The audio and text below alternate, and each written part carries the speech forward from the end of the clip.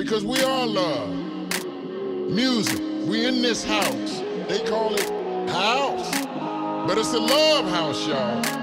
Because we are love. Music, we in this house. They call it house. But it's a love house, y'all.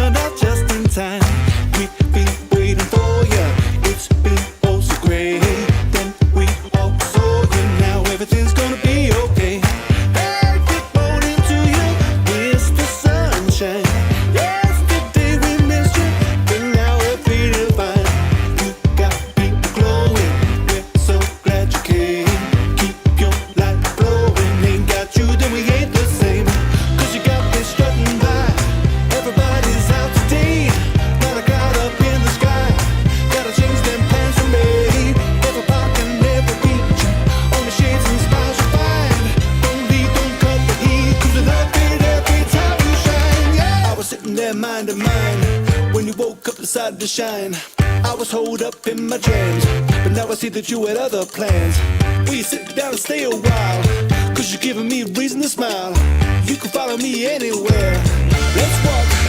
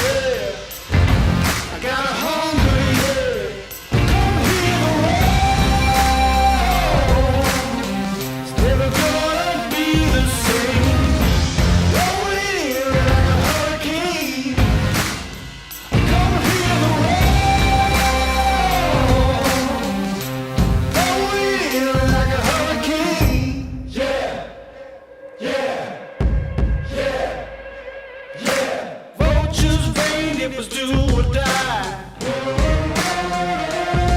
I guess one man's pain is another's pride. I feel my feet, hear the thunder blare. But soon you reap, giving one less prayer. Oh, I got a hunger, yeah. I got a hunger, yeah. Come hear the roar. It's never gonna be the same. Rolling in like a hurricane. Come hear the roar. Rolling in like a hurricane.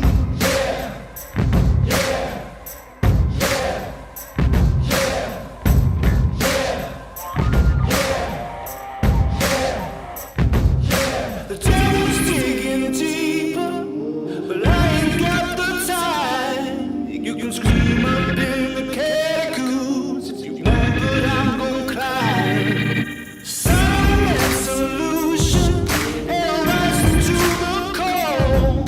Won't see me in the daylight when the curtain falls. I got a hunger. Come here to roll. Never gonna be the same. Rolling in like a hurricane. Come here to roll.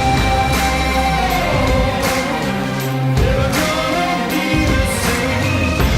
Rolling in like a hurricane. Come here to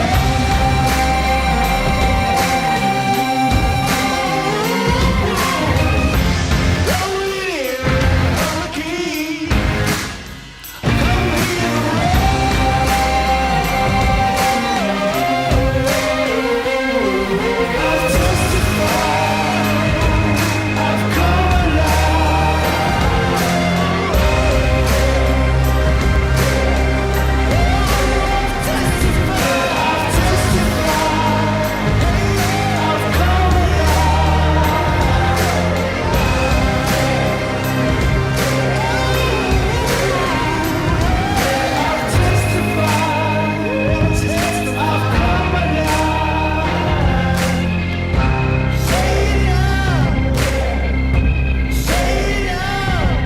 I've testified, I've come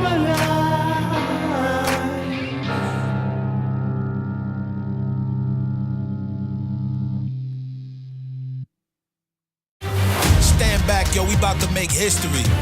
So clear the air of the mystery, just so you know what the mission be. We positive with the energy. Gentlemen, and still we never lost the vision. Sometimes you gotta take a second just to reposition and leverage every inch of opportunity to win it. We sow it for the future generations benefited. Let me flip it, yo. Ha. Everybody ain't equipped, we harness rawness. Ain't nobody on my team gon' quit, we all in. With our backs on the wall, we still be ballin'. I suggest calmness before testing all this. Son, I stay ready, no need to get. And if you ain't ready, you need to get. We are the timeless, no need to make hits. And we be everlasting, so all can benefit. Have a little walk in my shoes, sit and have a talk with my dudes. Running how I talk it, what it do. We stay fresh, it ain't nothing new. Rule number one, keep it true.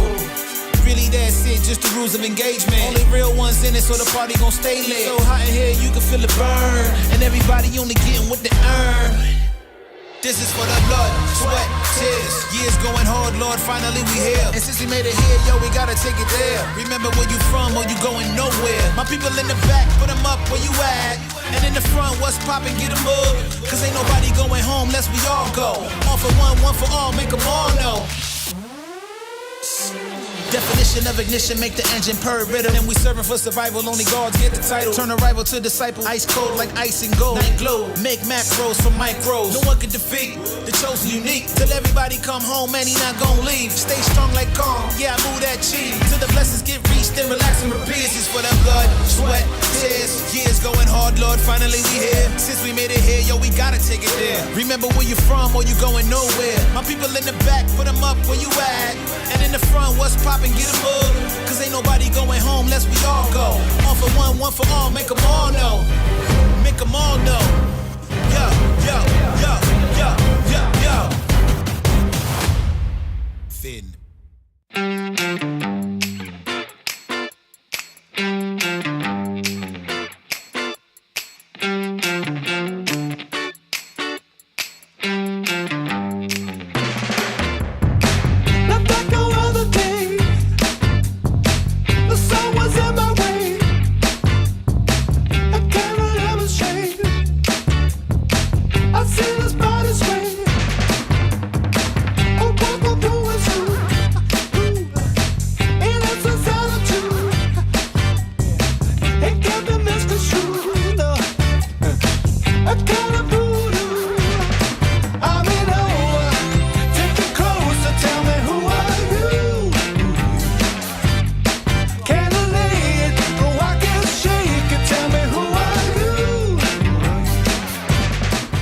Good early morning, good people, and welcome back to the 2025 Department of Defense Warrior Games. Believe it or not, it's the final day of competition here in Colorado Springs, and today we hop into the pool and into the sweet science sport of swimming.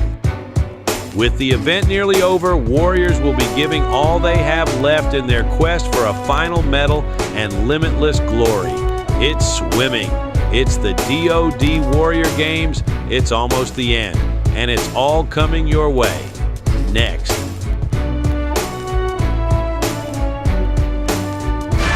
I was born for this moment. I want the glory. There's nothing that can stop me now. I know it's for me. I was born for this moment. I want the glory. There's nothing that can stop me now. I know it's for me. I was born for this instant. I want the glory. Yes, I want the glory. Yes, I want the glory.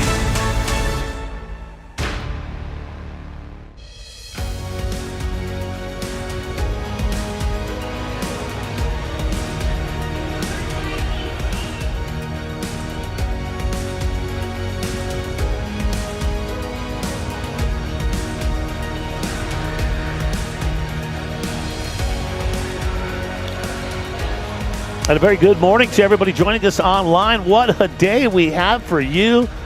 I don't think I could be more excited about today. The 2025 DoD Warrior Games in full effect. Colorado Springs, the Olympic City.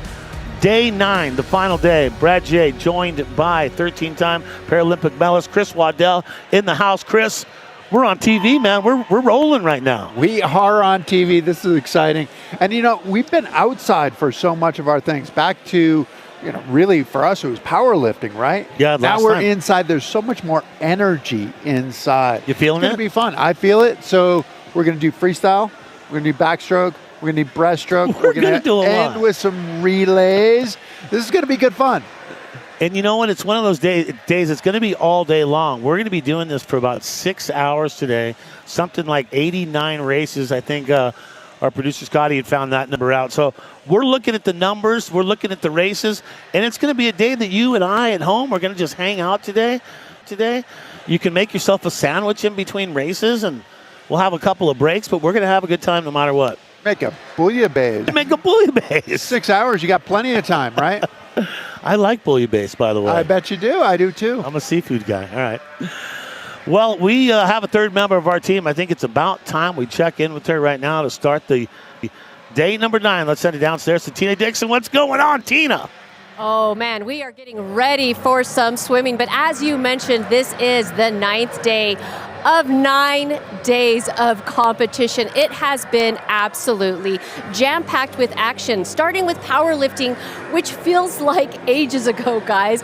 But since that time, we have seen these athletes rise to the occasion, cross that finish line, both of the individual and the team sports, and the support from the family members, from the other branches has been absolutely phenomenal. But we're not done yet. As you mentioned, close to 100 races that we are going to see today. But the best part about the competition, guys, we're going to wrap it up with the relay. So I would expect this place to get extremely loud. So sit back. We're going to have some fun. As Brad mentioned, you can make a sandwich or something along the lines, but enjoy the show. Glad to have you with us. And Brad, let's get to that first heat. Thank you so much, Tina Dixon, in the mix, breaking it down. And yeah, we're in for a long day, so just bring us into your life today.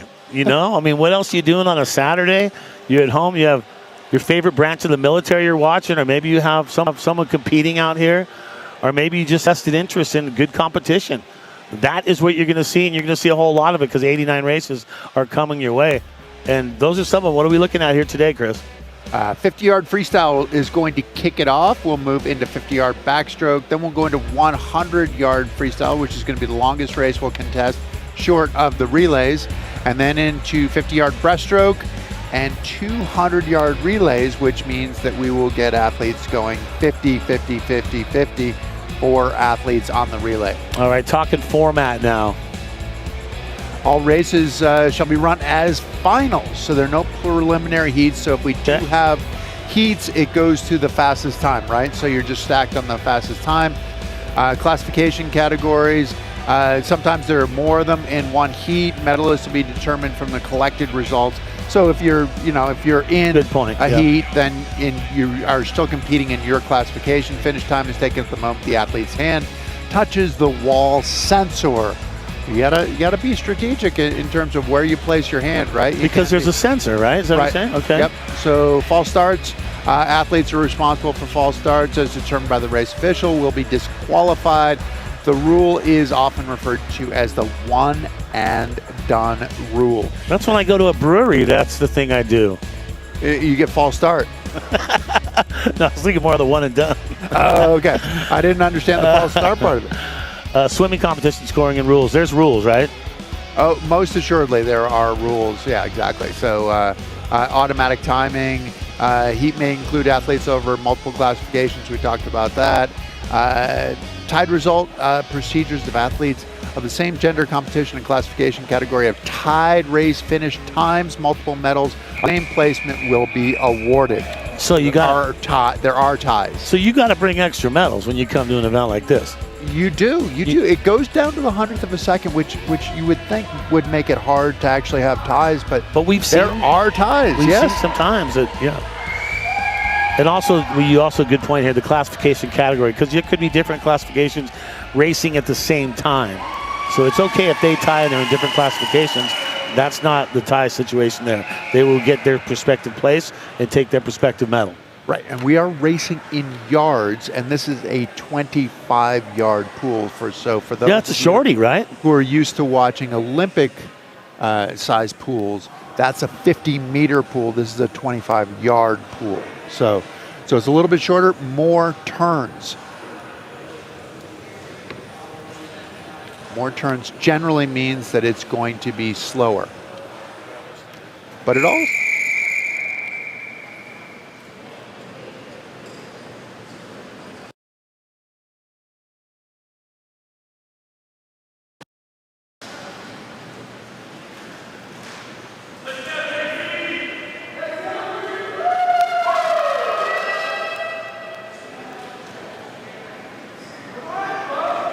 So I want to complete that thought, Brad, which is actually interesting on the 25-yard pool, that you have more turns, so you think it's going to be slower, but actually swimmers are generally so fast off of the wall, and that underwater part is so strong. Your flip turn is important. Right, exactly. Flip turn and your underwater kicking, right? Yeah.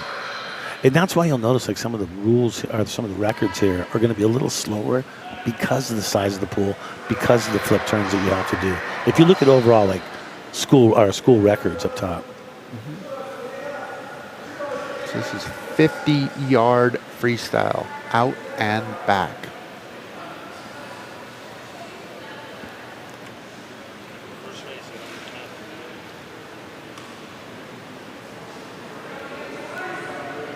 So we have Lee out in 7, Rodriguez in 6, Merritt in 5, Stark in 3, and Gerard in 1.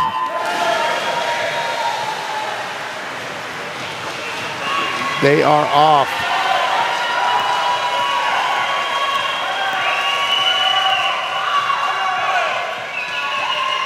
This is a mad dash. 50 yards is a mad dash. Here we go.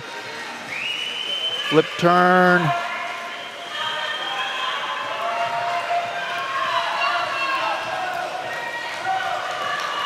A little bit of separation here.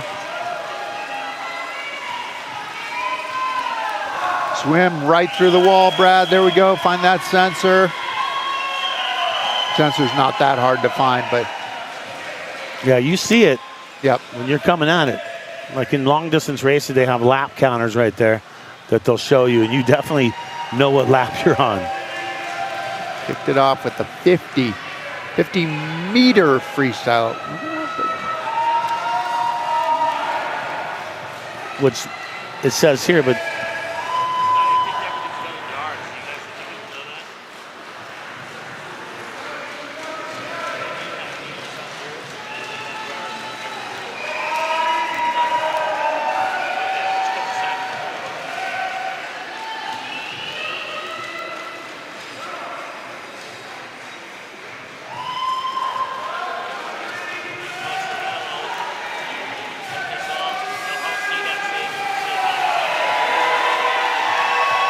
Big cheering in the house for Gerard.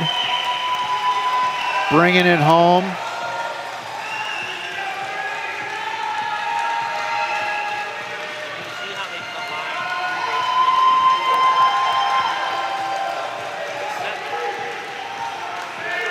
Very well done.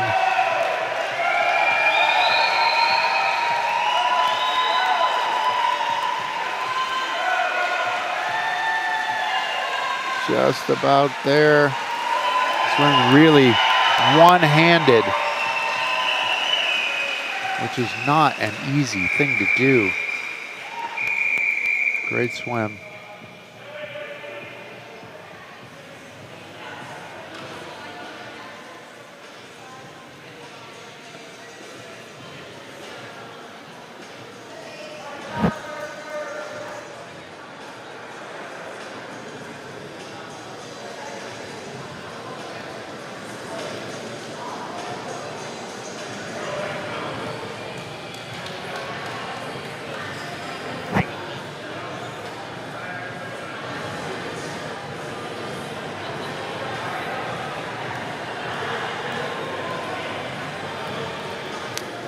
So looking at the numbers right there. Rodriguez, Stark, Lee.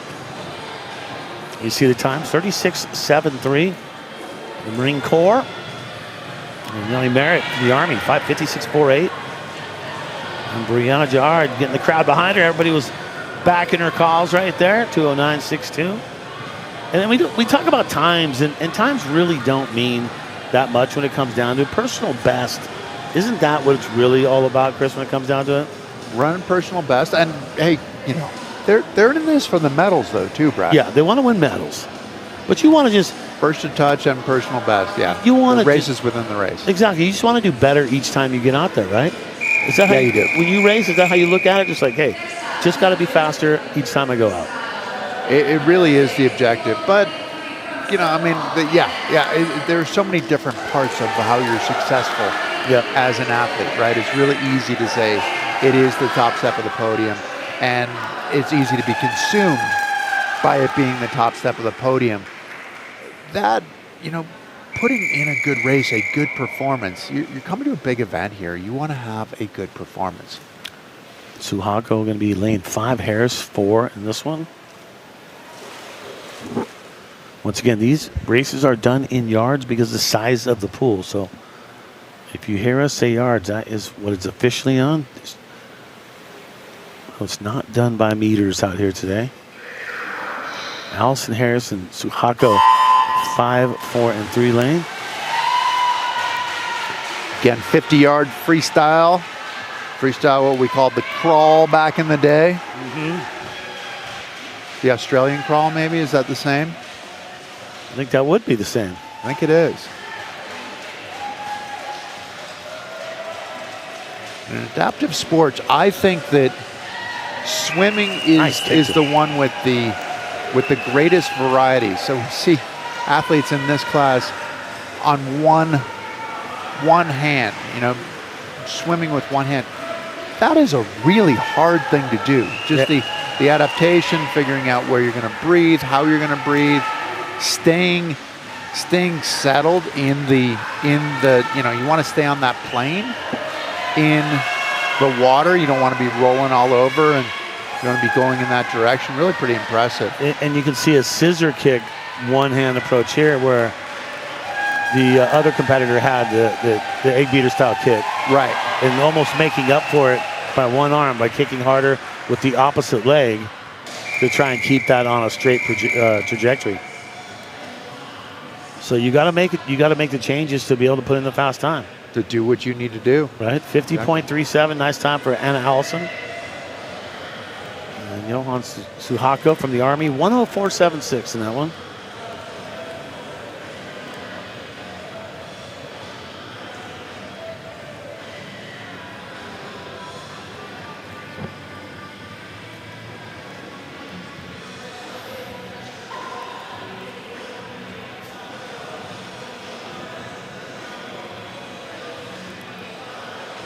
Great day here at 2025 DoD Warrior Games.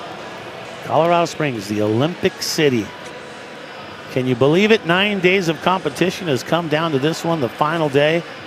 For all the information about the 2025 Warrior Games, you know what to do. DODWarriorGames.com, my friend. That's where you need to go.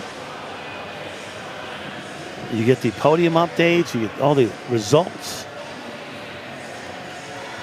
And we're getting it started here on the last day, that's for sure out here. See the diving board there, but there will be no diving as part of this competition. There'll be no diving. No triple Lindy's. Back to school reference. Back to school, Rodney. Little Rodney Dangerfield stuff. Okay, it's on. Now we got to get some more references. Every short on this one, Amy Sparks and Jazz and Jew on this one. 2 representing Army, 1 representing Navy, and it's the 50-yard freestyle. There's Jew, Sparks, and Short. 5-4-3. Those are the lanes assigned. Here in Colorado College. 50-yard freestyle. Up and back. Up and back.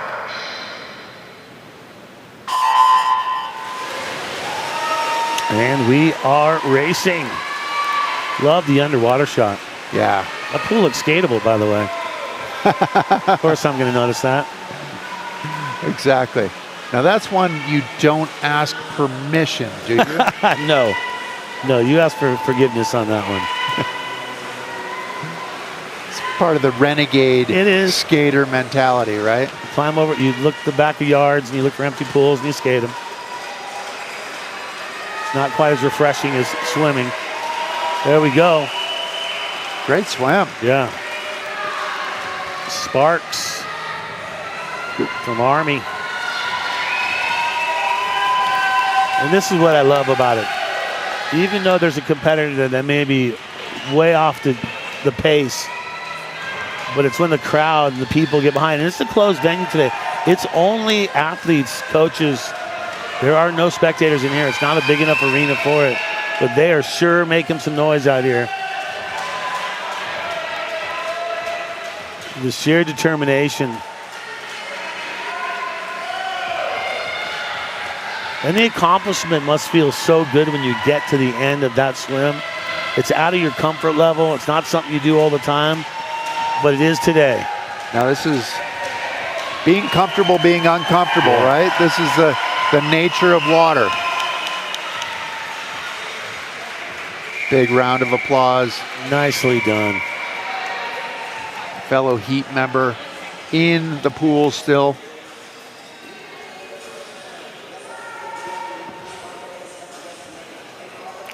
That was race 109. It was called the women's 50-yard freestyle. 5.5L. There's your Sparks, Short, and Jew. 1, 2, 3. That's how the 50-yard freestyle is going to play out here on that one. As we get some results coming on in. So congratulations on the 50-yard freestyle 1.5. Gerard with the gold there.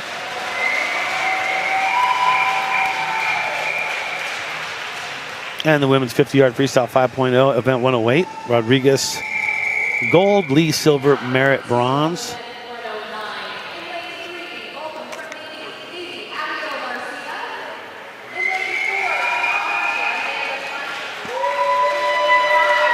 So we are getting into the second heat of race 109. Sia Fine, Saska Miller, and Ruff. 4 represent Navy, 1 represent the Army here. Ruff in 7, Miller 6, Saska 5, Fink 4, Garcia 3. Your lane assignments. And we are racing action is continuing in here. The women's 50-yard freestyle. It's a fast and furious race, Brad, that's for sure. We've seen a lot of these athletes in a variety of other events. Now they're in the pool. Pool's a little bit different, right? Most of the other events, you're on solid ground. Yeah, exactly. You know how to run, you're using the running part. We've seen biking, we've seen powerlifting, well, actually, there have been some others that have kind of twisted the perspective as well, where you've been in wheelchairs for rugby and basketball too. And that's going to be Fink from the Army. Bringing it home. What a great race. Yeah, it's funny because this morning I was at breakfast and some of the athletes were there at breakfast and they didn't recognize me for what I was doing. I was just listening to the comments, kind of trolling them a little bit, right? and then you're hearing like people aren't comfortable with the swimming part of it.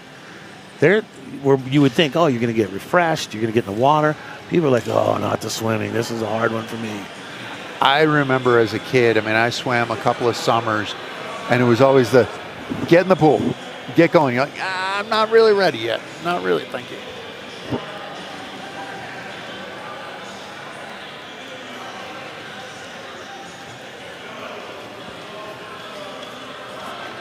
So just getting some of the results from event 106, the women's 50-yard free. Allison,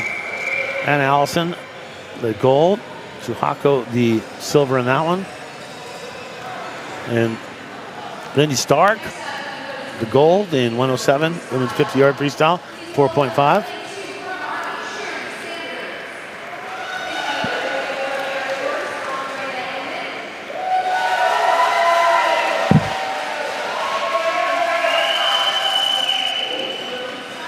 Race 110 here.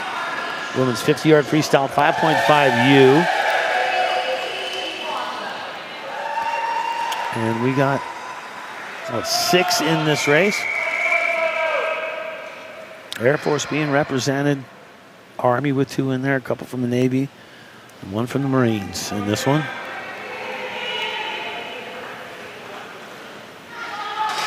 A block start here.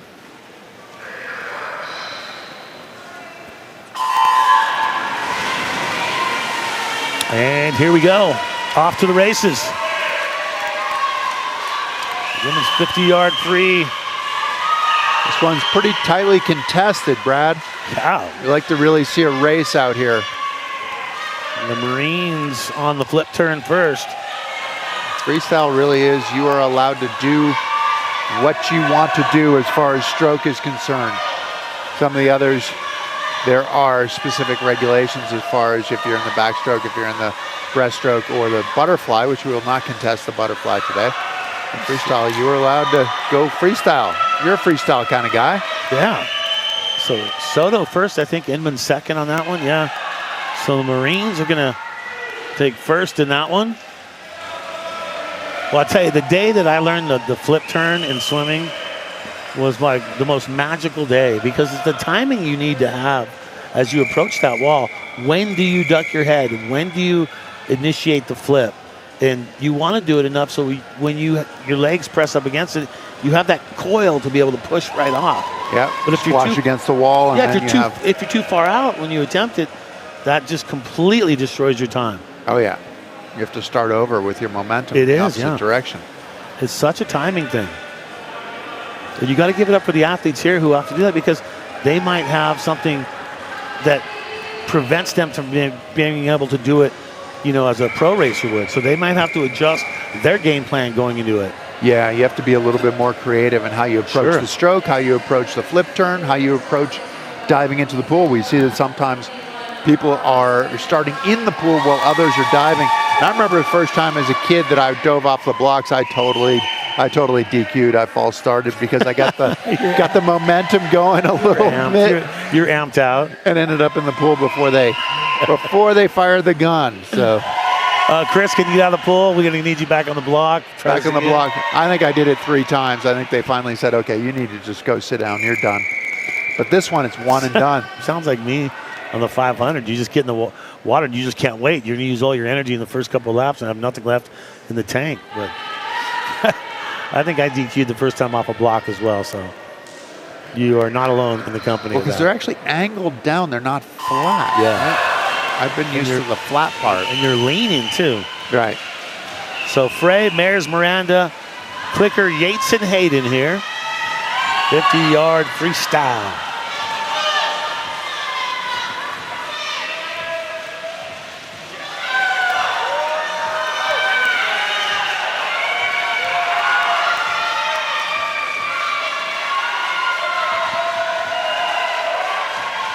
Oh, look at this. Look at the race on the outside, too. Uh-oh. Look at that. Come down to the touch. It looks like Air Force got it. Yeah, it looks like Miranda Banks, Air Force. 32.52. Nice fast time there. Boy, some great races so far.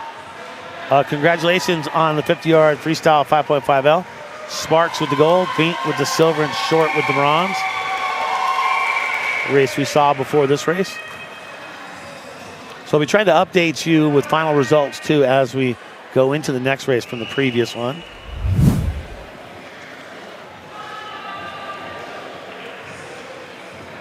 Yeah, nice look at Nice strokes. Look at that. It's all on the touch, right? Oh, it's all timing. Finishing your stroke into the wall. Then there's always the look where you look down the pool to see who's finished as well. It's always that look. Like, am I the first one in? Very respectable, solid. Banks first, Hayden second, Jessica Yates in the third spot. Look down the wall, and then it's a look to the board, right? Yep, then you check the board, yep. What does the board say? Because those are going to be the real times. Congratulations to the last race, 5.5U, not this one, the one before this. Soto gold, Rosenstein silver, and Mitchell for the Army bronze.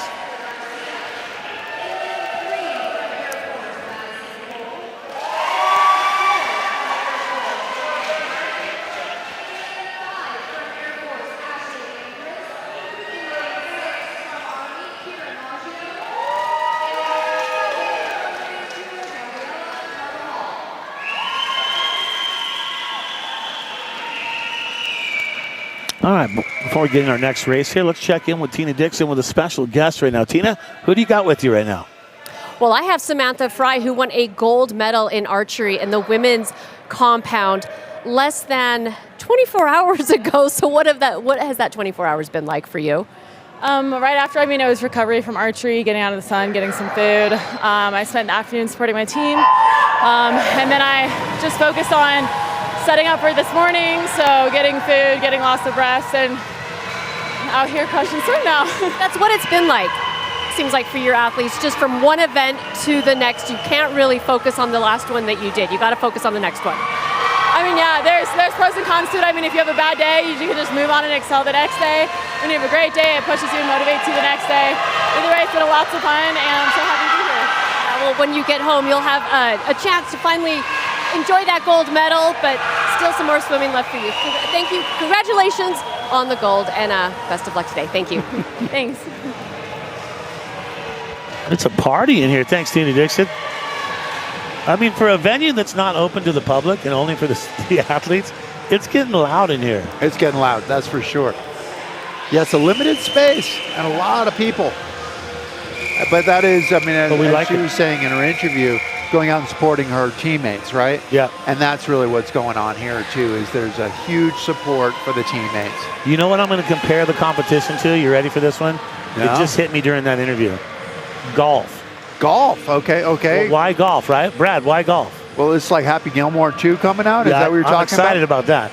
But go ahead, ask me. Brad, why golf? Why golf, Brad? Okay, that's good acting, Chris. Because every shot in golf is a new game. Right. No matter how much you shanked it, right? And how far out, that next shot is a whole new game for you. So look at the 9 events, right? 9 competitions, or more than that, 11 I think it is.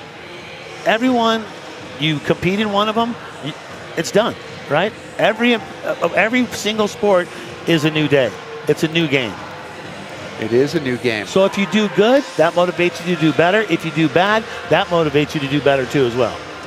Yes, and I'm going to I have to remember this reference because it's sort of a famous quote, and I can't remember give the it name to of me. the golfer. I want to hear it. He was talking to Ted Williams back in the day, so this is back in the 40s. The Splendid 50s. Splinter? Talking to Ted Williams, and he said, the differences in golf is that we play our foul balls. Oh, what? Yeah. That is so true. Yeah. Because it's in baseball, it's just a foul ball. Let it know it's a souvenir for someone. Right. Golf, you play your foul ball, which is, a lot of what Interesting. we're talking about here. The adaptation, the ability to find new strategies. So Scott Terry, SOCOM, Alvaro Alvarez, Christopher Donald. There we go. Terry, Alvarez, Duro, and Morago. So 4 racing in this one. as they get him set up here.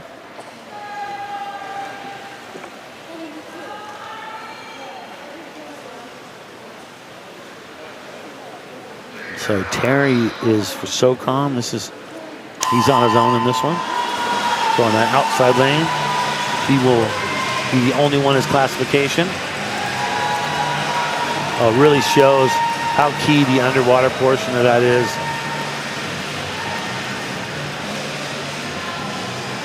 It is a party in here. DJ Triz on the 1s and 2s for the show. The athletes put it on one heck of a show. Chris Waddell and Brad J bringing it to you here in the Olympic City. Day 9, sorry. I almost erased 2. I think that was Sam Sneed who said that. Who said that we have to play our foul ball. So that's a good. But you have to have a short memory, right? You got short memory. 9 days of competition, and some days it's 2 different competitions on the same day. And in swimming here, the adaptation, the different approach to swimming. Swimming is a sport where you can feel exhausted really, really quickly. Oh, it's so true. It's one of those things that can be a very humbling sport. And after hearing everybody at breakfast this morning, the athletes not happy with the final day for swimming. They'd rather do other days of other sports, but swimming is a comfort level that not everyone has.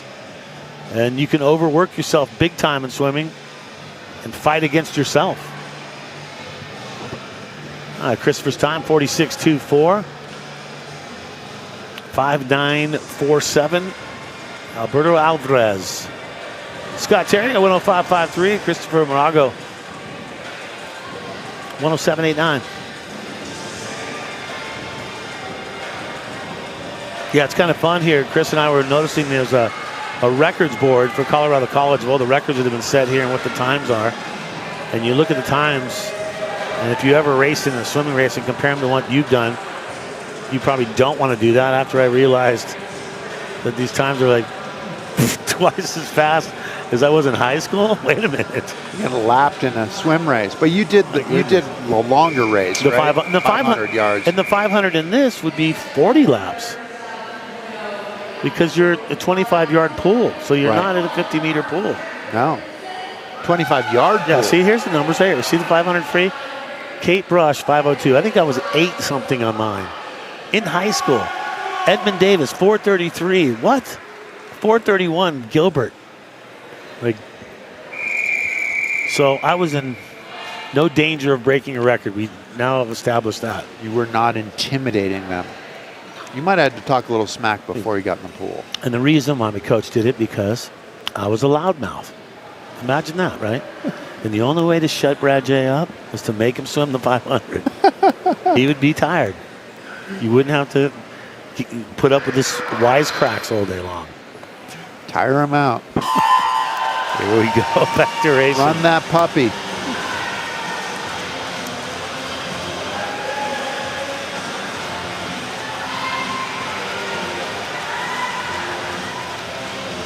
I mean, you and I we've been a part of the Olympics and the Paralympics for many years, and it's just pretty exciting to see. Kind of like, it's almost like a concert in here. You got the music going, the music starts with the race. It gives these competitors, these athletes, the center stage. It's like, their Olympics, their Paralympics. The Warrior Games is everything to these guys and gals, and you only get two years at it. It's hopping in here at 7:01 a.m.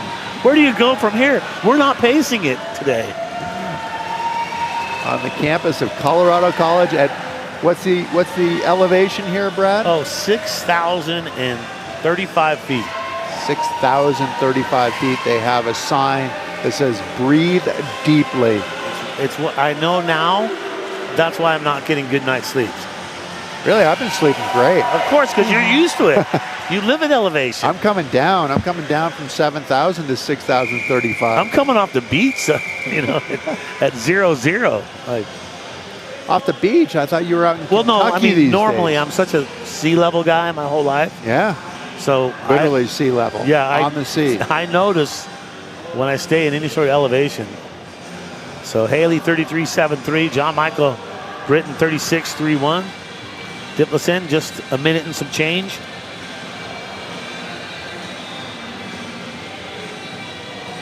We are in, it's Olympic City. Why, the reason they call it Olympic City, since let's rehash that. Yeah, so it actually started with figure skating and the Broadmoor, and then hockey went to the Broadmoor, and then there were some supporters here in Colorado Springs who wanted to bring the Olympic Center from New York City to Colorado Springs, and so they ended up buying Air Force Base, which was, which they were able to buy for $1, and that has become the campus. There it is of Colorado Springs, of the Olympic Training Center, the facility Olympic right and there. Paralympic Training Center. Now, a couple of years ago, they went through a name change where they went from the U.S. Olympic Committee to the U.S. Olympic and Paralympic Committee. Oh, okay. To encompass both, for sure. Exactly, and Paralympics have been under the umbrella of the Olympic Committee for a while. Really, my first games in conjunction with what was the Olympic Committee at that time was 1994 in Lillehammer. Oh, yes. First time we had very similar, not exactly the same parade uniforms, but that actually, one part of that I still wear. Do you know what that one part of it is? Wait, from what year again? From 1994. And you still wear it? What is still it? wear it. It's a 5X Stetson hat. Oh, okay. Which is part of our parade uniform. I don't wear it all the time. I remember that. Yep. So congratulations, men's 50-yard freestyle 2.5. Terry was so calm with the gold on that one. 50-yard freestyle 4.0. Doro Alvarez Morago. That is your gold, silver, bronze. We got a big race coming up in this one. Filling out almost the whole pool. Yeah, this is a swim 208, the men's 50-yard freestyle 5.0. Very highly contested classification here.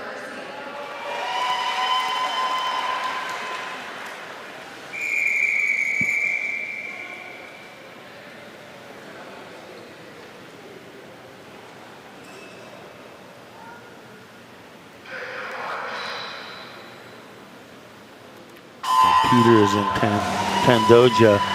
Water starts for them, and here we go.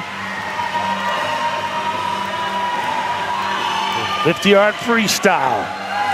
Let's go. 5.0. That's pretty tight right there. Look how close that is, Chris. It is. Good solid race. The turn might be a determining factor. This is bringing it home. You're sprinting out. It's funny how much harder it can feel on that second 25. Bringing it home. We're going to end up with a touch here. Let's see how it works. Yes. So Proctor Army first. It looks like Marine Corps second in that one. But this is a highly contested category right here, classification. The 5.0s putting on a show. And the crowd's still going wild, bringing them all in. We're not done till they're all in. No one gets left behind. And the DJs are helpful in creating this atmosphere as well. Oh, yeah.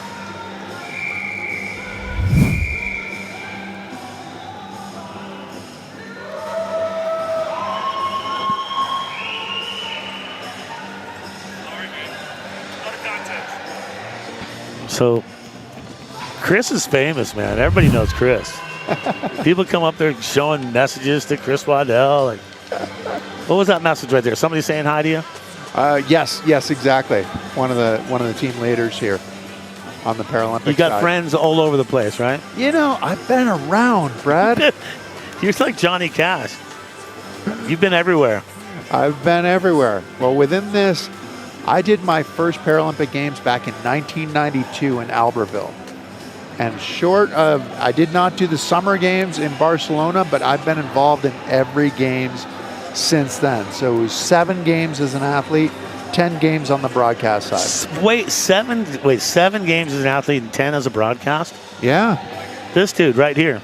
It's a career. 13-time Paralympic medalist. You get to know people.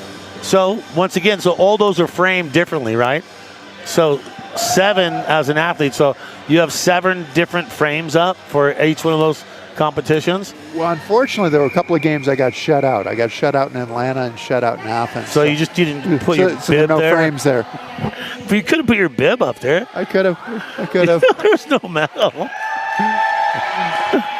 We went with the medals. Some of this, you lose some of the memorabilia throughout the You do. course. You lose and give away some of the uniforms and things like that, or trade uniforms. I still try to keep most of them. Do you really? I got rid of my Salt Lake uniform for 02, but I have all my other uniforms still bagged up, sealed up. Do you really? Yeah. Bagged up, sealed up. Okay. Try to keep them though. Hermetically sealed. Well, just so that, mice don't get to them in the garage or something, This is like Bob Hope with all his jokes, right? All cataloged in his filing cabinet, right? Exactly. 3 Army representatives here in this race.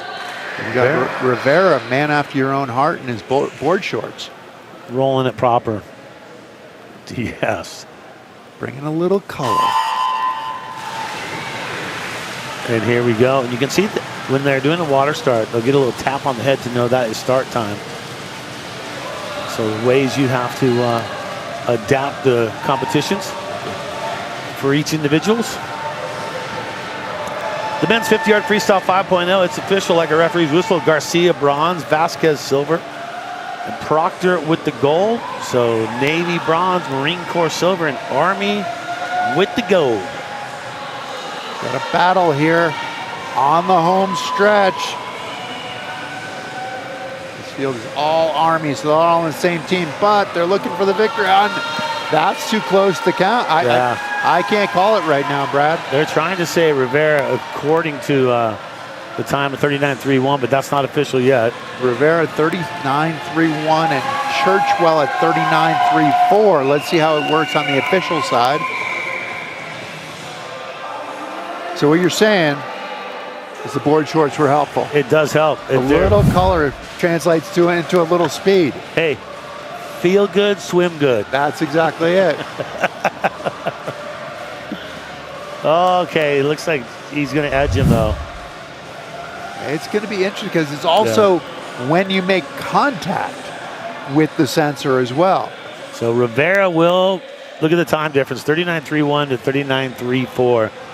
Churchwell will take second. Escobedo will take the third. 3/100ths of a second. They say the blink of an eye, but it's hard to blink in 3/100ths of a It second. sure the heck is. You get out there with your stopwatch periodically and check out, just see how quickly you're blinking, don't you? I do from time to time. That's one of the things I always check when I'm. Just to make sure your reaction times are staying strong. It's like warming up for REM. You know what I mean? Yeah. Oh yeah. The last second adjustments here on that block 4. Got the pit crew that comes out.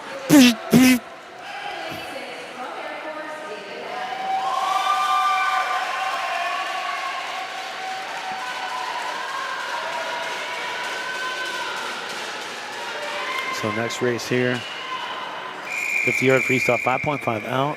Cavalario, Leon, Walker, Murphy, Robeson, Adkins. A couple of SOCOMs, 2 Navies, an Army, and an Air Force being represented. Run out 6 of the 8 lanes.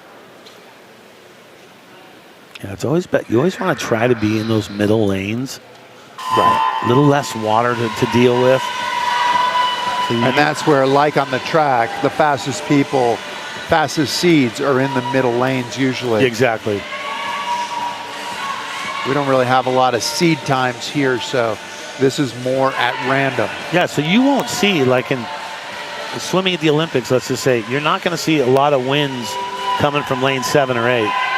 But when you do, it's exciting. Yeah.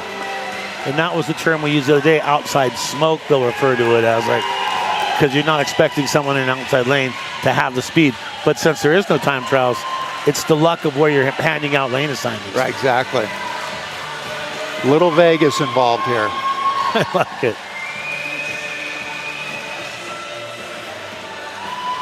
And the kick in freestyle is so important too. Oh, it is. Bring you home. It's not easy to have like an 8-beat kick, like one that's just natural. Like I always had to work at it. I had an older brother that could just do it, and my dad would always say, "See, he's got an 8-beat kick. Nobody has an 8-beat kick." And for years, I had no idea what the heck that meant. Then you got into being a DJ and you figured it out. Yeah. Yeah. You're like, I need a song to get me my 8-beat kick. 8-beat kick. I gotta mix it. I gotta mix it down. I want to thank the people handing out the results. Got some students as runners, right? Escobedo, Army. That was in a visually impaired. Talked to him a little bit this morning. He was psyched on it. He was the one athlete that I talked to that couldn't wait to get in the pool. It's funny because some of these athletes you would think after just 8 days of competition, you're ready to go for a swim. And some of them just want to be back on the track. They want to be back powerlifting. They want to be shooting, precision shooting.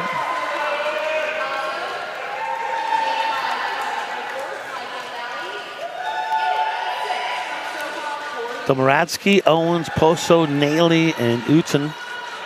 3 SOCOM, 1 Marine Corps, and 1 Air Force competitor. Here is their lane assignment as we get into our next race.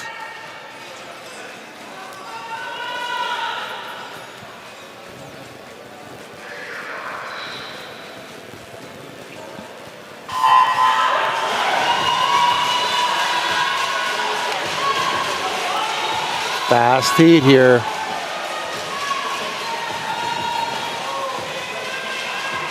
Once again, 50 yards. It is a shorter pool, not Olympic size.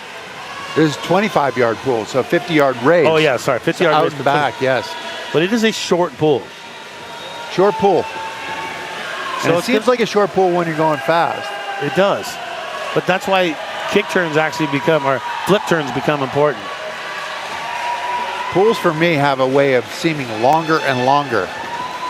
It's like they're extending it when you're in the water. It really is. I feel like I've done a lot of work and I'm not quite there yet.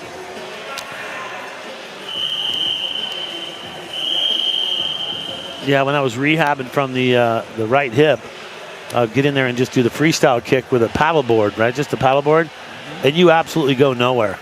And it is just so. Well, you can breathe with the kickboard, right? Just go nowhere. So having that breaststroke kick kind of helps, like scissor kick. Paso at 29.36 in that fast turn. Hey. Did not do the flip turn though. And this is figuring out what you do well, right? Yeah, I mean, there was a time when I first started, I wasn't doing the flip turn for a while. I don't do a flip turn when I swim because I want to hold on to the side for a little bit and catch my breath. It does give you a little bit of shot too. It does give you that little break. Obviously, these guys aren't doing that. So I have a buddy, Brad, who was a Navy SEAL, a guy named Carlos Melita. He raced wheelchairs with me, got shot getting Noriega out of Panama back in the day. And when he went to become a Navy SEAL, jumped in the pool, and the guy looked at him and he said, "You don't know how to swim. You can't." He went back, taught himself how to swim, came back, and ended up making the SEALs. Oh my God. That is an awesome story. That's called determination right there. So here we go. Milan, Hirschberger, Ostberg, Fouts, Finsley.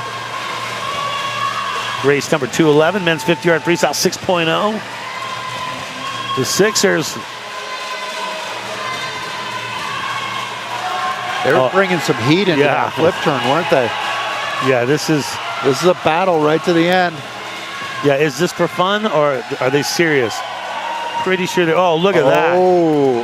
That might have been a touch in lane 2. Ostberg, it says, has the 26.92. Okay, which is a smoking time.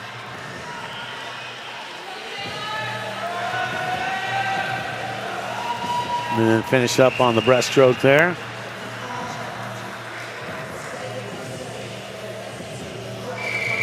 So it's, there you go, 26.92. I guess that's the fastest we've seen for 50 yards.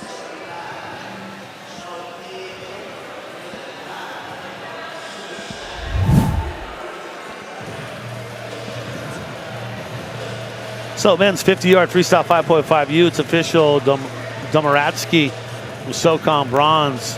Uten SOCOM silver. And Poso SOCOM gold. So a SOCOM 3-2-1 there. Candelario Army third. Murphy SOCOM second. Adkins Air Force first. That's the 50-yard freestyle 5.5L.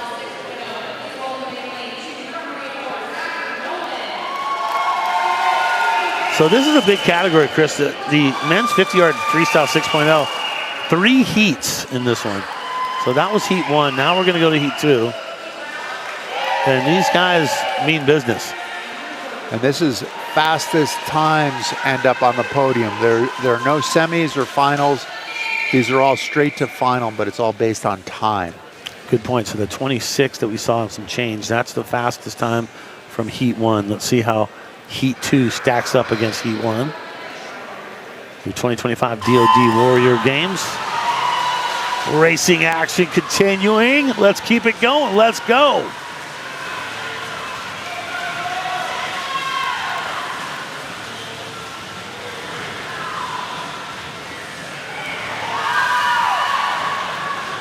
Yeah, a lot of touch and goes right there. Not a lot of flip turns in that crew. Now it's like Marine Corps. Big, long stroke there, leading it out, though. That is... What? We're going to have to go to the photo there. It says Bailey Kelso, but I don't know about that. Yeah, I think that one's right. I think Kelso... It was Kelso and Diaz, right? Yeah. So what was the time there? 26.92, I think, was the fastest. So watch Kelso here in the lower part of the screen. He should touch first, right? There, he gets it, yeah. Oh. By a hand. Without the swim cap. No Need cap. the swim cap, right? I got this. So 31.32, so you look at what heat 1 did. 26 was their fastest time there. Got one more heat coming too, right? Yep, exactly. Not a lot of competitions they're going to have 3 heats in their specific race, but this is one you definitely have in the 6.0s, or as I like to call them, the Sixers. The Sixers. And the third heat, they know how fast everyone has gone. Yeah, now you know. They also have a pretty good sense of how fast they can go. Yeah, cat's out of the bag. And you know they've timed themselves, right? So obviously they have to know what they're doing. Well, follow Instagram, Facebook, DoD Warrior Games. All broadcast replays are available on YouTube. That's freaking awesome right there. I love the fact that I can go watch them at any time. It's YouTube, DoD Warrior Games Official. And for more information, visit DoDWarriorGames.com. And you can ask me questions. Just to direct message me on Instagram is probably the best way. Direct message me at RadJAYMC on Insta. And I've seen a few questions. We've read a couple on the air. Hasn't been a ton, but if you got something that's just burning in your craw and you want to ask the question, you can. Maybe it's something you want to know about Chris Waddell. That's fine too. That's a question. We can answer those. Brad knows everything. I'm learning. It's been a few years. So 6 in this one. Blake Stanfield was such a standout on track. He's in that lane 3. Let's see if he's a standout in the agua.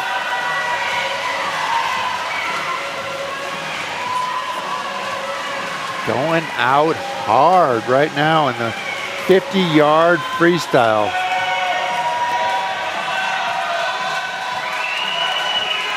Oh my gosh, he's like fired out of a gun right here.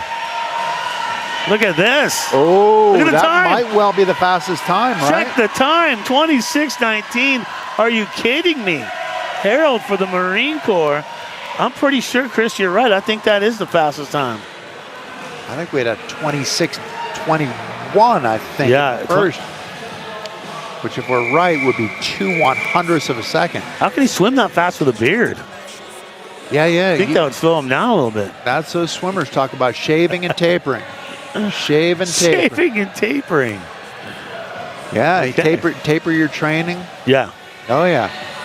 And then they go and shave everything. Oh, I remember when I swam in high school for the swim team. You had finals, you were expected to shave everything. You felt fast, didn't you, in the water after you shaved? did. You looked a little bit like a Martian being all shaved, but Hey, you do what you can. Do what you have to do for speed. big thank you to the volunteers out here doing an amazing job all 9 days. I mean, it takes teamwork to make the dream work, and you got to have volunteers for taking one for the team. And they're out here helping the athletes, helping spectators, helping the crew. We're shifting gears here, Brad. We're going from freestyle to backstroke. The backstroke, everyone will start in the water. I like backstroke. You do? Yeah, still to this day is one of the things I like to warm up with. It's more relaxing. You're looking up at the ceiling, you're finding your spot on the ceiling, kind of keeping that straight so you stay in the lane lines without hitting them. But then it's more relaxed and like calculated. And freestyle seems like an all-out race, but it seems like it's just you're relaxing going backstroke. Well, oftentimes in the Olympics, I think you get guys who might not breathe, might breathe once in that 50-meter. Just crazy how you could, Because breathing is slow. And calculated breathing isn't so important, being able to pace your breath. Like, I never even thought that was the thing until I started riding mountain bikes uphill, and then I realized, okay, you kind of need to breathe correctly. You know what I mean? Yeah, it's exactly it. Even when I'm riding with someone who doesn't ride, you tell them, hey, get into a breathing cadence. The same goes in swimming. And we have the Warrior Games flags out here. That's not just about signage. That's actually for the backstroke. I'm glad you said that. So it's alerting you that you're 10 yards away. You're going to smack the noggin on the wall. No, though, if you watch in Paralympics, some of the guys who blow me away are the no-armed guys, like swimming like a tadpole kind of thing. And they actually hit on their head to go back and forth. Oh, man, how the heck do you do that? I don't know. They're much tougher than I am. Gerard, Suhako, Harris, and Stark. And you think this, okay, these guys are just, competing in a race. No, not a race. All these competitors are competing in multiple races out here today. And this is day 9.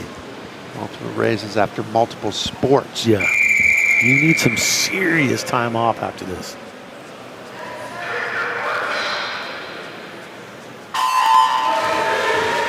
Here we go. We are back to racing. Water starts for all 3 on this one.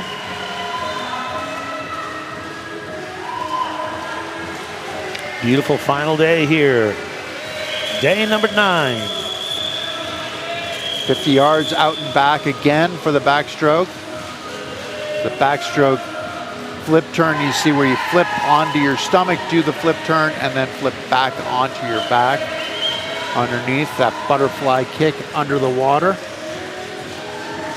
That is the thing that blows me away about swimming, is just how much holding of your breath there is, how much oxygen deficiency there is. There is a and lot. how profoundly they do it, how they do it so well.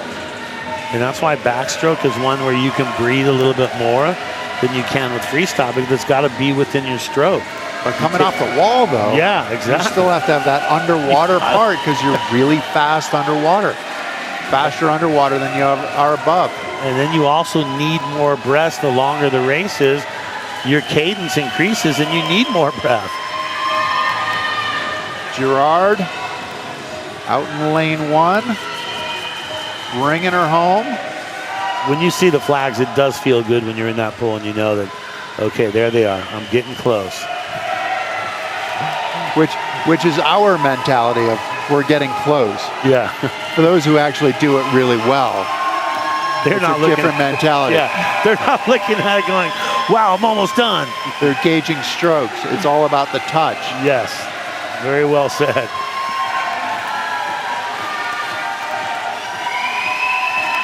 Just muscle through it. There's the Reach, touch. there you go.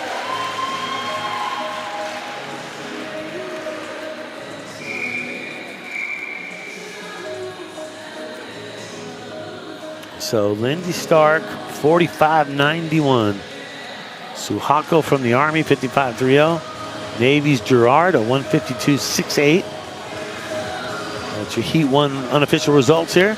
And your women's 50-yard backstroke.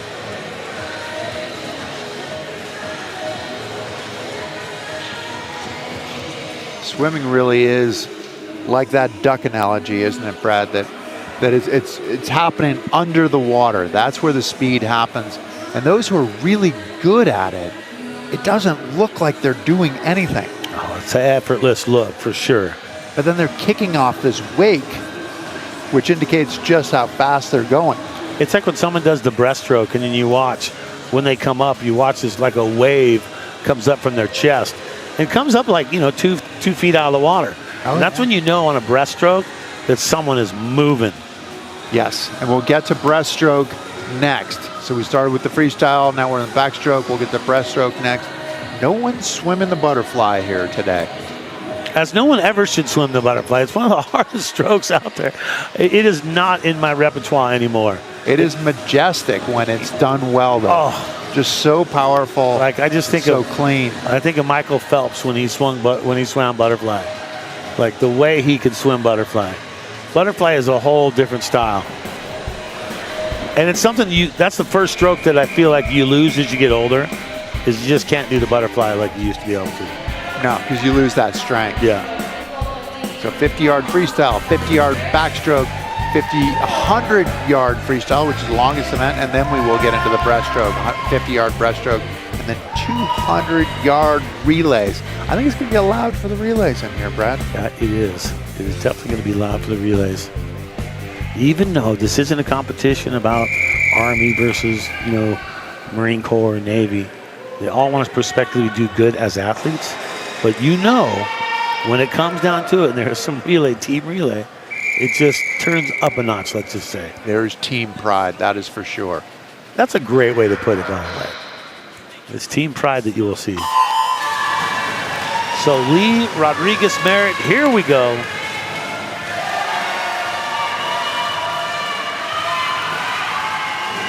Oh, wow, look at the stroke right there in the middle. Is that Rodriguez? Yeah, Rodriguez. Like she's got 2 strokes in before the other competitors get 1 in. Going fast. Look at this. Just see how she brings it home. Whoa. Yeah, that is the part when you start getting tired in the backstroke where your legs start to sink, right? Yeah. And you have to keep it on that horizontal or that horizontal to be able to keep yourself the speed going. You start dropping those legs, you're losing speed. You want a plane like the ski boat. Yeah, exactly. Probably could have said it better that way. That's why I'm the color guy. Yeah. I'm the Bob Uecker. Just a bit outside.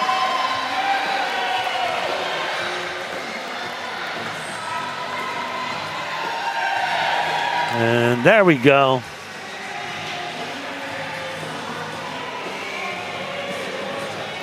Yeah, she was swimming fast. Good backstroke technique. So Uecker might have started this triumvirate, right? So they say it happens in 3s, right? Because Uecker just died recently, then we lost Ozzy, and then we lost Hulk Hogan. Yeah. That might be the 3. Well, then I found out the other day that, what was the guy that played the son on the Cosbys?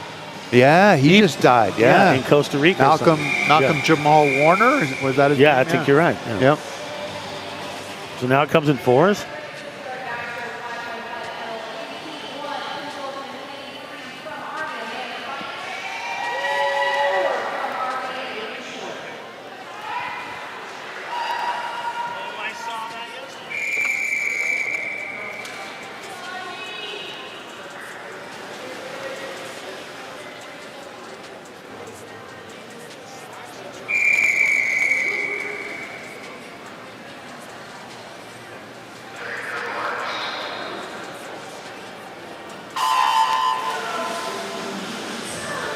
Benton short.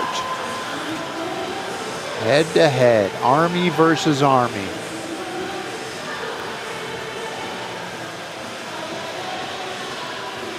This is a match race, Brad.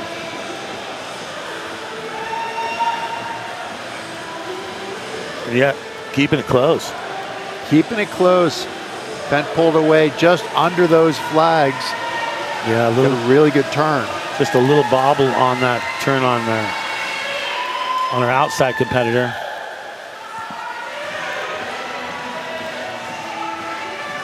Starting to put a little daylight in. Or a little water, I guess. A little water in between. Yeah. So feet from the Army, 43.76 is the time.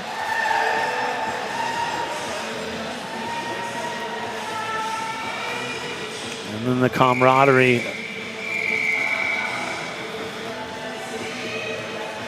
43.76.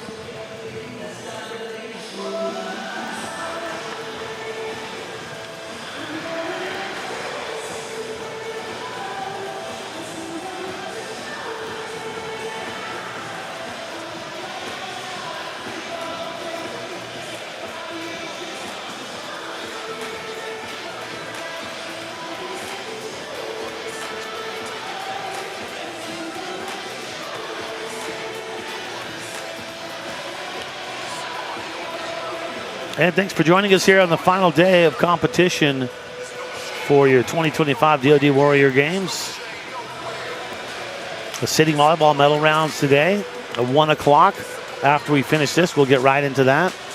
And of course, that'll be on YouTube, Vimeo, and ESPN+.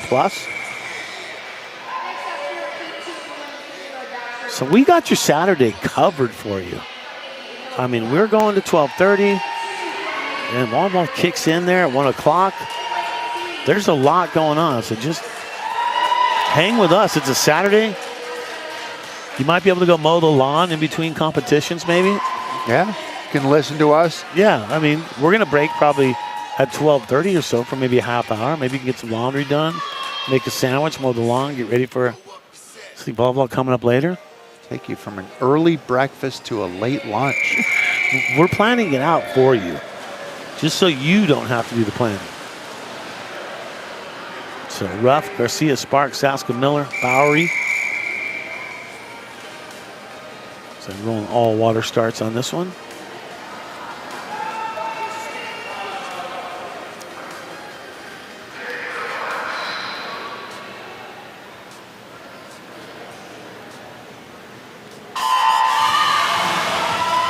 And here we go. Racing action continuing on the final day here, day 9.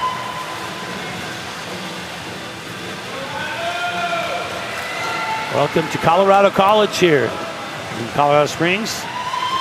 Brad Jay and Chris Waddell with the call all day for the swimming side of things.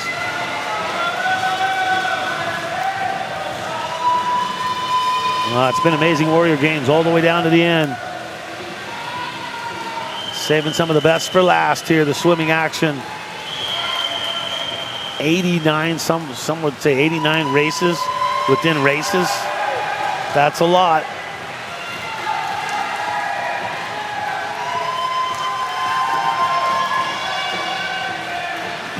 So Sparks, it looks like Army's going to come across first on that one.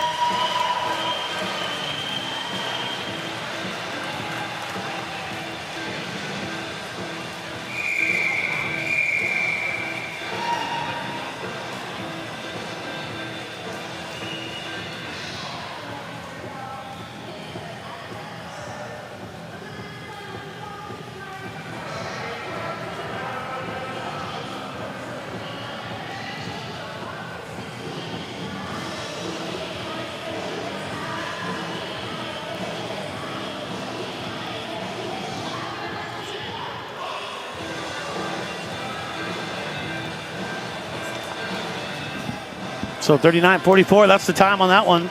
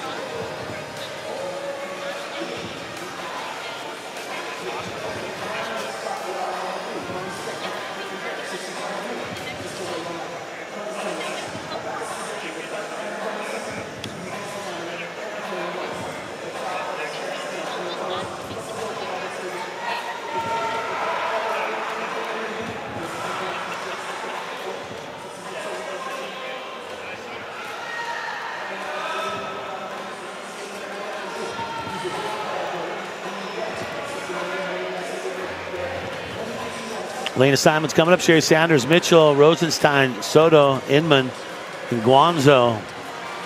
2 from the Navy, a couple from Army, 1 from Marine Corps, and 1 represent the Air Force in this one. Heat 1 lane assignments for the 50-yard backstroke.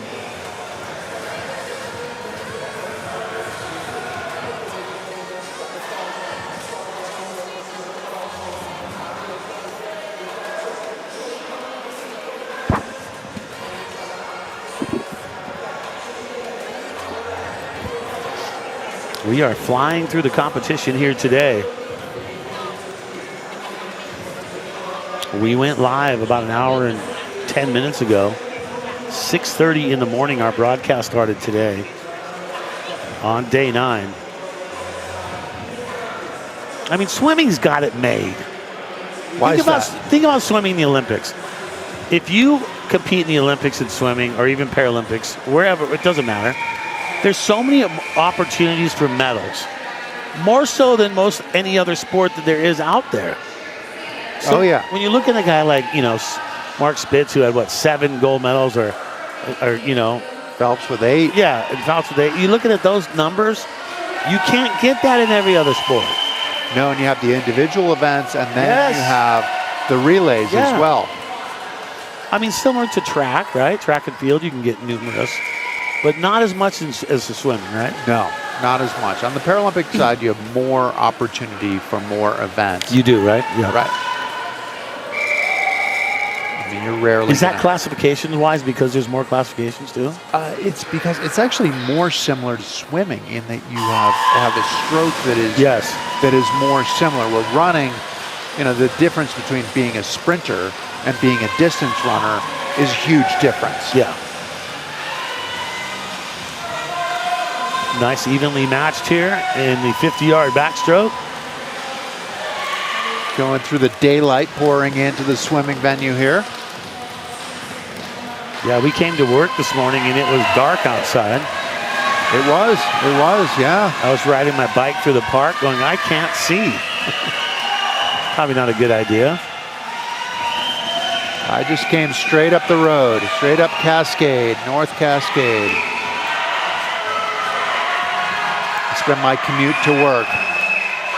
It's always nice when we get to stay a little closer to the venue. It is. I love being able to go under your own power to the venue. It makes life a whole lot easier. And it looks like Rosenstein from the Navy at 48:13. Nicely done. Great time right there. That was the most convenient games I went to were in Sydney. They had 14 venues within a mile of the Olympic, come on. of the village. That makes it easy. It is so easy. And then it's easy to actually be able to see other events too, because oftentimes when you're competing like this, you see the hotel and you see the venue. Know that all too well. That was what it was for me in the Paris Olympics. Hotel to broadcast compound to every day. You see nothing and like it. You watch everything from a monitor. Yes, you do. But it's, hey, still the experience. I want to say, when I did the Paralympics in Pyeongchang in 2018, it was an hour and a half drive to the venue every single morning for Alpine, for Para. Yeah. And there was hotel closer. They were closer, but that's not the one we were staying at. Hour and a half every day. That was when I competed in Nagano. I was getting on a bus oftentimes for the races at 4:30, 5 o'clock in the morning to get to the venue. Because you didn't know. You didn't know whether it would snow that day, and if it snowed, it could take an hour longer. It could take an hour and a half You don't longer. know what you get. You really don't. No. And so by the time race time comes around at 9:30, 10 o'clock, you're ready for your nap. Is it time now? Is it nap time? Can I It have a is. little bowl of tomato soup and a nap? Yeah, the logistics are sometimes the things that you don't notice on television. You don't. But you notice it when you're doing it. Oh, you do. Going through the security, getting mag and bag, all this stuff. Those are some of the challenges. So here we go. Marissa Mayers, Madison Cole, Air Force, Ashley Andrus, Air Force, Bianca Hayden, Army, Gabriela Carbajal, representing the Marine Corps. So 2 from the Air Force, 2 from the Marine Corps, 1 from the Army, women's 50-yard backstroke. Those are your lane assignments. And as our racers get going here, we are in the thick of things here. Day number 9, can you believe it? Right here, the DoD Warrior Games, Colorado Springs, the Olympic City, being host 2025 Warrior Games. Lane assignments are done. Race about ready to go here. 50-yard backstroke. This is part of the pageantry of the backstroke, isn't it? Where you have the jump into the pool, a full pencil jump into the pool.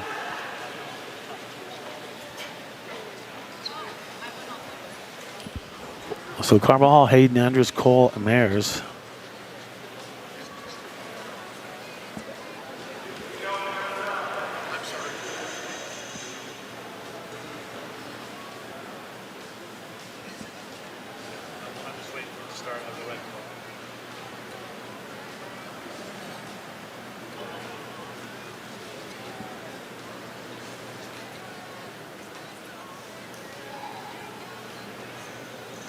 Hush falls over the building right now as we are ready for our next race here. I'm practicing, so when I call golf someday, that I'll have it dialed. You'll be able to do that, yeah. About 170 yards out. Can you do a British accent and a Southern accent too? Do it. You could be a one-man booth. Gonna reach for the pitching wedge here. And the green kind of slopes a little bit to the right. I definitely should be doing that. Here we go. That's a range going from action sports to golf. Might start doing curling next. So this is going to be a water start for our competitors. And this place rocks. Watch when they start. Absolutely amazing. Here we go.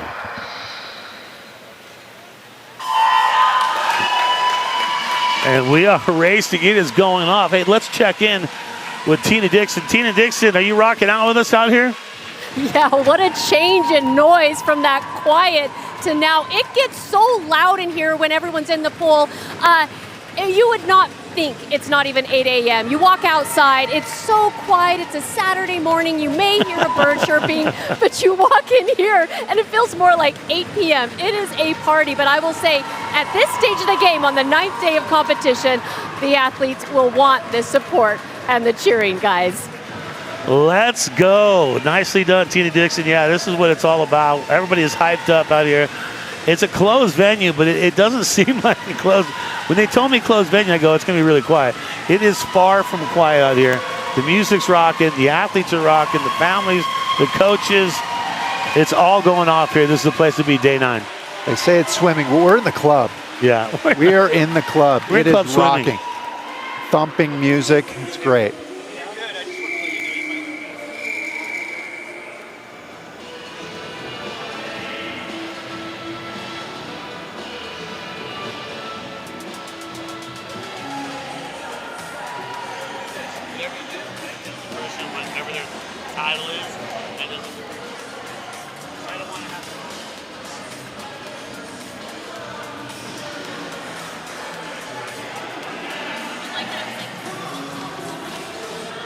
Yard backstroke. Ashley Andrus, 46.09. Madison Cole, 52.34.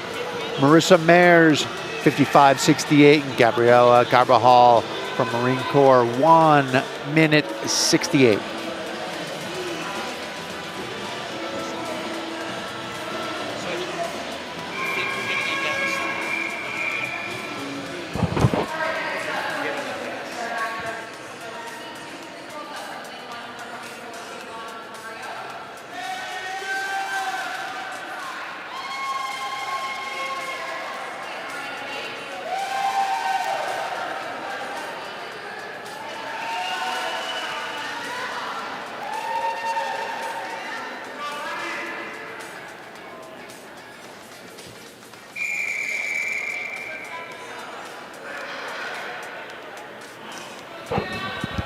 So Maggio, Clicker, Miranda Banks, Frey, Vicario in this one.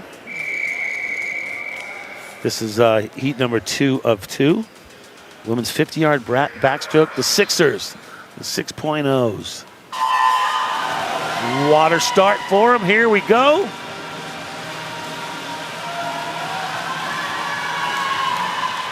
Really shows the underwater work, doesn't it, Chris? It does. It absolutely does. Hugging the lane line up there. Looks like we have a battle that is brewing. Oh, look at that. Synchronized right there, huh? Yeah. David Bowie circa 1984. Let's Dance, bringing them home. Dance. Let's Dance indeed. They're dancing all the way to the finish line here. Oh, there are 3 of them in this battle. Here it is. First one to cross, touch the wall. That's going to be Maggio Army, 41.65. The 6.0s do not disappoint out here today, day 9.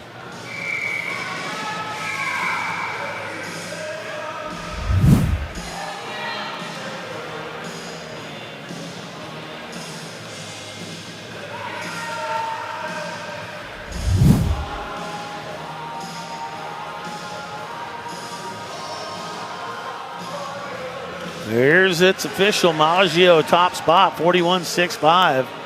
So Army, Air Force, Marine Corps, 1, 2, 3. A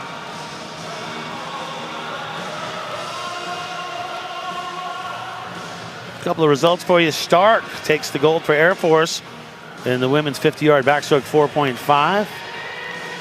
Merritt for Army will take the silver medal. Jenny Merritt in the 50-yard backstroke, 5.0. Rodriguez will claim gold there.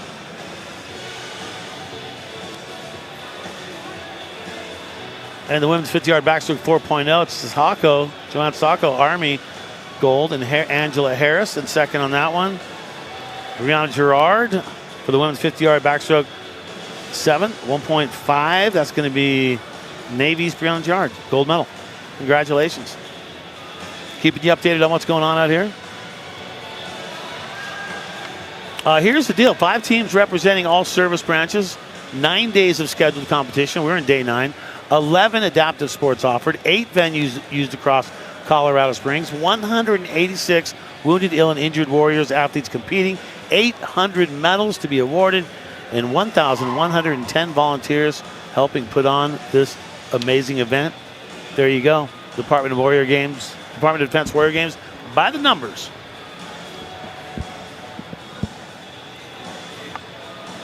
It started out with, I think it was 7 adaptive sports in the beginning of the Warrior Games, and that is now moved on and grown to 11, because this one goes to 11. Well done, well done. Okay, I got one in there.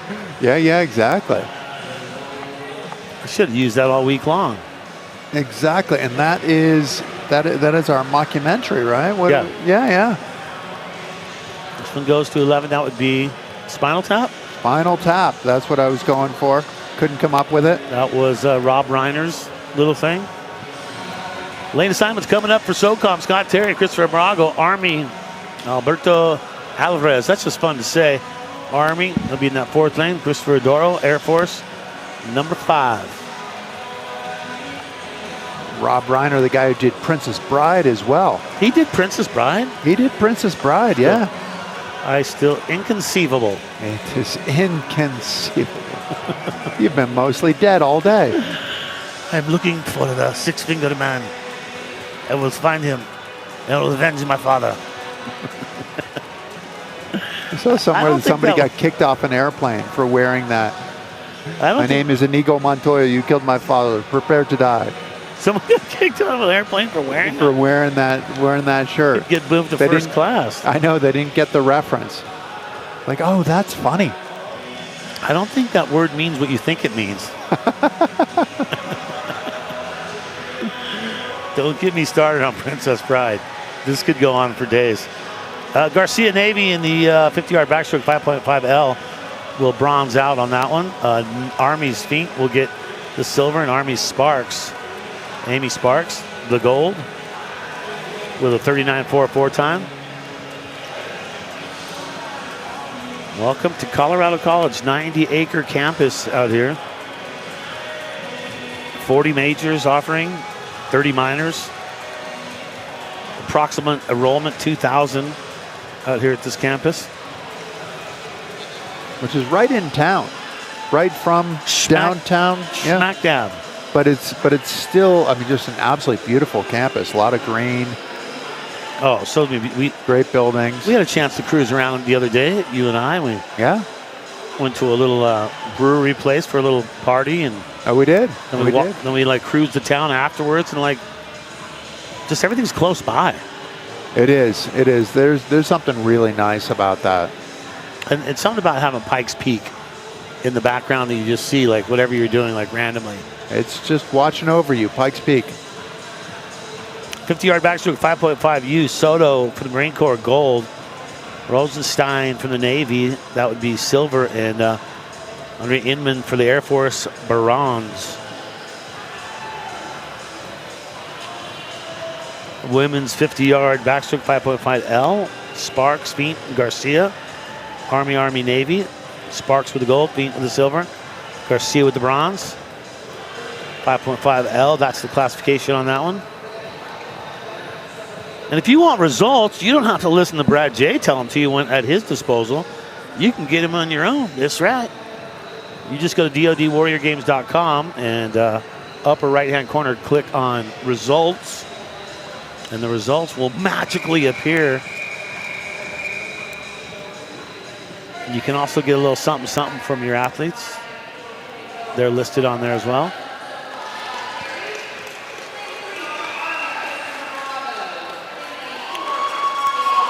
Scott, Terry Socom. Lane 1, Christopher Morago, Army. Alvarez 4, Morago 3, Terry lane 1.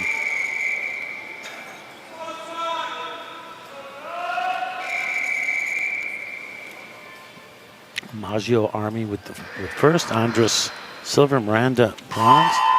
It's women's freestyle 6.0. Here we go, back to racing action here. Men's 50-yard backstroke.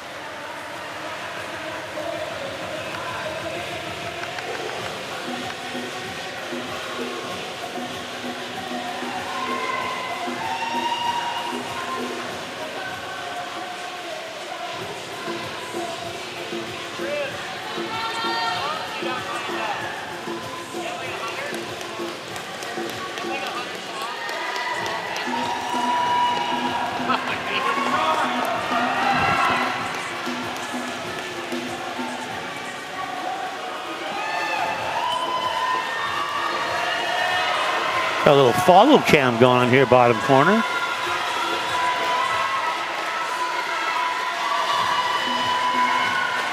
There we go, gonna touch the wall first.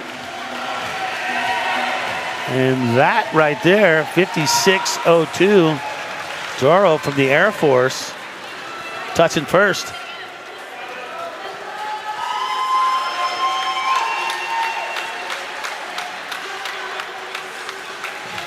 Yeah, water can be humbling for the best athlete, I would think. I mean, you could be so good in so many different sports, but water can equalize you pretty quick. It is. It's powerful. It really is powerful in what you can drown in a tablespoon of water, right? Yeah. Isn't that what they say? And so it's... Bring him over, everybody. Here we go. Get behind him. Nice. There we go. But that goes back to what I was hearing today, this morning at breakfast with all the athletes, kind of a little eavesdropping on their conversation. Felt a little creepy on it, but I mean, the stuff that they were saying was like... You were recording with your phone as well? Yeah. No. Talking to the mic, please. Exactly. But yeah, hearing that, you know, they wanted to go back to like other sports rather than end with swimming today. And I just think swimming is the best way to end it. It's the refresher.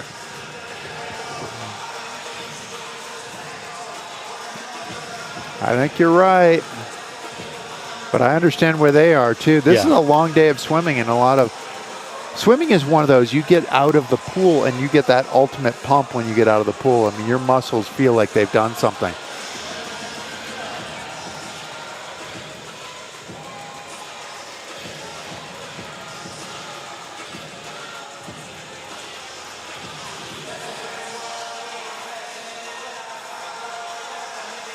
50-yard backstroke, the lane assignments. There, Dipleson Army, 1, Mike Haley.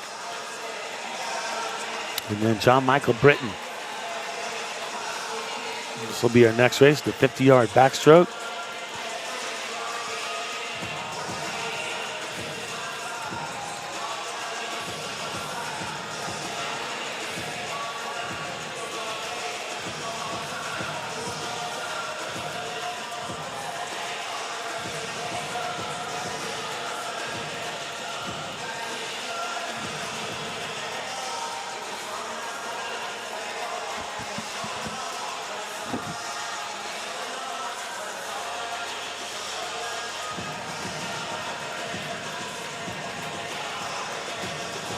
Once again, your 2025 DoD Warrior Games here, live from Colorado Springs, the Olympic City here. 9 days of competition coming to an end today.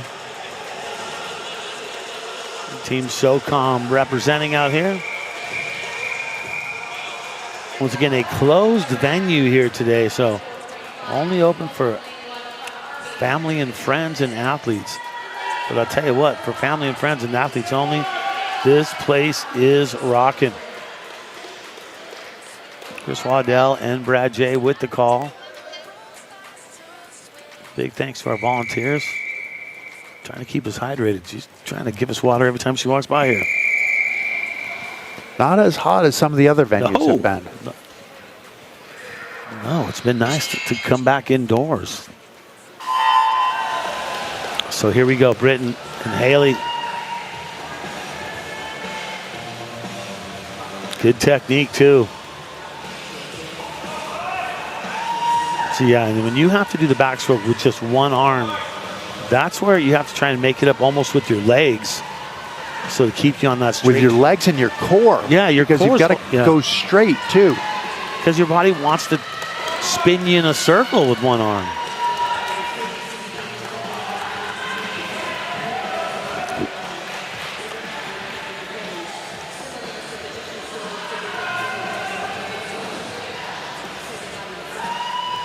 And the final stretch here in the 50-yard backstroke. Here we go.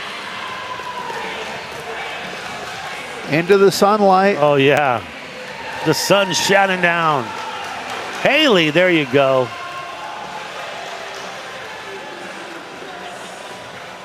Yeah, you can see how he'll like kind of just rotate the core too to kind of keep him straight, like you were saying, Chris. You can see it right there, a little rotation right there. And so much of swimming seems like, water seems like a beast unto itself. If you're relaxed in the water, it treats you well. If you're not relaxed in the water, it does not treat you well. Well, that goes in just life-saving incidents too. I mean, you're in the water. It's one of the, if you're in an uncomfortable situation in water, one of the biggest things you should not do is do not panic, because that shortens your breath. That makes things much more dangerous for you. The more relaxed you can be and clear-headed to think to get yourself out of the situation, that's super important when it comes to water safety. It is. It's easier said than done, though. Yeah. Just relax. I remember my father saying that to me when I was learning how to swim. That I was not very good at the floating thing. How old were you when you started to learn how to swim? Oh, I don't know, single digits, you know? Yeah, me too. I think I was 4, 5. 6, yeah. something like that. Yeah. But it was one of those things, it was important to my dad because he was a swimmer and he used to swim in high school. So he wanted his kids to know how to swim. Yeah. So when I had kids, it was like, you guys are learning, like when you're 3 years old, you're learning how to swim. So all 3 of mine learned how to swim immediately. Yeah. Oh, we did. My grandparents had a pool, so it was one of those. I think we all learned how to swim, and yeah. My parents taught swimming. Swimming was my father's sport. See, and that's one of the things, you know, if you're going to have kids out there or you work with the youth, swimming is just a great sport. It's great to know what you're doing in the pool too, right? Because it can be scary. It can be. And also, what is your chance of getting 8 gold medals in the Olympics? Swimming. That's the only sport. You're not getting 8 in one Olympics in any other sport. So no, you're not. If you're all about trying to collect the gold or the silver or the bronze, yeah, you got a lot of opportunities in swimming. I think you might be right. Congratulations, Scott Terry, SOCOM. In the 50-yard backstroke, 2.5, gold for him. 50-yard backstroke, the 4.0s. Alvarez third, Morago second, and Doro, Air Force, the gold. We're staging the next heat. We've got Christopher Garcia, Navy in lane 1. Sebastian Vasquez from Marine Corps in lane 2. Jeffrey Peters, Army, lane 3. Adam Proctor, Army, lane 4. Christopher Garcia, Navy, lane 5. Alexis Pantoja, Army in lane 6. And Anthony Favre, Army, lane 7. Filling out almost the whole pool here, Brad J. Yeah. Stack them and rack them, and let's keep it going. 8 o'clock in the morning Mountain Time out here, 8:04, as we are in the thick of things. Of course, the biggest mission statement, if you had to say there's one mission statement for the DoD Warrior Games, that's got to be enhance the recovery and the rehabilitation of wounded, ill, and injured service members by providing them exposure to adaptive sports. And we feature 11 of these adaptive sports here at the 2025 version of your DoD Warrior Games.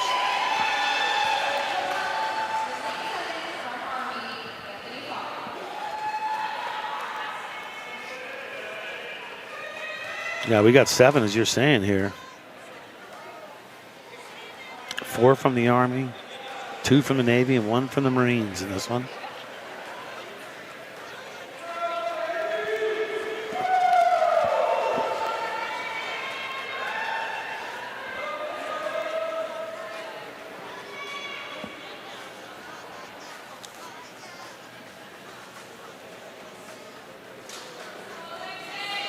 So we will have water starts for the 50-yard backstroke, the 5.0s.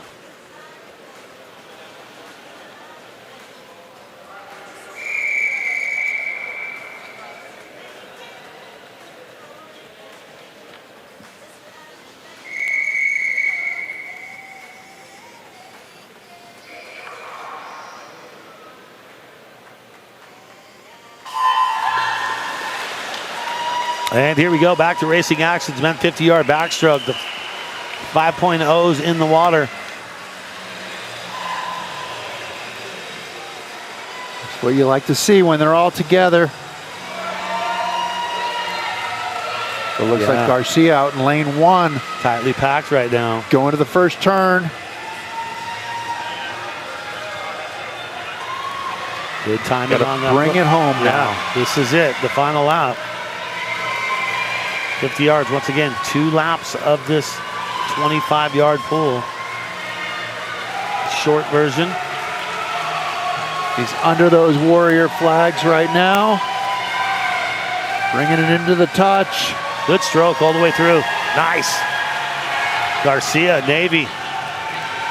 47.70. Looks like Peters coming in second.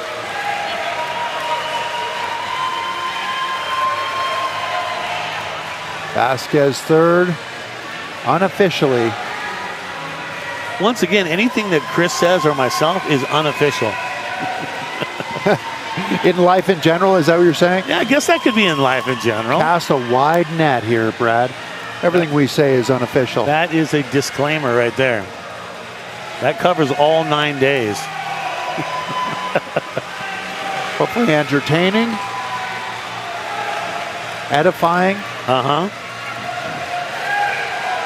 We won't go with edible. We need one more. Yeah. One more E-word here. Let's work on that. Yeah. And there is the touch right there. Count it.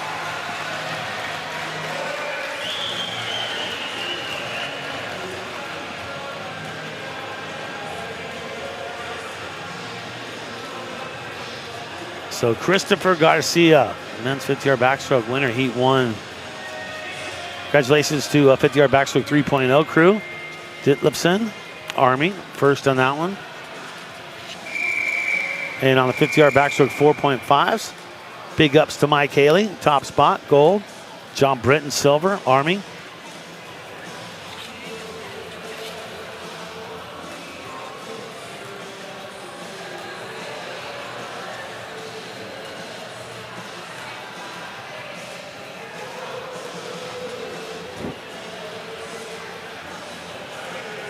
And Brad, were you a splasher? You know, get those people in swimming who get right up next to the pool and start splashing themselves. No. I didn't like that. Yeah. I'm never a fan. No, because I always thought that I'd like the initial shock from the block. Oh, okay. When you left the block and hit the water, I'd like that shock. You liked it. And I Okay. didn't like the shock of going to the side of the pool and just splashing yourself. I feel like then you're sitting up there in the block and I don't feel comfortable because now I'm somewhat wet and it doesn't feel like the way I wanted to start. I mean, I understand the preparation of it and everything. You want to get your body primed, get your body ready, but I was not a fan. It really, no. I mean, really, Well, what I'm okay. saying is I was a weenie. So how about getting into like just any sort of water? Do you like just go full on, or is it ease your way in? Oh, no, it's full on. It's full on, yeah. Get no. wet. Yeah. Yeah. Yeah, if I'm in an ocean, if I'm in a lake, a river, it's just like get wet right away.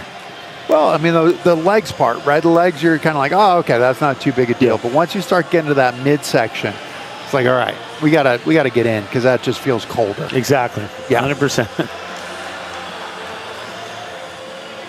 A big thanks to Fisher House, the platinum sponsors out here.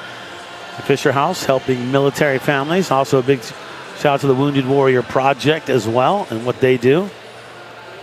We thank you for embarking on this 9-day journey out here in Colorado Springs. The Schlesman Natatorium. It's a natatorium. Am I missing something? Should I know that word, Chris? Natatorium. Yeah. You said nautical. No, that's swimming. That's swimming. Man, where have I been? Yeah. So That's the official. welcome to the natatorium. I like it. I like the sound of it. It's kind of like you have a pharmacy or an apothecary. Oh, okay. Yes. Right? Yes.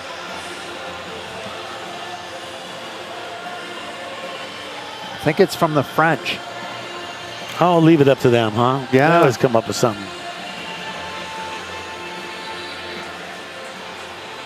Now, one of the things we see, I mean, that we don't see here, that we do see in the Olympics and the Paralympics. Tell me. They're coming in with their winter parkas when they're on the deck usually, right? You see that. We're not seeing that here. These guys, unfortunately, don't have the benefit of the parka with the hood and the fur. I sure like that look, though. It is. When Are they you keeping yourself as warm as possible before you get in the water, right? Especially if it's Olympics and Paralympics where they come out with those big jackets on. There's just something about it. It is, because these athletes getting in the water, then they're getting out, then they're getting back in the water, then they're getting out. It's summertime, man. That's what you do in the summertime. It is. You might have to run around outside as it's warming up. It was a little chilly this morning. It was still low 60s when we came over here. It was a little chilly on the bike ride this morning.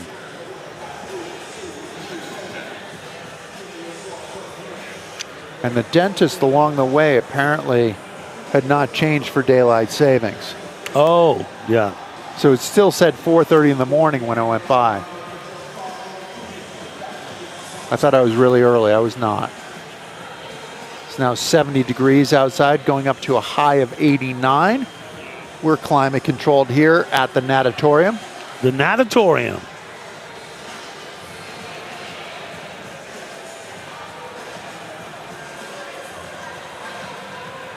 Is he just doing the Dougie over there? I feel like that was the Dougie dance. I think so. There's the gritty, there's the Dougie.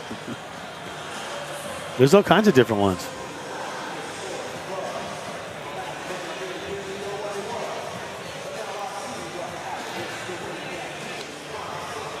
Today is actually 8 degrees higher than the average daily high at 89 degrees today.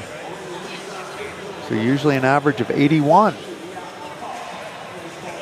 Colorado Springs is 6,035 feet. We're doing the weather with Chris Waddell right now. Yeah, exactly. It's a weather check with Chris Waddell. Let's have some of these little things. Oh, hey, tonight or this afternoon, sitting volleyball. Come on. How stoked are you on this one? It is really fun. I like it because it's just so close knit too. You're right there. Now on the Paralympic side, Iran has been really, really good.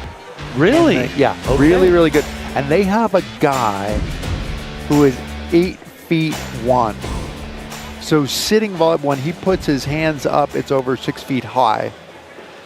Oh my goodness! How can I can't even fathom that. So you're going right for there. your spike there, and Yeah. and this guy's put out the sun.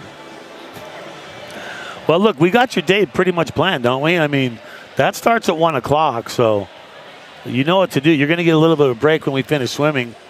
So what would be your sandwich of choice if you're going to go make a sandwich to come back and watch sitting volleyball? What would you go with? Come back! Wow. Would it be like a peppered turkey? What do you go with? No, I'd probably go with roast beef, Oh, yeah. little provolone, some Okay. onions and lettuce. I'd go for pastrami sandwich with Swiss on dark rye. Yeah, you're a pastrami guy. Yeah. Any Thousand Islands on that? Are you going to make it? I would, yeah. Yeah, I'd put that you're on not there. afraid. No. So make yourself a sandwich. Get yourself maybe a nice big iced tea or something. If you want sweet tea, that's fine. I'm an unsweetened black tea guy. Okay. Like, I love black tea unsweetened. Yeah, that is your go-to, isn't it? By the gallon. Oh, ice cold. There's nothing better than that. So This is- get your favorite refreshment, get your sandwich made, and park yourself on the couch and watch everything unfold. Sitting volleyball, 1 o'clock. And that's it. That's the last event. There'll be no more. That is it. Yes. You will have to wait till next year. I heard some rumors where they might be next year. I did. Did we hear the same rumor? What Yeah. have you heard? I cannot. You can't divulge it right no, now. I'll say it, but it's completely unofficial. We don't know. And I'll probably get fired for it, but possibility of San Antonio being the stop. From what do you hear the same thing? That's what I heard too. Okay. That's what I heard too. But we can neither confirm nor deny that at this point. Did that cover us in case? I think so. I think So you're if somebody covered. came to us after the event and said, "Hey, Yeah. you're really not supposed to say that." Yeah. Okay. Escobedo, Churchwell, Walker, and Leon.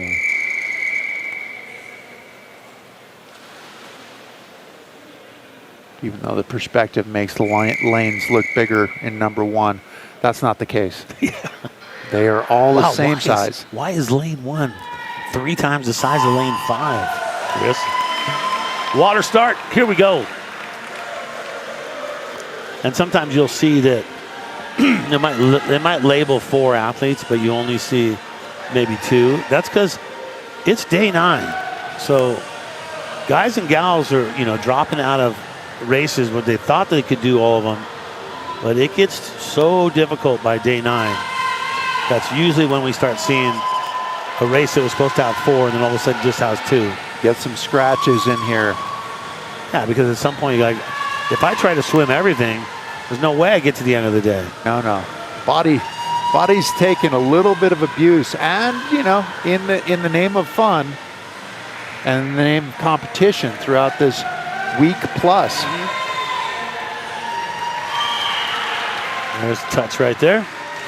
Churchwell, the Army, 50.97. And each year, a different branch will be the host branch, and this year it's Army for the DoD Warrior Games. It's hard to believe it started with just 7 events, and now it's grown to 11 Paralympic events.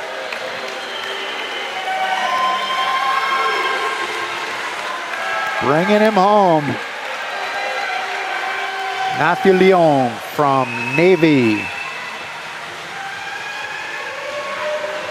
I do like that about swimming, where people stay in the pool until the race has concluded. Oh, look, now everyone's really getting behind him here. Few more strokes. And even the other competitors are clapping. This is why it's so cool being part of these events right here. Like, it's not about the fastest time. It's about getting it done. Nicely done. And you can see how they just support each other. Pardon me, I might cry. It's representative of the struggles that we all face, right? This is it. A little choked up there, I'm not going to lie. We've all felt like we've been in that position before. So much respect for all these athletes and what they mean and what they've gone through to get to this position too. And let's be honest, competition is awesome. Like, I'm sorry, I'm not going to apologize. I love competition. I always have since a little kid. I don't care what it is. And it's not about, I'm going to beat that guy. It's just about fun and fair competition. Just rooting each other on. And competition pushes you to do more than you thought you could do, really. Probst from SOCOM, Candelaria Army.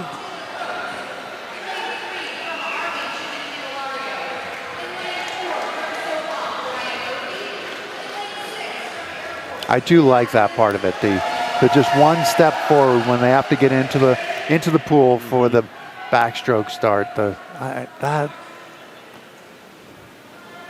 are unique things about sports that are kind of cool. So once again, you see how you just see 2 in here, but you have 3 other lanes.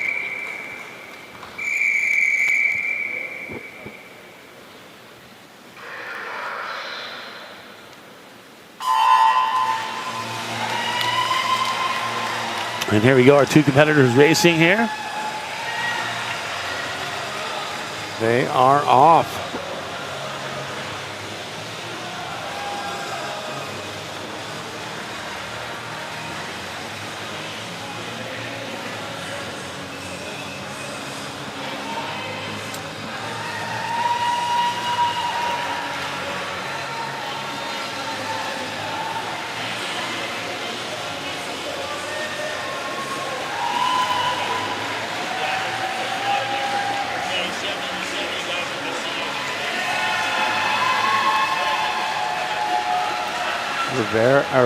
Murphy from SOCOM bringing it home.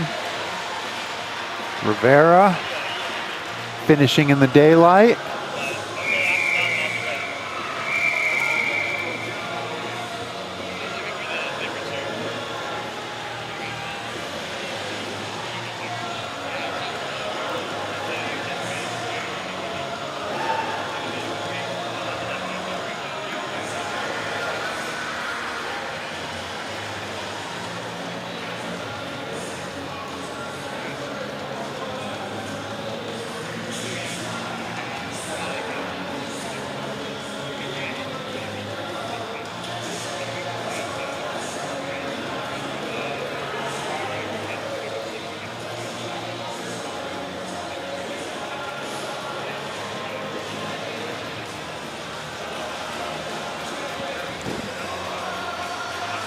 Once again, people joining us at home, watching the last day of competition going on here today.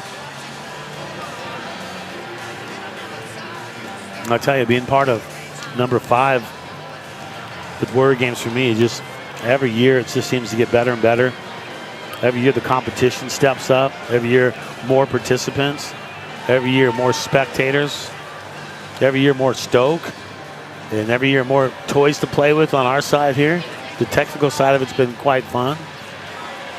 And we want to grow from, not a very big event with not a lot of stuff going on. We weren't able to really bring the best out of the races, but now it is, I guess the term would be, it's off to the races here now for DoD Warrior Games 2025.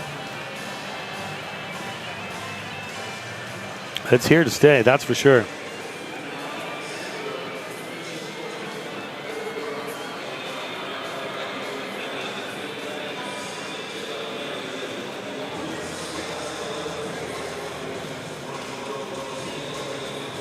You got to like it when the underdog's on top.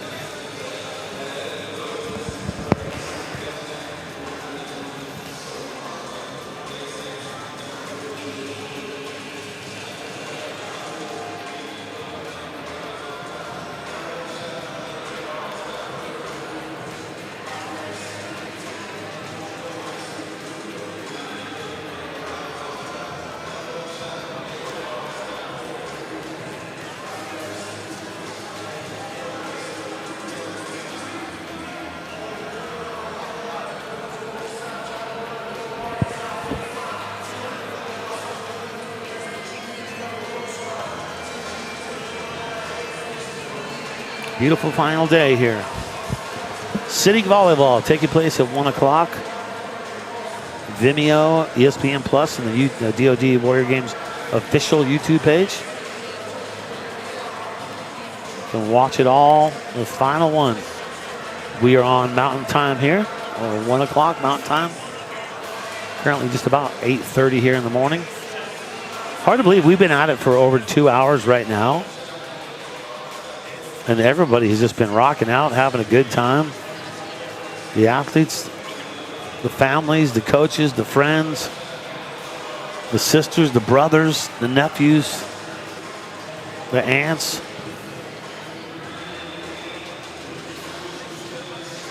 And our maestro of the fun here for the live show has also been our DJ Triz, on the ones and twos, the wheels of steel, the stacks of wax. Providing the music for the backdrop today. 9 days. Lane 1 assignments: Jeremy Owens, Marine Corps; Michael Nally, Air Force; and 3 from SOCOM: Poso, Domradsky, and Uten. They're all coming up here. Heat number 1, lane assignments. Men's 50-yard backstroke. The 5.5U categories.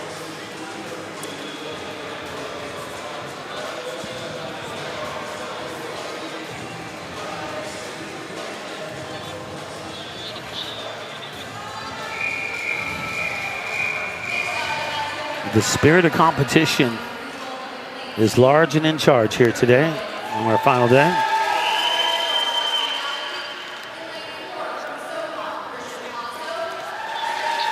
So the announcements of our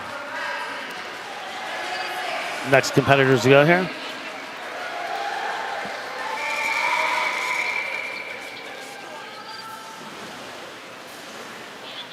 So we have water starts for them. So we don't have Nally in this one, but Owens, Poso, Domradsky, and Uten. And here we go. We're racing action, back at it again. Men's 50-yard backstroke. The 5.5Us.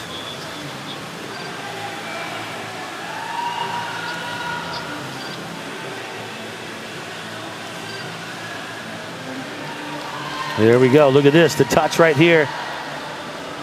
2 different approaches on the flip turn there.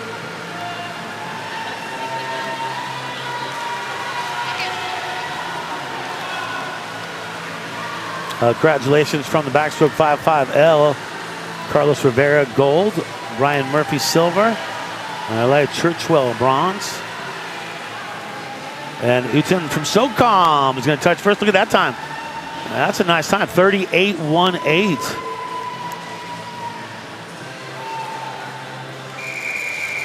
Great racing action from all of our competitors here.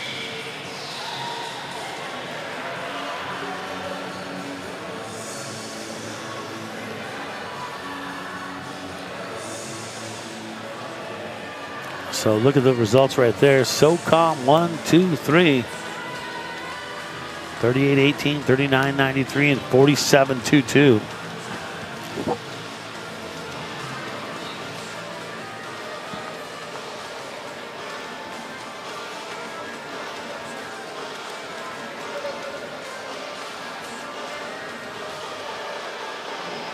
Once again, remember, we will finish the day with relays. But I'll tell you what, if you like racing action in the pool, you'll definitely like the relay side of things. And once again, it's not about Navy, Air Force, Marines, Army, SOCOM competing against each other, because that's not what this is about. It's about your own personal development, your own personal best. Here's the Schlesman Auditorium here in Colorado Springs. But still, you know they bring the noise when it becomes the relays. They do the same in track. You know the same in swimming's coming. So if you've hung out with us for the first couple hours of the show, stay with us for the remaining couple hours too as well. Because relays are a whole lot of fun. I'm sure our DJ Triz is even saving music just for the relays.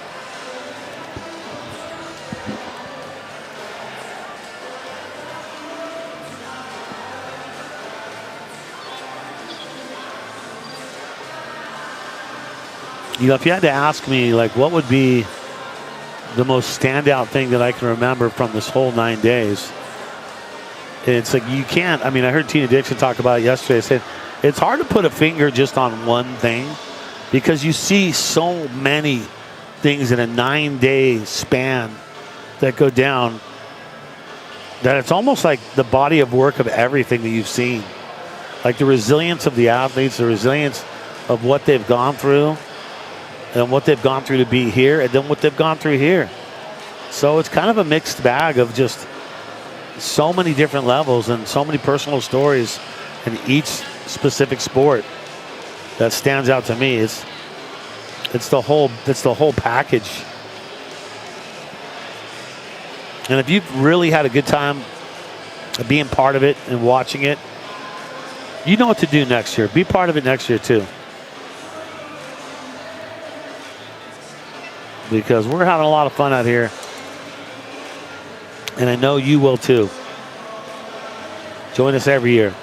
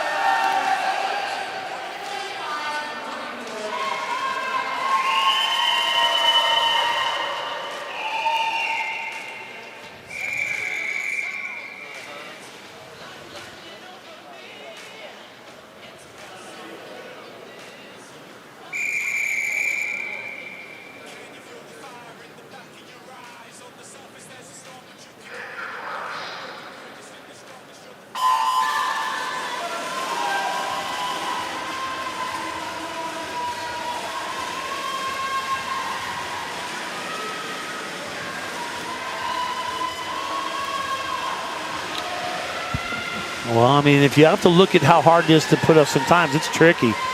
For sure. You got to know exactly where you can cut time off to get the fastest time. Whether that's your flip turn at the end, whether that's your start.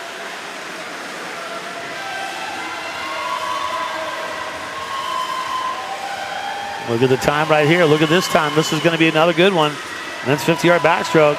Check the time. Ostberg, 40.23.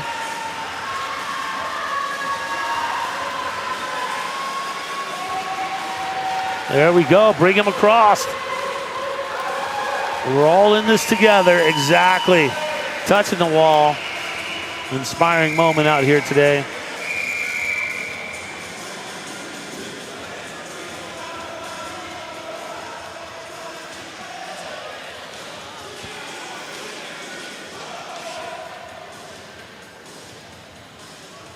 So Ostberg 40.23.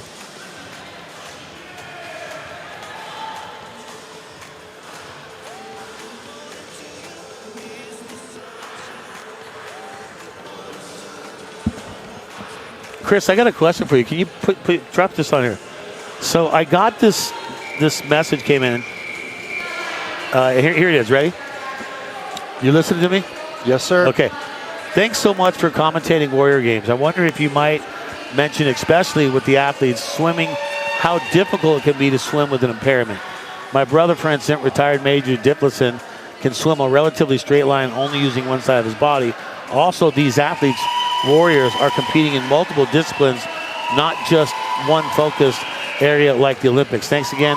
Proud little sis tuning in from Nashville. So what do you think? I mean, learning how to swim with the impairment, that's tough in itself. It really is. I mean, I think swimming is the most remarkable in that sense, right? Just in that there's so many different impairments, and you've got to figure out a way to be really efficient in that water. And when we're made to be symmetrical, and when we're asymmetrical, then other parts of the body have to take over in order to achieve what we need to achieve. So it really is, it's amazing. And doing a variety of different sports, doing a variety of different events, there's not the specialization. So you don't have as much of a training effect as you would otherwise. But I think that's kind of the cool part about it too, is that everybody's in the same boat, and you end up learning a fair amount at the games because you're watching your competitors and you're watching what they're doing, and you're picking up hints right there. Harold Marine Corps, 33-34. Well, thank you, Sarah. Appreciate that. Little sis to retired Major Ditlison. And yeah, I mean, you're completely right. Olympics, you're focused on what you're competing in.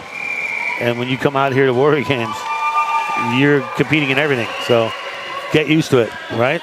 And there's some huge jumps. I mean, that's some of the cool part too, right? At the Olympics and the Paralympics, you're talking about small incremental little jumps. Here you can find some really big jumps, those breakthroughs. And those breakthroughs are what bring us back to sport, because our world looks entirely different.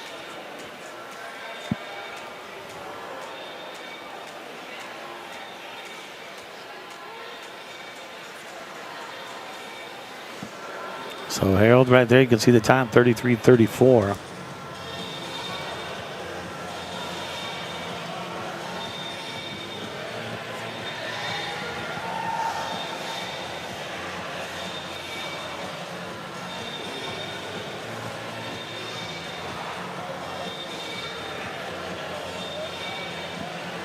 Rudy said there's no problem. We'll get us ready.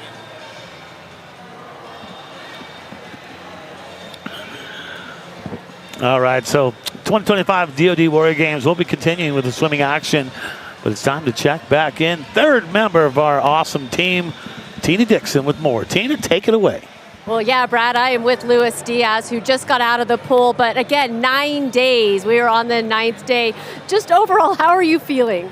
I feel really great. I mean, the best feeling I can feel right now is accomplishment. So that's the biggest thing for me. Coming into the pool, the final day, what was your focus? Not to drown. Honestly, it's the only thing that was going through my head is just try my best, and that's it. Yeah. You mentioned accomplishment, but overall, how has the experience been here at this Warrior Games? It's been great. I mean, you know, looking back for a year ago during my accident, seeing the things that I do now, I never thought I could do it again. So it's been amazing. Yeah, and we hear that from so many athletes. It's so great to catch up with you. Thanks for your time. And guys, we're going to take a quick break and be right back with more here in Colorado Springs and the 2025 DoD Warrior Games. Be right back.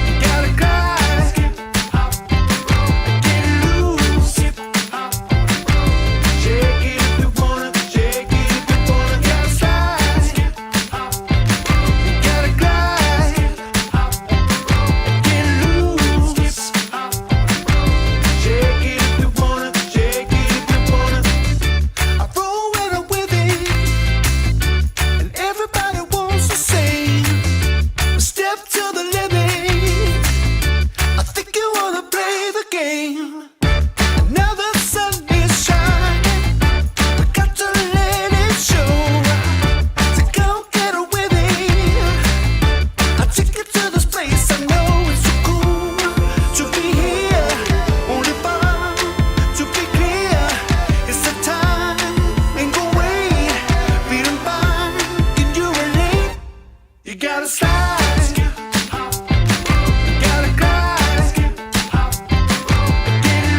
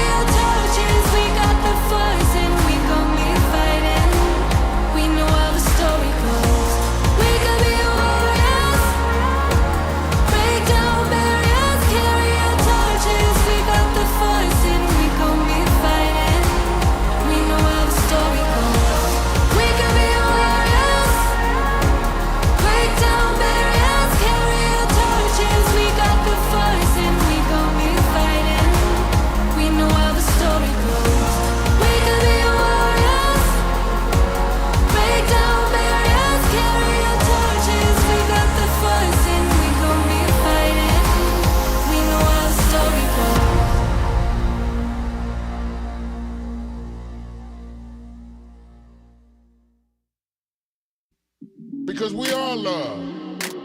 Music, we in this house. They call it house. But it's a love house, y'all. Because we are love. Music, we in this house. They call it house. But it's a love house, y'all.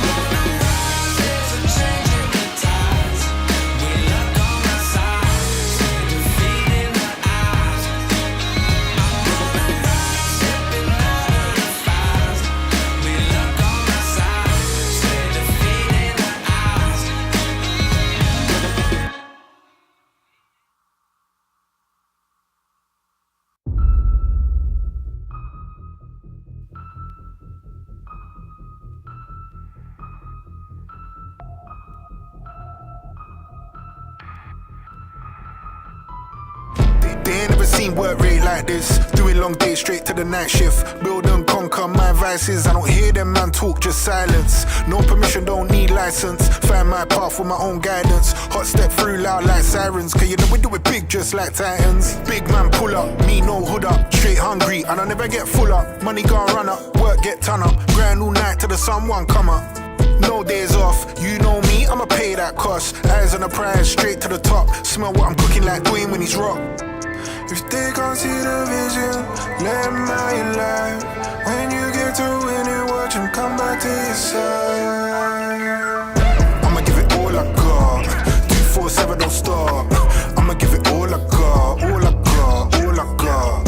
I'ma give it all I got, 247 don't stop. I'ma give it all I got, all I got, all I got. Take that challenge, gotta get it in, can't break that balance. Make that magic, serve that passion. Winners gonna mix hard work with talent. Leave my imprint just like an infant in the snow. Stick to the mission, never know the distance, see how far you go. Whoa. Big man pull up, me no hood up. Straight hungry and I never get full up. Money gonna run up, work get ton up. Grind all night till the sun won't come up. No days off, you know me, I'ma pay that cost. Eyes on the prize, straight to the top. Smell what I'm cooking like Dwayne when he's rock. If they can't see the vision, let them out your life. When you get to winning, watch them come back to your side. I'ma give it all I got, 247 don't stop. I'ma give it all I got, all I got, all I got. I'ma give it all I got, 247 don't stop. I'ma give it all I got, all I got, all I got. I'ma give it all I got, 247 don't stop. I'ma give it all I got, all I got, all I got.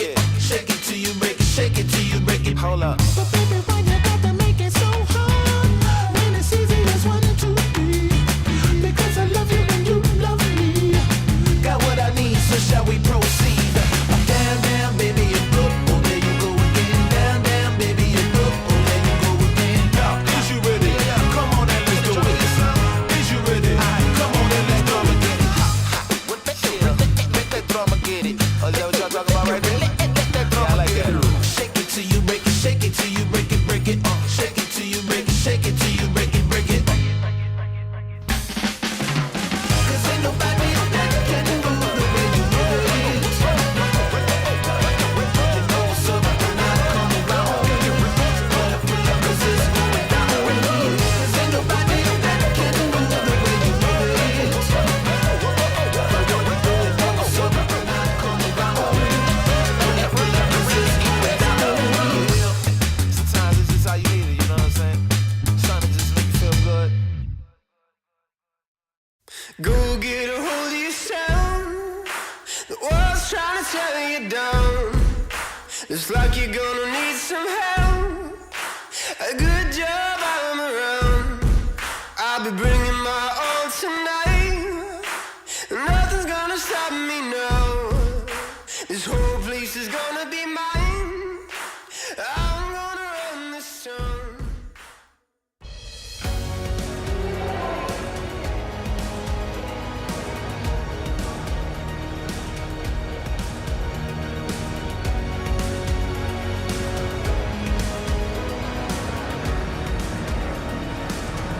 And a big welcome to everybody joining us online. Good to have you with us. Schlesman Auditorium here in Colorado Springs. It is all about your 2025 DoD Warrior Games. Final day, day 9 of all the action. Hard to believe that it is coming down to this, the final day, day 9. And wait, we have somebody in the middle of us right now.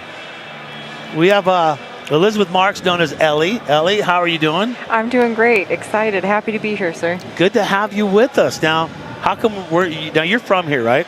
So you live in Colorado Springs? I'm stationed here currently. Yes, sir. Okay. So you love it out here, right? I do. It's beautiful. You got Pikes Peak in the background. It is gorgeous, right? It is. We're spoiled. Now, how come you're not out there swimming today? What's going on with you? My job now is to be a mentor. I was lucky Okay. enough to go through games in 2012, and it's time to pay it forward. Now, did you do 2 years of games? Because isn't that the thing, how it works?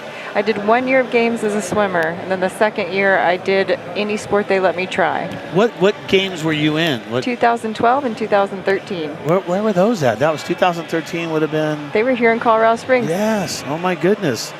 And so how is it being on the other side? It's so much more stressful because I'm cheering for them and I'm excited, but I'm way more nervous for other people than I was for myself. There's nothing you can do to affect the outcome, right? Now, you're also on the Paralympic team. Yes, sir. Right? So you're an active duty and you're on the Paralympic team? Is that the way it works? Yes, sir. Yes, I'm a combat medic in the Army, a Sergeant First Class, and I am blessed enough to also get to compete for Team USA. Will we see you in LA in 2028? I know you've done 3 games so far. I hope so. We're training for it. Oh, you are. You know Chris is a 13-time Paralympic medalist. Yeah, he's incredible. Yeah. He's got 3 medals on me. So you already knew. Well, you've got time, though. Sure. Time's not on his side. Time's on your side. Time's on no one's side. Do you have a favorite event? I mean, we've been watching a bunch of events, and Brad and I are calling this. We're not doing any butterfly here. We're not doing any IM. I know you do a bunch of events. Do you have a favorite? I do have a favorite event. I love breaststroke, especially when I first started, because you get to take a breath every stroke. That's and it a nice just thing. is one of them that feels very pretty. How does that work? Because we're talking about the adaptations as well, right? So you're below the knee amputee. And how does that work on the breaststroke? Because the breaststroke is about getting those feet out wide and that frog kick. Everyone has a different strategy, but for me, I just capitalize on a strong upper body. You do? Okay. So And not as much of a kick. Okay. And looking at your medal, your medals are from the Warrior Games, right? 2 gold, 6 silver, 2 bronze. Those are from the Paralympic Games. Those are from the Paralympic Games. Okay. So you only are 3 medals behind him. So you can catch Chris. Okay, this is good. Oh yeah. No pressure. No Catch pressure. me. Maybe not Trisha Zorn though. Oh no. Oh no. 50 medals, 52 medals, I way. think, something like that. Yeah. Trish Thorne has 50 medals. Well, we got this one now, getting ready to go. Looks like we're going to have 1 water start there, or all 3 water starts. This is a 100-yard freestyle, our longest event. So it looks like Tusako, Allison, and Gerard This event, when you first start out swimming, is so intimidating because it really is a challenge to get that endurance, and not a lot of these people have been swimming for a very long time, so I'm always incredibly impressed by their tenacity in this event specifically. And I was kind of eavesdropping at breakfast this morning, and you could hear that from a lot of the other athletes. Like, they're not comfortable swimming. They'd rather go out to do powerlifting or track and field or archery or shooting. This isn't in everyone's wheelhouse, so it becomes harder to do good in a sport that you're not familiar with. And I can only speak for myself, but being in a swimsuit when I was fresh out of my injury with my scars visible, it's very vulnerable. Yeah, okay. 100%, I'm sure. And the vulnerability here, does it make it a little bit easier that it's a shorter pool, that it's not an Olympic length pool, because you're talking about that endurance, right? Does it make it a little easier that it's only a 25-yard pool? I think everybody's so unique and different. Because I don't have a very strong lower body, the short course is harder for me, but some people are exceptional at the walls, so it is an advantage. So it's a bit of a coin flip. Yeah, I would imagine if you have the flip turn on lock, being in the smaller pool, that's going to help your strategy, right? Yes, sir. Now, you did not know that you were a great swimmer. No, sir. When did that happen? How did that happen? Warrior Games helped lead me there. Adaptive sports. I channeled a lot of my pain into pursuing sports, and Warrior Games gave me an outlet for some of that anger and pain at the time. And you jumped into the pool and said, I'm actually good at this? Is that how it worked? Or I jumped into the pool and I realized that I got to dictate my own pain, and that when you yell underwater, people can't hear you. That is good. And I mean, but did you swim when you were a kid? I mean, you're what, from Arizona originally? Is that your hometown? I had a water safety. I knew how to not drown, but I was nowhere near these guys' level when I started. They would have kicked my butt. how quickly did that happen then? That you recognized that you liked it, that you could yell underwater, but how quickly did you actually feel proficient and start getting good? It took a lot of time, but it was my therapy, so it was easy to spend the time in the pool, and I had a lot of coaches that were gracious and took a lot of time to invest in me in that development. Oh, that's awesome. I get the being loud underwater because I was a water polo goalie, and there was many times that I got beat, and the only way I could let it out would be put your head underwater and scream. So I definitely get you on that one. Thank goodness you can't mic somebody up in water, right? Yeah, they're going to figure it out. Oh, no. They're going to figure it out. Yeah, it's probably not very far along. So what kind of training would go for you now to train for LA 28? I mean, it's not that far away. This is my first classic quad, so this year is all about the joy of the sport. We're giving ourselves some grace, and we are just enjoying the process. Doing things like this, coming to Warrior Games, that's half the battle, getting our mind right. But don't you also have to go to qualifiers in the end to be able to qualify for the team, correct? Absolutely, yes. We have an international event that we have to do to earn a slot for Team USA, and then of course there's trials. Is there one? We earn our slots the year before games, so 2027 will be a big, heavy competition year. Oh yeah, always the year before, yeah. I've had the pleasure of being able to announce 8 different Olympics, and I know going to in Italy, I'm gonna be there in February, and it's like I just felt like we just left Paris. Like here we are 2 years later. Look at the crowd getting behind. That's what you like to see. This is the feel-good moments right here at Warrior Games. Exceptional. You're not first, you're not second, but it's all about getting done with what you're doing and being, out of your comfort zone. Nice. And that vulnerability that you were talking about, that being willing to try something new, being willing to do it in front of other people, being in a swimsuit, there's a ton of vulnerability. As you're preparing though for LA, can you give our fans an idea of the volume of work that you're doing? Swimming, there is a lot of volume. How many days are you training during the day? How many meters are you doing? Miles, etc. So we train 6 days a week. My teammates train a little bit more than me. They're usually more around 9 practices a week. I'm 6 practices a week, but I have 4 lifts a week as well. I'm a little bit older. 4 lifts in the gym. Yes, okay. So strength training becomes a little bit more important for me. And I think the biggest part about training and having longevity in your career is finding that love and that passion, and the physicality becomes secondary. And staying healthy. Oh, of course. And so 6 training sessions a week, so 1 a day. Wow, that's and what kind of meters are you doing? How many? Right now, we're a little bit lighter, so we're around 4,000 meters. And then we will increase that as the quad progresses and as we decide what we'll ultimately be racing. And we were talking about this, the idea of shaving and tapering. Brad was getting ready to shave his beard off to get ready. Tapering.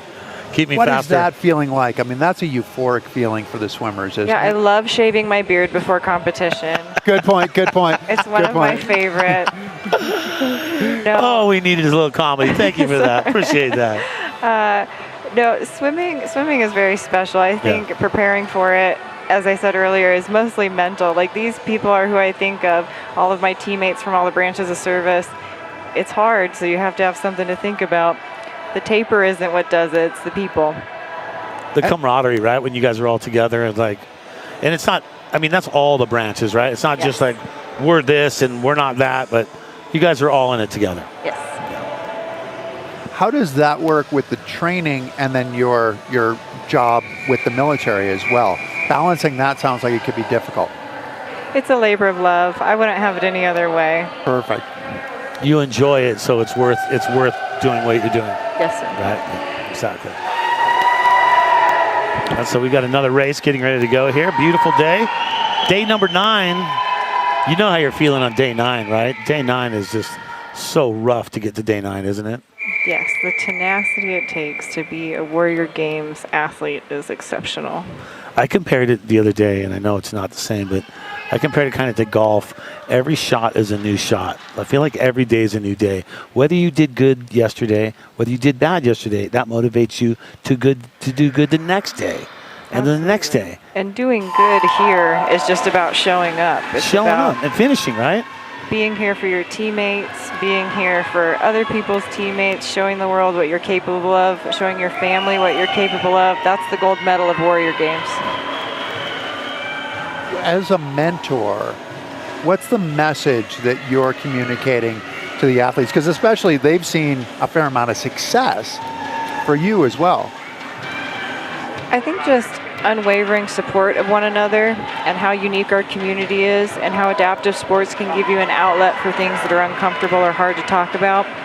And for me, I just try to let them know that they're not alone. There were times in my transition where I felt very alone and very scared, and it was the mentors that came before me that lifted me up and made me feel like I was worth being a part of this process. It's going to get better.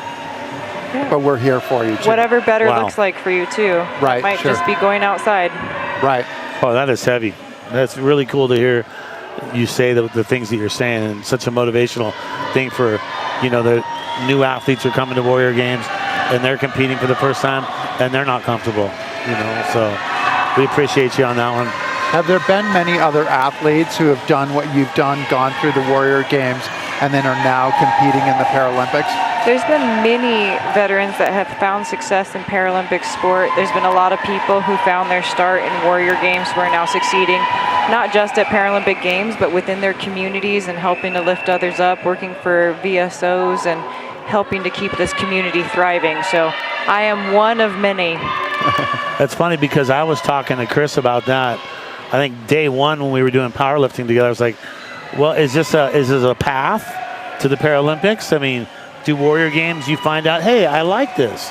I can compete. I can put up some numbers. Maybe Paralympics is in my future. I did not know what the Paralympics were until I competed in Warrior Games, and someone educated me, so it was my path. That is so cool to hear.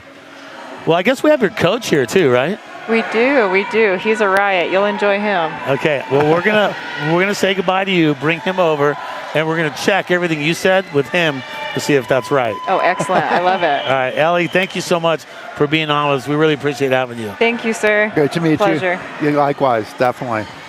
And good luck. Hey.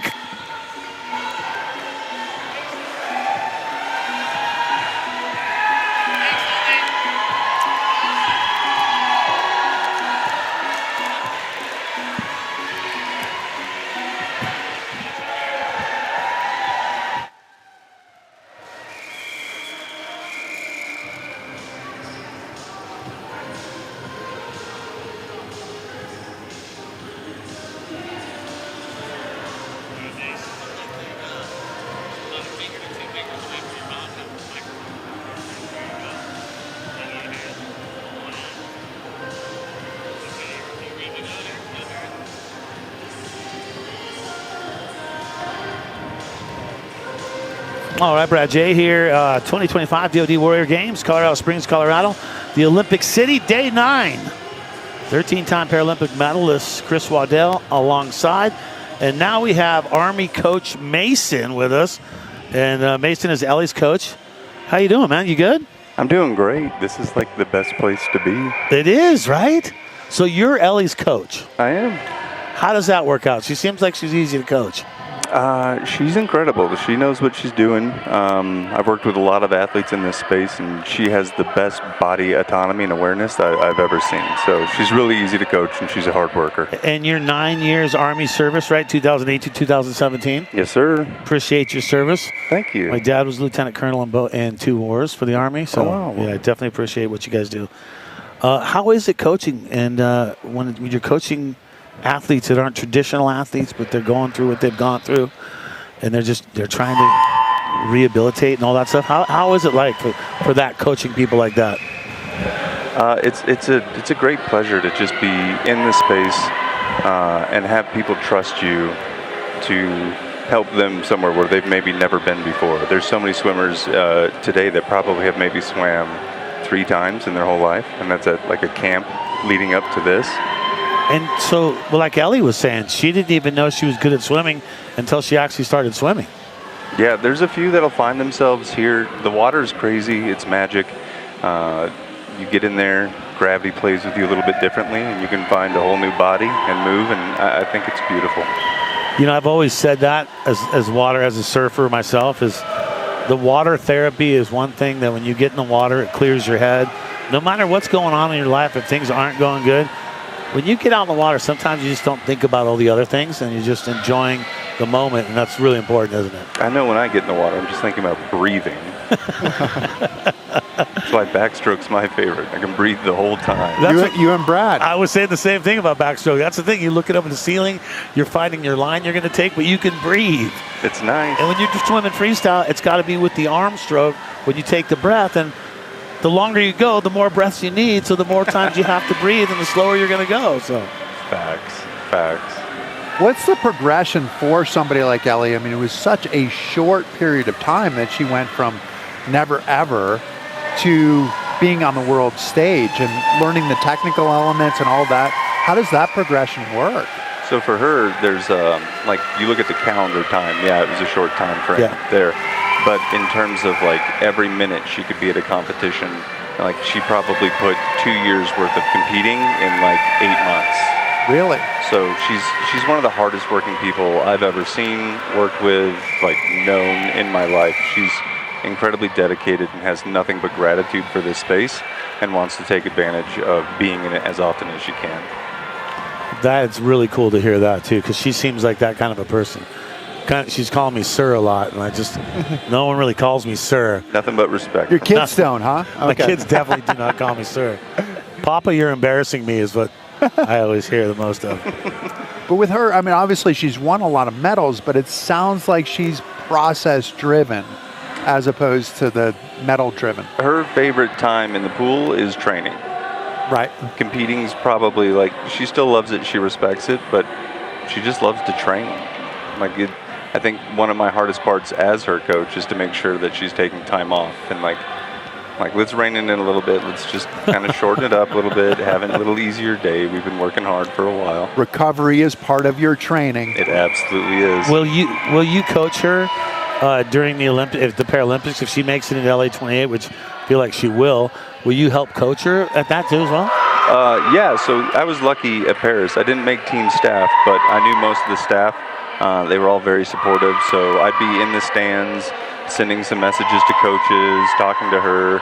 I got a hotel right by the venue, so it was easy for her between breaks. We could go back and discuss what's going on. So I've been very lucky that everybody's been very welcoming to me in this space. I know I got into it in a little less traditional manner than most coaches. So, did you? Were you able to enjoy your time there a little bit? Like go out to eat, have some French food, or? I did. I managed. She had 7 races in 10 days, so she had a pretty full schedule. Oh, yeah. That's not a lot. If you're hungry, you need a big raclette or something like that. Right. And so one of the days she had off was just her resting, recovering, and I ended up walking about 24, 25 miles around Paris, just trying to get as much in as I could. Yeah, the problem, see, we were there, I was there for an Olympic broadcast that we went from a broadcast compound to our hotel at the airport, back to the compound, back to the hotel airport. So the stay for us wasn't as epic as it sounds like your stay was there. No, it was awesome. I highly recommend it. Everybody was super welcoming. I felt safe the whole time. Oh, we did too, yeah. It was a good time. So LA, though, that's the thing she's looking at, right? That's what she's gunning for it, right? I think part of her perception or perspective of sport is that she makes sure to keep realistic goals and takes advantage of just looking at today. Like LA is always the goal, but like let's what's today? What's today's practice? What's today's improvements that we can make? And I think it helps keep some longevity and perspective in the sport. Boy, that's hard to do. I'm one of those guys that's looking at like 2 weeks in advance, going, okay, well I got to be at this event, then I got to be here. I'm going to travel. So it's hard to be in the moment. That's awesome that she's able to do that.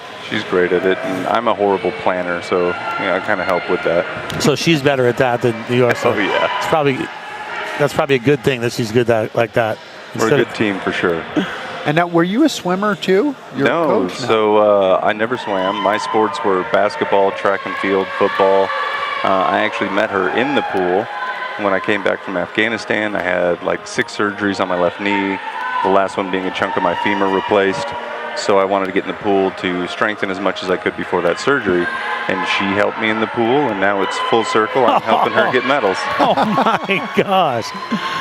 That's a pretty cool story right there. That's a pretty cool story. It is unique, and that's what she was talking about. The greatest part that she gets to do right now is to be a mentor for these people coming through the Warrior Games right now. It really is fun to see.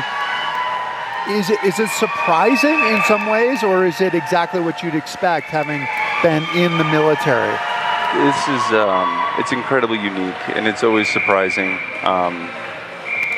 I've been able to heal from my own wounds and traumas from war and military experience just as a helper in these spaces. I've been to a few Warrior Games, a few Invictus Games, just from the helping side.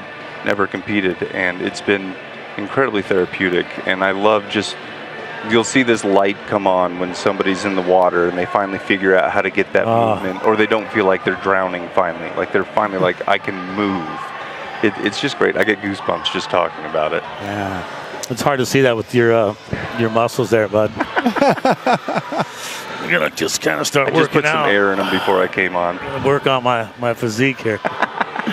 No, but I mean, what you have accomplished too, and the fact that it seems like it was almost meant for you guys to, the synergy was meant for you guys to connect.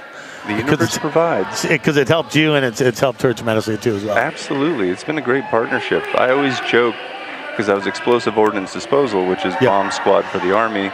I was like, I started tapping, which is when you have BI athletes, you have a tapper, which is this pole with an assist at the end. We've seen they don't hit the wall.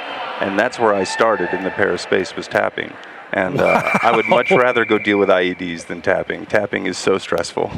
So you would wear the full outfit for Explosive Ordnance Disposal? Yeah, the bomb suit. Yeah, so you would go in with that? It was a little small on me, so. Yeah, I don't think they make one your size.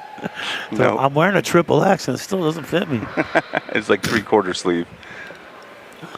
So what you've been through to what you're on now, I mean, your life's full circle now, right? Yeah, it's like, wow. It was really awesome getting an ECOS from Ellie in Paris. It was just this beautiful moment of thinking back and remembering the first time I swam in the pool with her, and she asked me, why are you fighting the water? The water's always going to win. And I've used that line so many times with other people, it just makes sense. Look, as you know, growing up a surfer my whole entire life, it's such an important thing not to fight the water. And for the first time ever, I started river rafting and got tossed out of a boat a couple times. And then that's a whole different water, because now that water's moving. Surf is moving, but it's just a different way. So the one thing you learn about water, I learned at a young age, do not panic. Yep. No matter what, clear head, clear thought, work your way out of situation. be fine. The minute you start panicking, the minute you start like being unrelaxed, is when your breathing is going to start laboring, and you're going to have problems. So I like that she helped you through that. Well, that's one of the big things I try to talk to athletes in call rooms and just even days before the event. It's like, look, no one. There's no sponsorship deals here. There's no medal payout, right? The goal here is to finish your race and to have fun doing it and find that healing moment, and that's worth $1 million golds right there. So, but still, you know, when they get out there, the competition factor in people's mind gets switched on. Even though it's for fun and it's to finish, you still like, in the back of your mind, oh yeah, you'd like to get that medal. I mean, it's always nice to get a medal. I'm not going to say it's not, but. Well, and from the picture, I look at it, Ellie's got a few of them right there. She's got a few. She's got 5 from Paris, 10 total. So, you know, and Chris has 13. I know he was downplaying it. He's like, oh, you know, I just played in snow. We're getting him to come out of his shell. I've been working with him for a few years now. No swimming medals for me. We can work on that. No, we're good. We're good. I'm good. I'm okay. We always got room in lane 1. Exactly. I'm sure. Now, are Ellie's still active duty? Are you still active duty as well? No, sir. I was medically separated 2017. Okay. But then you're still a coach. How does that work? How does that relationship? Because you're a coach on the Army side, right? Correct. So I'm a coach with the World Class Athlete Program. So I'm their head coach for para swimming. We only have 1 athlete right now, but I'm always looking for more, and that's what I love being in these spaces. To find somebody that wants to have that drive and wants to continue, and paying it forward is also really important. So you're recruiting here? Always. So, I mean, did you ever imagine that your life would take that kind of turn from like you're the tapper out there, and then now look what you're doing. You're being interviewed for television on it. You're coaching world-class athletes. Like, did you ever imagine it would go that route for you? Just from when you first started? Like, no, I had what a crazy story you have, man. I remember the first meet I was at was Indianapolis, and just sitting there watching all of these athletes, like young kids with different ability types, getting in the pool and doing things that I still can't do. And it's just so impressive, and it's such a great space to be in. And I wish more people would come to it and check it out, because it's so exciting, and it's incredibly motivating. Yeah, and once again, listening to some of the athletes this morning at breakfast, we're not happy with having to swim today. No. It just shows that swimming is not automatically understood. I think swimming's always last intentionally to make sure the athletes are totally worn out, so that they can't get in trouble before they go home. The path of least resistance is just go and do it. I thought it was cooling off was the best part of it, but maybe not. How do we promote this more? You said you want to share it with more people. How do we get people to see it more? I think it's just talking about it. Honestly, when I first came into the adaptive sports space, I had very limited experience with people in wheelchairs or people using adaptive devices. And now it doesn't even register for me when I see somebody with a prosthetic or in a wheelchair. It's just a person. Right. And so I think familiarizing yourself with it and people championing it a little bit better, being more comfortable talking about it, because there's always the uncomfortable question. At least once a day, somebody will come up to Ellie and be like, hey, can I ask you an awkward question? And she's like, well, here we go. But she's the one with the answers, though, right? too. She's the one with the answers. And as long as people are respectful about it, like it's an easy conversation to have. And I would love for people to just be more comfortable and be more experienced with it. You're hitting on that, too, the respectful part of it, right? Because it can be a really condescending question. Oh, yeah. And Ellie obviously is somebody who needs to be celebrated for who she is and what she's done. Oh, well said. Well said. And you want it to be respectful, but you want it to be respectful for somebody like her, and you want it for somebody who's just starting out as well, to see the individual. I think it was really cool. We were at some store the other day, and an older woman who had become a new amputee was like, hey, can I ask you some questions? And Ellie was like, oh yeah, let's talk about it. Here's some things nobody told me when I became an amputee. And it's just sharing that information and realizing that we're all just stuck on this rock floating through space together. Why not get along, you know? Oh man, you said it right. Now, one of the things I wanted to ask you about, like, if you're looking for more athletes, that doesn't seem like an easy way to find an athlete. I mean, Warrior Games, right? Invictus? Is that a way to find It an athlete? can be that, the Army has its requirements, and so there's some hurdles, some hoops to jump Yeah, I through. can imagine you got to do a little bit of that, right? But it's possible, right? Ellie has proven it. She's fit for duty. She's still active in her MOS as a combat medic. So she's still out there getting it and doing it and showing others that they can too. And so, we want those people in the program that are motivated, that want to continue service and have a little bit of fun while they do it. So Allie, when I talk about Ellie, family, does she have a family support system, or was that something that she didn't have or she doesn't have? I mean, everybody here is our family. Yeah, everybody exactly. is big support. So we've got a large group of people that are always in our corner cheering us on. Every competition we're at, we got service members from around the world shooting her messages on Instagram, cheering her on. In Paris, a couple would show up and be in the stands. She's got a big family cheering her on at all times. And after everything, what happened to her, after things happened to her, she's able to make a recovery in this sport, really help her through the rest of her life, because it seems like she has it all together. Obviously, I didn't see her in her low points, but man, she just really got a strong personality and just a strong go-getter. I think gratitude is probably like the hallmark word for Ellie. She has such gratitude for the water and the pool and the adaptive sports space that let her find the ability to continue doing what she loves most, which is serving her country. Well, you said you weren't very good at planning. Correct. I'm still going to ask you this question on what's the schedule, what's happening for the rest of the year for you and Ellie? Oh, man. A lot, as always. Right. Especially with the military. But this is a good time. She's never had a traditional quad. Right. She was quick to Rio. Can you describe what quad means? So the traditional 4-year cycle between games, which you are well versed. Well, you only had 2-year cycles. I only had, you had to do both. Exactly. But so that 4-year cycle, she hasn't really had one. COVID with Tokyo, and then Paris was quick, the 3-year turnaround. So we're really just trying to take advantage of this year to really just play again in water, find that fun that we have. And there's always the military obligations as well that take time out of the pool through the quad, so we can front load some of that stuff in this year. And it's 3 years, basically. It's August of 28, right? So you got a 3-year building point to get to that, right? Don't be rushing us now. Oh, sorry about that. I always look at it because I'm always a commentator for summer or winter. So I'm every 2 years, I got a job. I think my wife would like it to be more, but.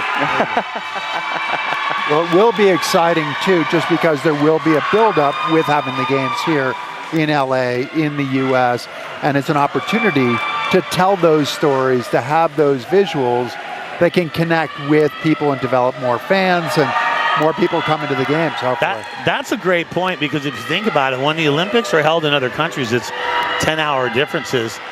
You don't get as big of an American audience that you're going to get when you put them on in the States. So when you're having them in LA in 28, you're going to get a bigger audience. There's no matter what, because you're going to get a big American viewing audience. That's for sure. I'm really excited. Live won't be delayed.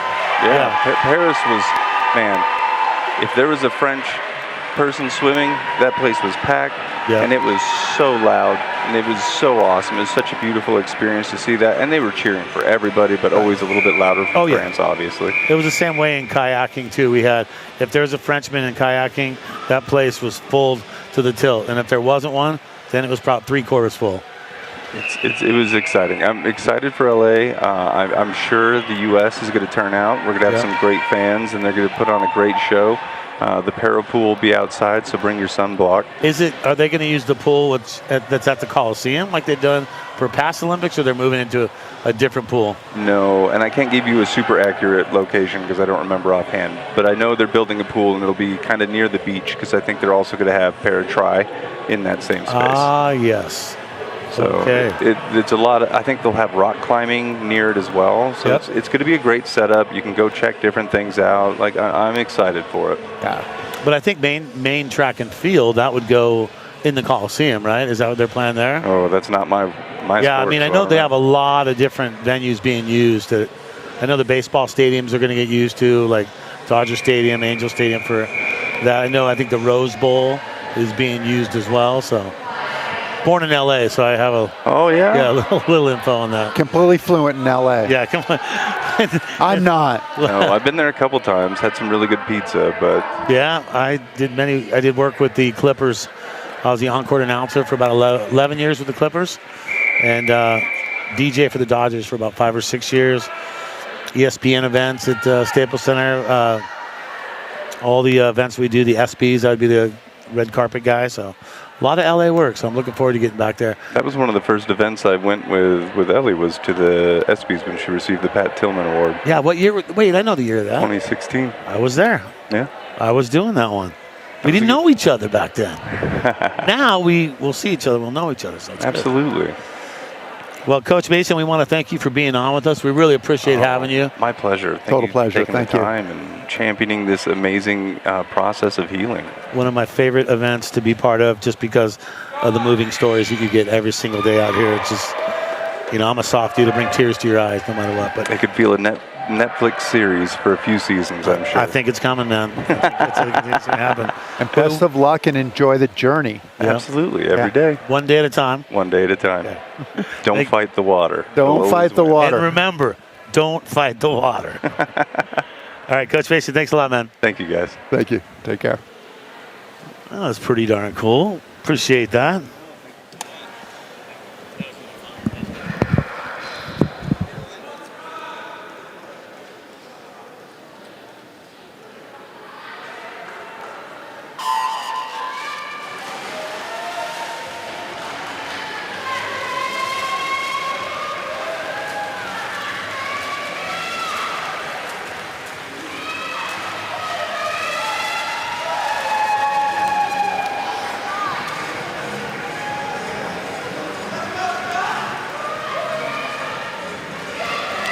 So that was pretty darn cool.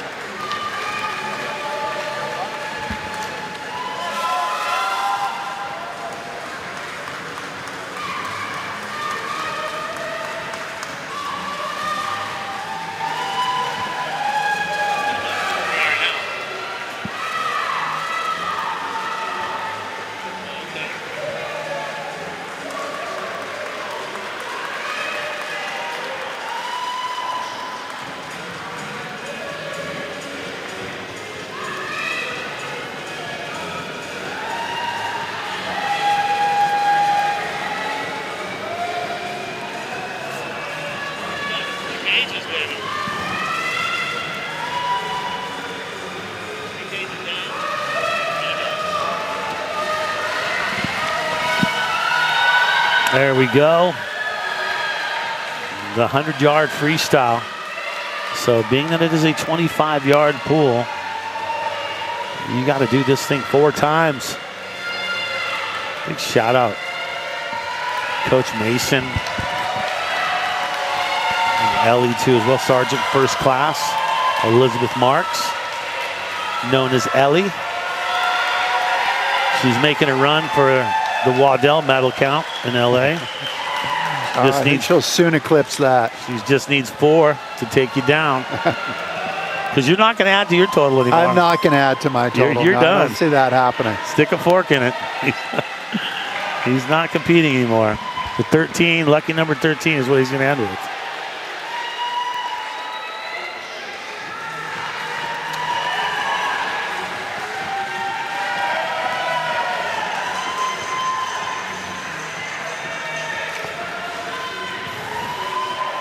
Some results I could give you here too. In the women's 100-yard freestyle, 6 O's. Ashley Andrus bronze, Kira Maggio silver, Miranda Banks Air Force gold. 100-yard freestyle 5.5 U. Andrea Inman third for Air Force. Navy's Ali Rosenstein silver, and Jens Soto Marine Corps gold. 100-yard freestyle 5.5 L. Chelsea Miller, Navy in third. Amanda Fint, Army, silver. Amy Sparks, Army in gold. Lindy Stark, congratulations, Air Force. 100-yard freestyle 4.5.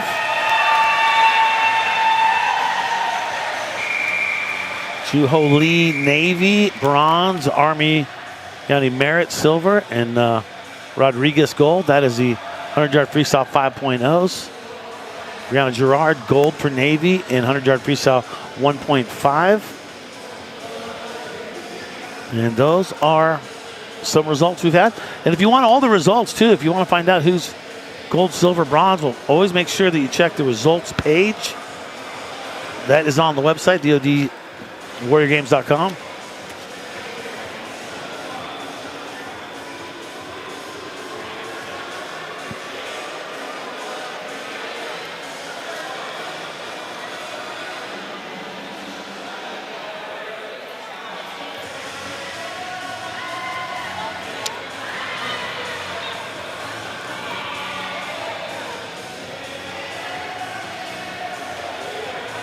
I think that's Jack Haley down there. For all the info about the 2025 Warrior Games, DODWarriorGames.com. And once again, relive it. Just because we end today and we are done late afternoon, it's okay because now you can watch it all on YouTube. You can relive the moments. Chris over Waddell, and over. Over and over. All broadcasts and replays are available on YouTube. If you want to hear the comedy duo of Chris Waddell and Brad J. Some intentional, some not so. Some not. Yes. Some not. But hey, I mean, it's nice when people come up to us and say, hey, you've been making me laugh. But it's like, how are we doing on the competition part? Exactly, yes. Yeah, the competition is why we're here. That's exactly why we're here. I mean, that's funny that we had Ellie on because I was talking to you about that. Like, is there a path to the Paralympics from the Warrior Games? And I mean, it's not a massive path, but if you find that you're good at something, like she has found, and look at that. Our producers are making our little talks a reality. Yeah. Our wonderings. We're off 100-meter freestyle, 4 laps of the pool. Out, back, 3 turns.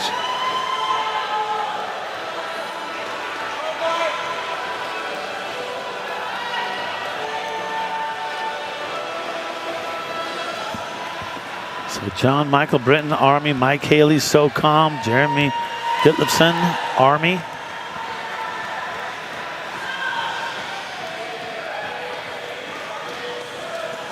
100 yards, 4 laps. You got to do it 4 times. So Haley came through in 37.1 for the first 50. This is always a challenge to bring it back as fast as you went out. I think this is Haley's second in last year too, by the way. So he's coached before, and I think this is his second year of competition.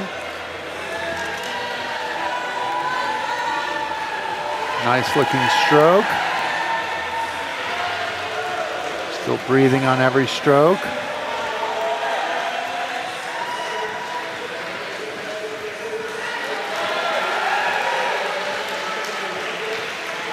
And there you go, 122.83. It actually came back faster. And how the 122, sorry. How do you do that? Actually, I was wrong. I was looking at the 112, which was the turn for Ditlevson. So he went out. Haley went out in 37. Oh, I see. Yeah. Came back in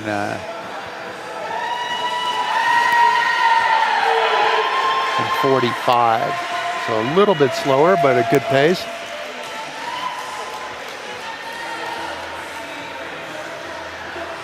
This is where they get behind all the athletes out here.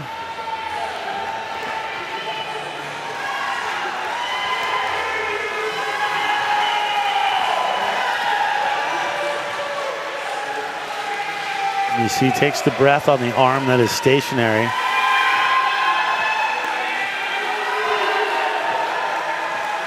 You can see him use that extra leg kick just to keep that straightforward momentum.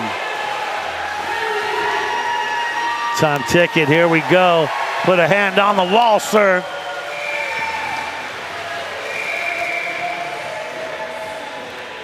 Don, and it's been a tremendous crowd. Yeah, and that's funny. Athletes and coaches. Closed venue, and definitely a great crowd on a closed venue day. You could not fit. There's so many people wanting to come in here. The pool's just not big enough to take everybody in here. So closed venue, athletes, coaches, family members, team members. So they have to watch us, Brad. Yes. That's the way it works. If they can't get in, they have to watch us. That's a nice festive hat right there with the white dots. Yeah. Could I pull that off? Sure, I bet you could. I'm not putting anything past you.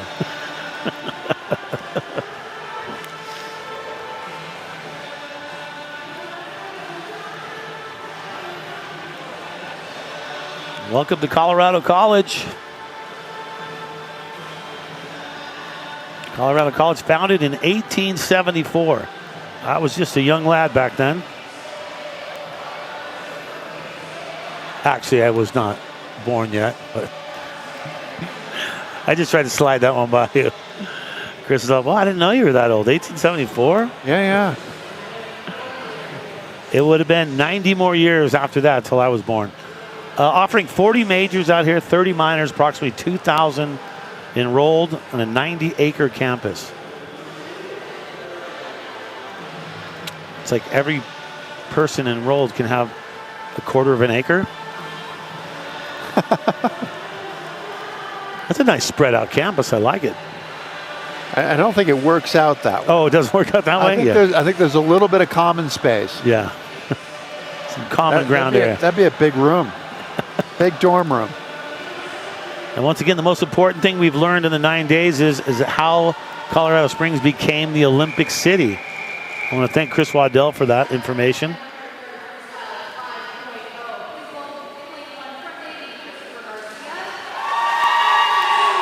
And now we have our PA announcer, Haley, introducing the lineups for the next races.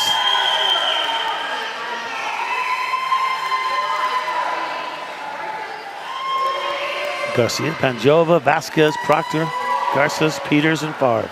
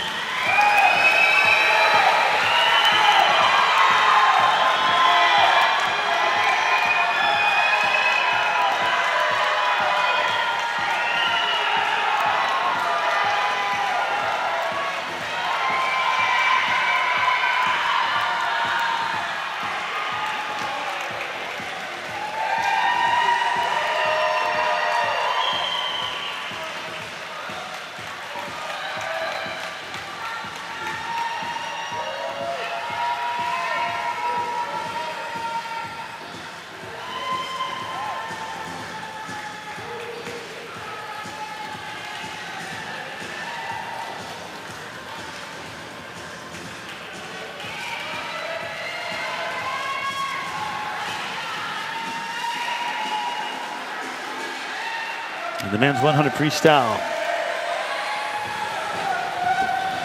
Underway still, I think one more competitor out here.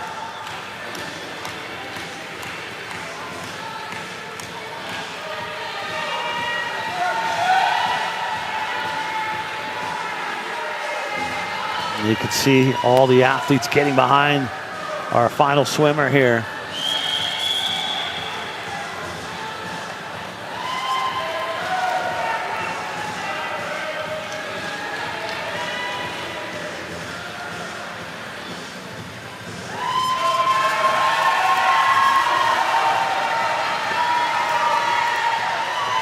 And then here we go, embarking on that last lap.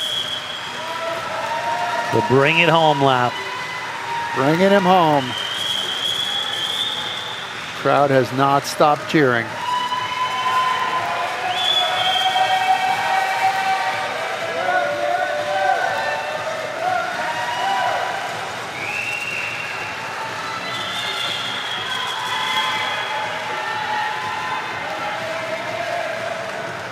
And it's just awesome. You see the other lanes, the other swimmers that have already finished. So they're sitting there and they're just rooting them on. It's like, you just love to see the competitors root for each other. No matter what placement you have, it's all about, you know, you heard what the coach said. It's about finishing. It is. That last 25 yards can be a real challenge too. He's going to know that he did something, and all of his competitors are waiting in the pool for him.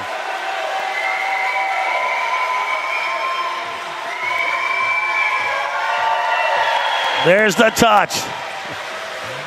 That was a good race. Nicely done. Men's 100 freestyle in the books on that one. Time to check back in with Tina Dixon. She's standing by with a special guest. Tina Dixon, what's going on now? Who are you with? Yeah, well, first off, this place does get especially loud when they are cheering on an athlete. So great to see, but I'm catching up with Chris Dura. Quick reminder, go back to the cycling event. He dislocated his elbow, thought his games were over, but has continued on. Just how did you adapt to the pool today? Well, honestly, after hundreds of hours of training, with the medical staff, they just kind of put me back together and gave me an opportunity to try. So the training kicked in. I had to adapt a little bit, but this is adaptive sports, and I just kept pressing on. So I built up the physical endurance to be able to do it. It was definitely a lot harder, but my teammates have been super encouraging, and the medical staff has been very helpful. So, I think sports in general, just anyone that's active, they experience healing moments. What kind of healing moments have you experienced this games? You're gonna get me emotional. Anytime something bad happens in life, it's an opportunity to reflect, and for me, I have focused on my gratitude. So the people around me here are amazing. They've shown me that I'm loved, I'm supported, and that I can do it, frankly. It has been such a pleasure to be able to catch up with you, watch you through these games. Thank you for your time. Yeah, thank you so much. Okay, Brad. Oh, thank you so much, Tina Dixon. Got him choked up right there. Got to be careful in those questions. Well, this is also be prepared for anything. He said hundreds of hours of preparation. And then he goes and dislocates his elbow. And you know where That's totally different. I think I remember when that happened because you and I were on the cycling call. Oh, yeah. I think that was one of the U-turns where you had to make that turn, and he didn't negotiate it well and went straight to the elbow. I think we saw that happen. Oh, yeah. We saw him in the golf cart, and he was in pain, yeah, as you would be if you dislocated your elbow. Well, in the skateboarding world, we'd call that a swellbow. Swellbow. Oh. Because that's one thing that you always have. Oh, you're always hitting your elbow. Yeah.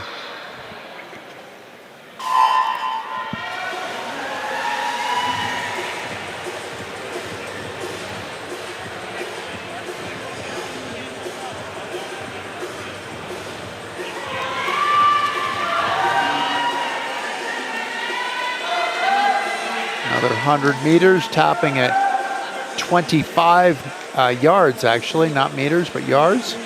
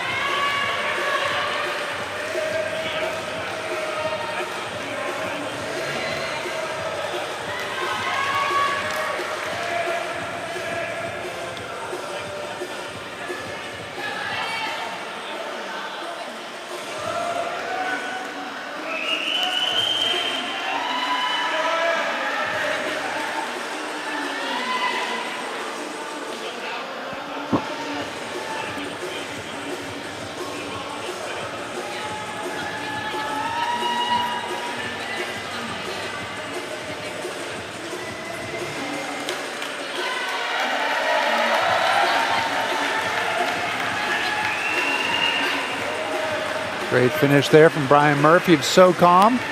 120.66. Matthew Leone of Navy. Still battling on.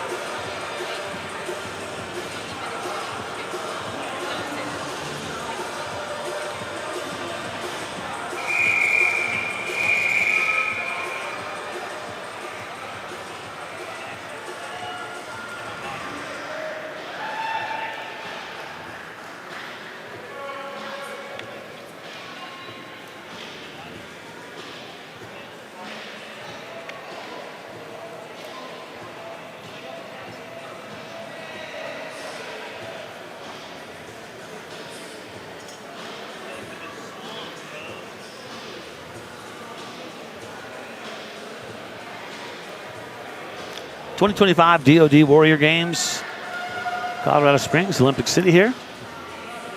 The Schlesman Auditorium. 6,035 feet above elevation here. So a good training place to train in the thin air of Colorado Springs. Men's 100-yard freestyle coming up here.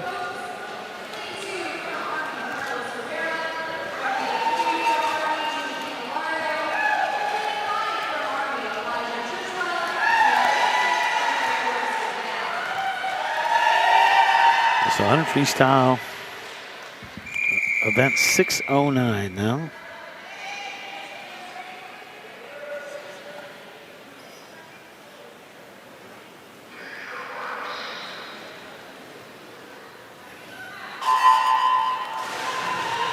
And back to the racing action here, men's 100 freestyle.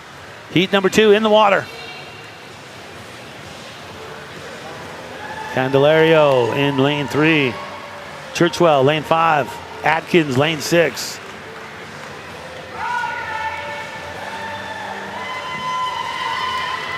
We appreciate everybody joining us on Vimeo. Easy for me to say. ESPN Plus. And the DoD Warrior Games official YouTube page as well. If you're just joining us and you're all, wow, I really wanted to see the morning part. Guess what? Brad Jay's got you hooked up because you can watch all the replays as well. So if there's something you missed and your favorite service member did quite well, you can go right to the DoD Warrior Games official YouTube page and play past events, even last year events.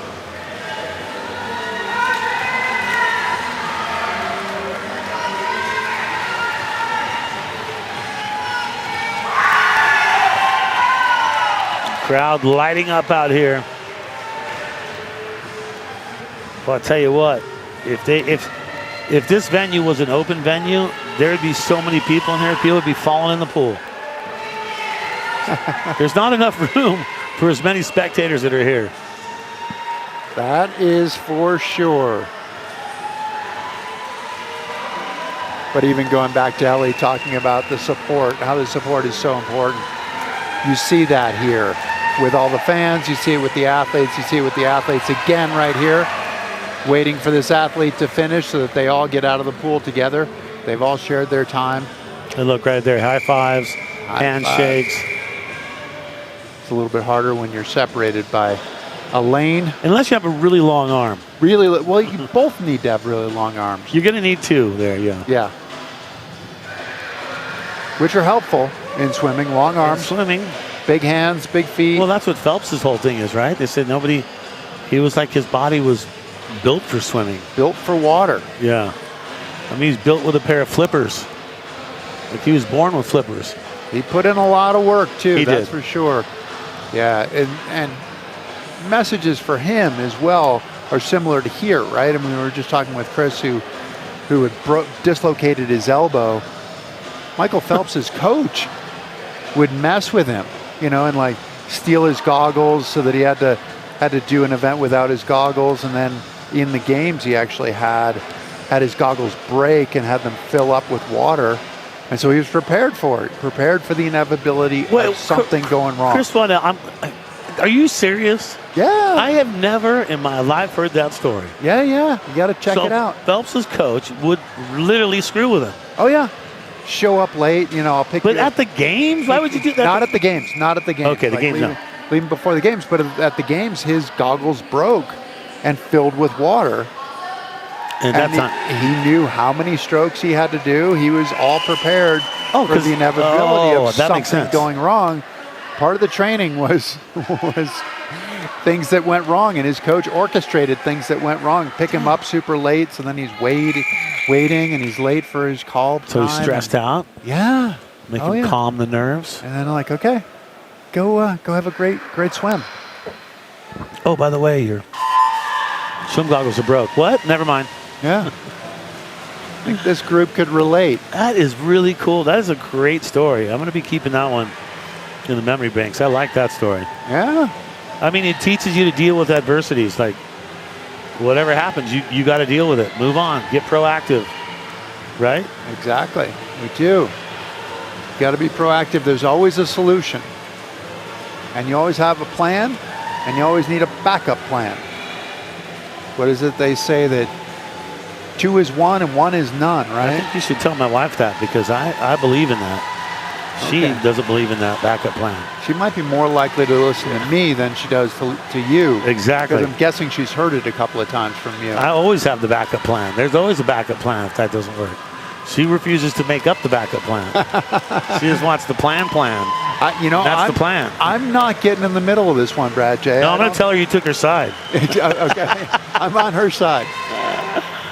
Exactly. Oh, we get a phone call. I think that might be her right now. No. Oh, here comes my phone. It's ringing. I'm in trouble. Bringing it home. That's the goal here. Touch the wall. Get some. Uten, SOCOM 109.96. One of the faster times we've seen. Look at these two together to the end. Count it.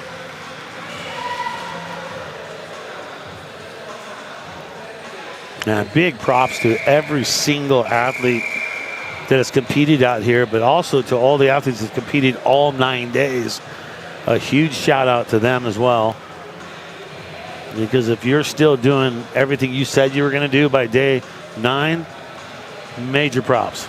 Good to see them gutting it out to the finish as well, because your arms feel like they're filled with wet, heavy sand. And that's it, just ugh. And you're just trying to lift it back up over the water. Yeah, each time. Oh, it's brutal.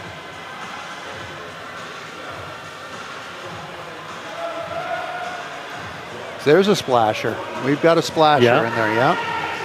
And then you always see like some of the top-notch athletes kind of pounding their chest and hitting themselves. Get a little blood flowing. And that's exactly what that is, right? Because I didn't know that at first. And I was like, why is everyone punishing themselves and smacking themselves in the chest?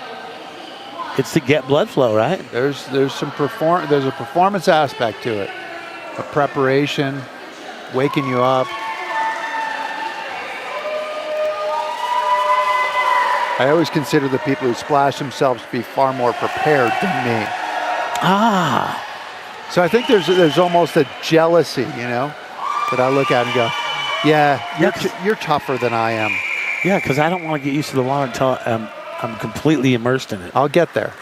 Don't you worry. Once I hit the water, we're good to go.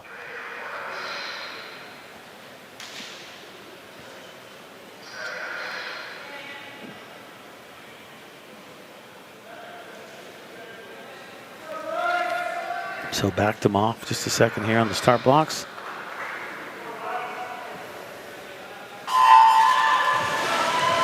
And here we go. Good start.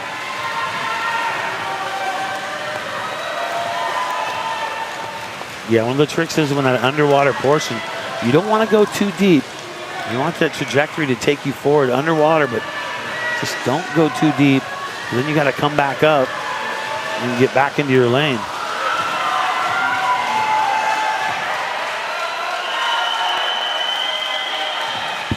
We're looking at this, and Justin Finsley, he looks like he's done this before, Brad. Yeah, I feel like there's a little experience going on with this guy. He's on a sub 1 minute pace right now. Let's see if he can bring it home. Went through in 29:38. We have not seen anybody go sub 1 minute yet, which is always that demarcation point in the 100 yards, right? Is can you go turning it over, breathing every time? Oh, so close. 102.61 for Finsley. 102.61. Great swim. Ooh, that's fast. That was a fast heat. We had you're looking at 4 laps. Ali Kelso in 105.85. Then we had Diaz in 112.19.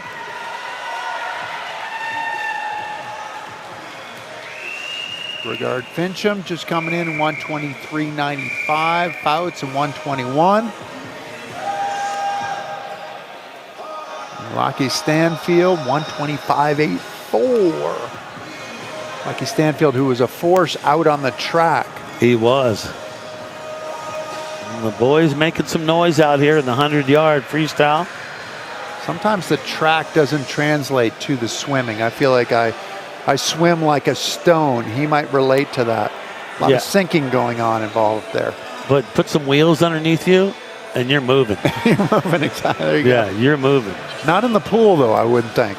No, that's not. I don't think those wheels would help. They might slow you down a lot, unless it's like from a steamship. You have the roller wheel. The roller wheel, that could be good. Yeah, it could be good, yeah. Yeah, but just because you're fast in track doesn't mean you can be fast in the water, that's for sure. Well, sometimes the body type that helps you in one does not help you in the other one. So we've seen a lot of exceptions to that rule. We've seen some people really, really proficient in powerlifting and then running fast on the track too. Yeah, it's hard to be good at all of them when you have 11 different disciplines that you're trying to compete in. At least 1 or 2 of them are not going to be in your wheelhouse. No, but that's kind of the fun here too, is that you get to do a variety of different sports. It is fun. It is about community. It's about being together. It is about being part of the team.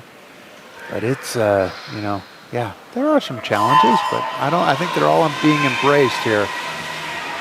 All right, swimmers in the water. Here we go. Heat number 2, men's 100 freestyle 6-0. The 6-0's in the water. Look at how fast. Wow.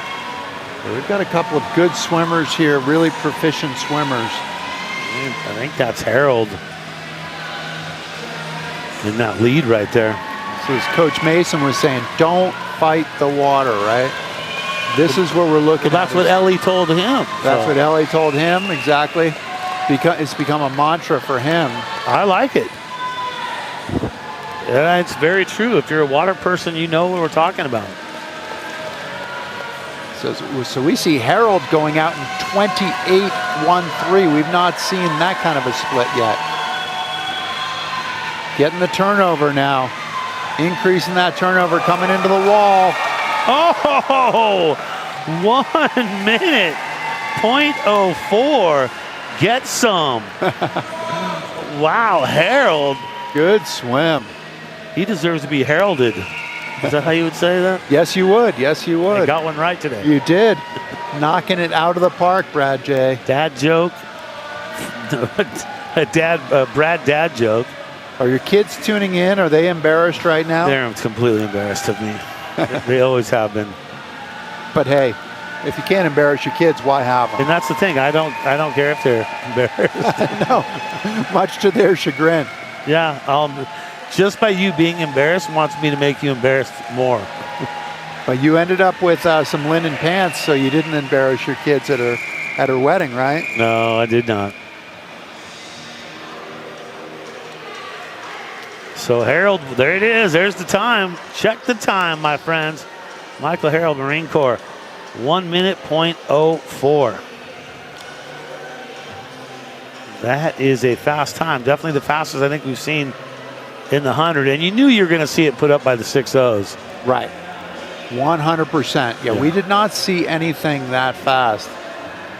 He was right there, right on the verge of dropping underneath 1 minute. You know what they say? Go fast and take chances. That's what they say, isn't it? It says that on the starting blocks, so that's where I picked that one up from. Going from the 100 meters now into the breaststroke, Brad. Okay, we move on. 50-yard breaststroke. Ellie was telling us that the breaststroke is her favorite of the events. Well, she said that because she can breathe, right? Said you get to breathe every stroke. You do. And much like what we were saying, the backstroke is similar, where you can breathe. I'm a big fan of breathing. Big fan. I'm a big fan of breathing in the water. Not in the water. That was, I remember the first time I went scuba diving. The guy said, okay, so we're just behind the boat, just kind of working on stuff. And he said, okay, all right, put your face in the water and breathe. I was like, hold on, those things are contradictory. Two do not make sense. Yeah. And then it's as... But you had your regulator in, so you're okay. Had the right? regulator in. It's as meditative as anything you want to do. Yeah. Just listening to yourself breathe. You get the same feeling if you're a person who wears earplugs in the water. If you wear closed earplugs, then you hear, like if you're surfing with closed earplugs, you just hear yourself breathing the whole time. Oh, interesting. Like I wear, these ones called Docs Pro plugs that have a slight little hole in the middle of them, so you can still kind of hear yourself, and it's not just an enclosed situation. Is it a little scary? Because then you sort of sound like Darth Vader, though, too. You do, yeah. Well, I broke an eardrum at 18 years old surfing. Ah. So don't want to do that again. No, not when you're young. The eardrum can heal up. That's a painful one, though, isn't it? Yeah. And when cold water gets inside your inner ear, you lose all equilibrium. I've never felt anything like that in my entire life until I got water into my inner ear. Breaststroke, working the upper and lower body systems, where you've got the pull with the arms and then the kick that follows quick after the pull. They do get to breathe every stroke. That turnover is so important, coming right in. Yeah. Touch with both hands to the wall. You have to have both hands together in order to have a valid touch on every time you touch with the breaststroke. Can't just touch one hand, where the others you can touch with one hand. Actually, butterfly you've got to touch with two hands too, right? Yeah, because the arms are going at the same motion. They're together. Where that's not the same in freestyle and backstroke. But we are not contesting any butterfly. Lindy Stark, 101.91, Brad, for the 50-yard breaststroke. Okay. That's fast because breaststroke is not a fast stroke. Anna Allison following behind, 113.06. And Joanne Toshko in 121, I believe it was.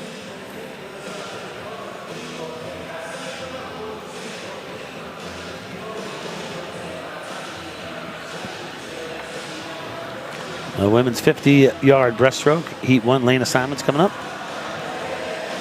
Merritt, Rodriguez, and Lee. So Army, Marines, and Navy.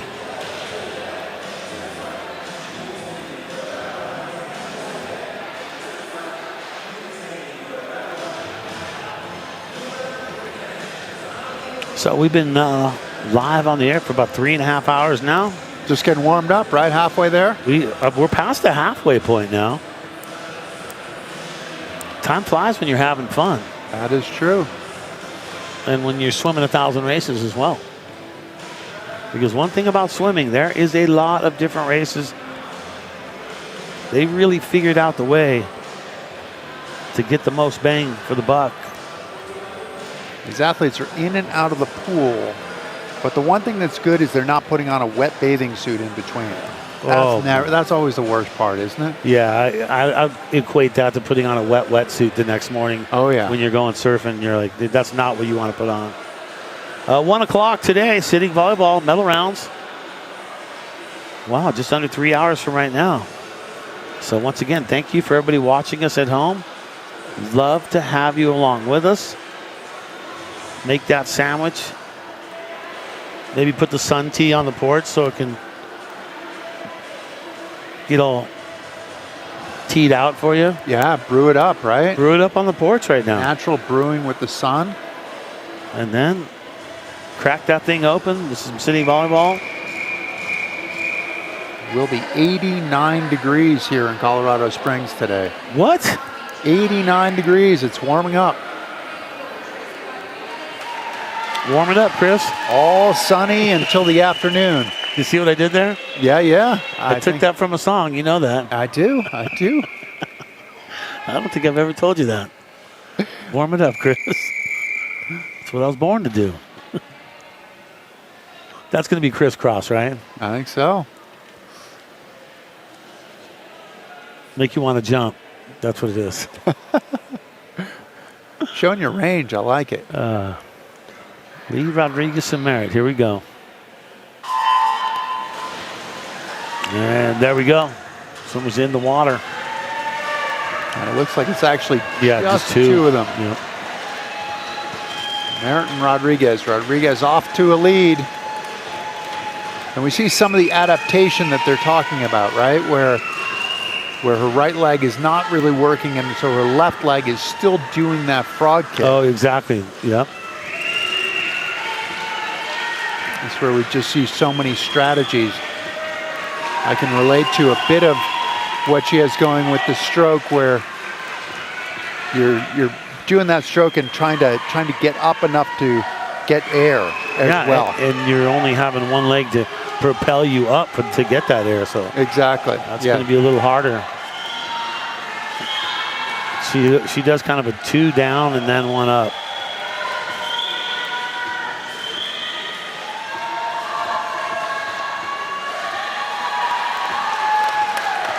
There you go, 2 hands.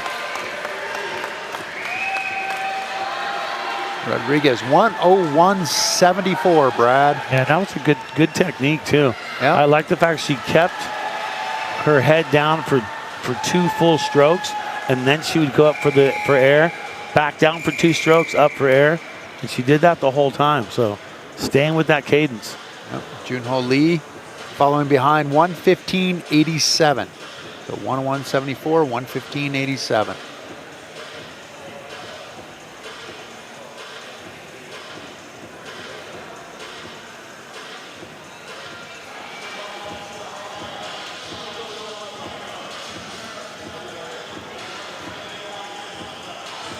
Ninth day, the final day of everything happening here at your 2025 DoD Warrior Games.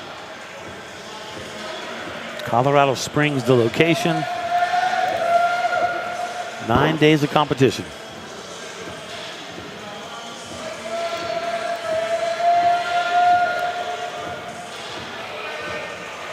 Will say I've seen some amazing tattoos.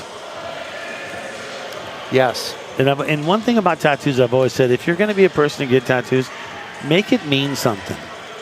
And boy, the meaning behind some of these tattoos that you see on these athletes, you know what goes into that. Like what they've been through. Yep. Yeah, they look at that tattoo and it's a reminder. Are you a tattoo guy? Just a couple of them. Just a couple of them. Okay. I don't have any. Yeah, just a couple. Got my daughters and my wife on one arm. Okay. And then surfing and skateboarding and snowboarding on the other arm. Okay. The things that matter. Yeah, and look, we talked about the tattoos. Yeah. Beautiful flower work right there. Avery Short, Chelsea Miller. So Jew, Miller, and Short.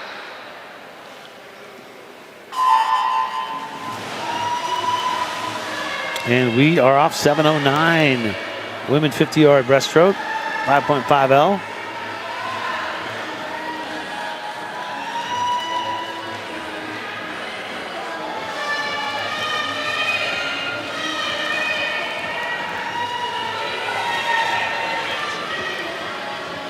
So I'm kind of doing a little bit of math here. It looks like somewhere around 15 to 18 total races left.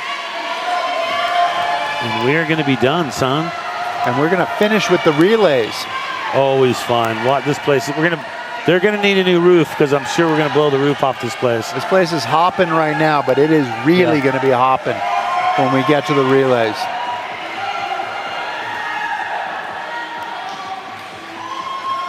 Bringing it home. Touch it, count it.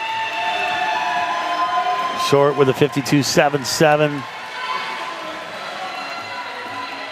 Miller's following at 58.35. We got Jasmine Jew still out there from the Navy.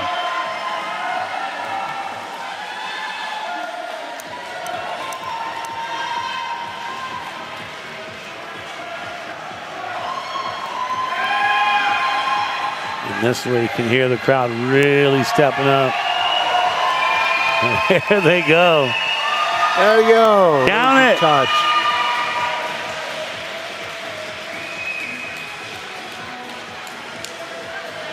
And boy, that feels good when you're done and you're at the side and you're just resting. And then add the other 8 days onto it too as well.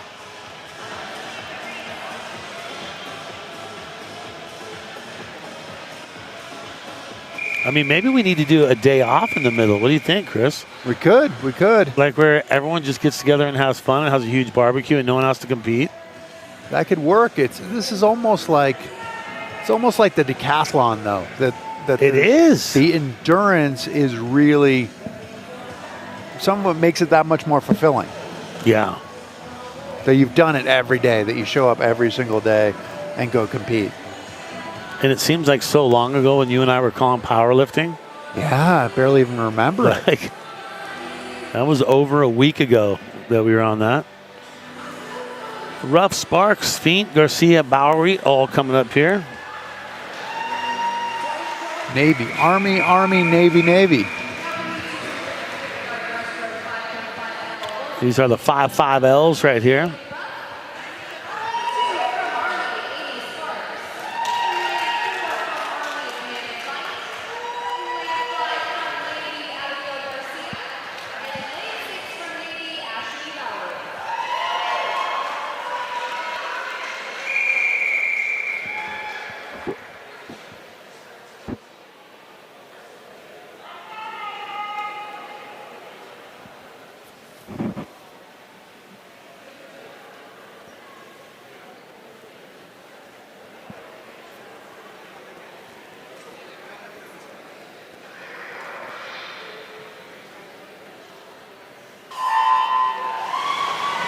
And here we go, racing action continuing on here.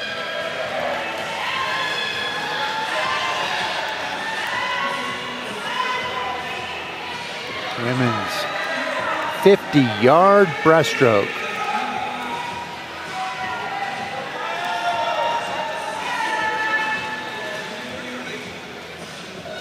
Get your long pull out under the water there. You're allowed one pull out, Brad. You can really see when the chin comes up and the splash really shows how high you're getting and how good that stroke is. You want to project that water out from your chest outward underneath your chin. You can see them right there. Feint with the 44.27 for Army. He's had great results in these last 11 days or 10 days, 9 days. How many days have we done this, Brad? Today's 9. Today's day number 9. Actually, 9th day of competition. 11 sports, 9 days. I mean, at one time it was just 7 sports. And now it's picked up. It has.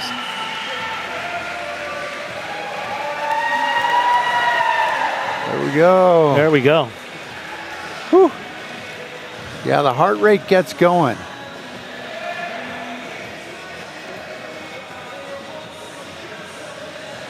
At this point, you are drained. And if you have more to race, you're just going, how do I muster up enough to get through the rest of this? Well, you might be powered through because if you have anything left, you're in the relays. Yep. If your tank's not fully empty, if you got like 1/8 of a tank or a quarter tank, You're in relays. You're in the relays. And then you're responsible to your teammates, right? So then you're putting in your more pressure. You're putting your best effort all the time, but it gets ratcheted up just that little bit when you're responsible to other people. You forget the pain a little bit more. Teamwork's such an important part of what all of these athletes did in the military as well, so it's ingrained in them.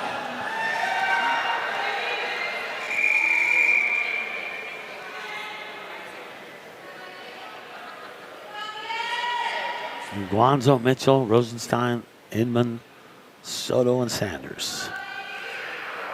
So I don't think we have anyone for Sanders or Soto here. But we got 4 in the water right now.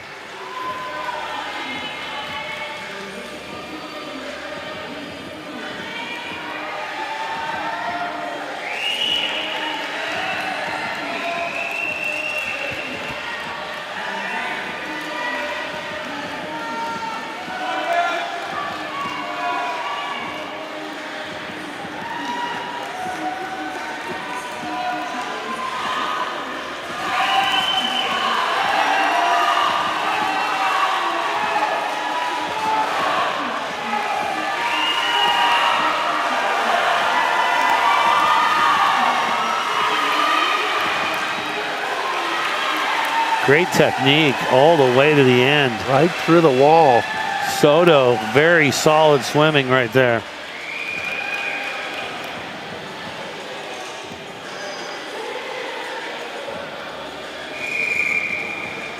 Yeah, that technique was just spot on.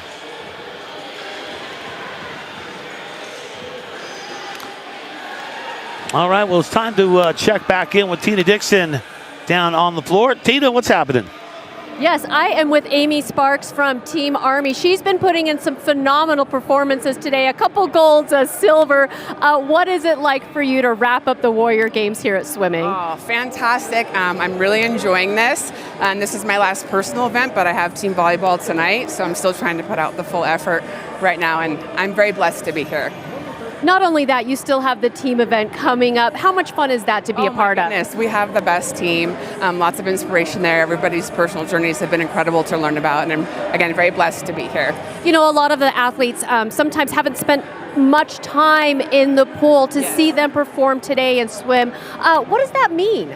So I'm one of the blessed ones that I've always practiced, like to get your ACFT done, right? Just military stuff. It's great to bring in events that we don't typically do and to watch all the competitors and all their differences. It's an amazing experience.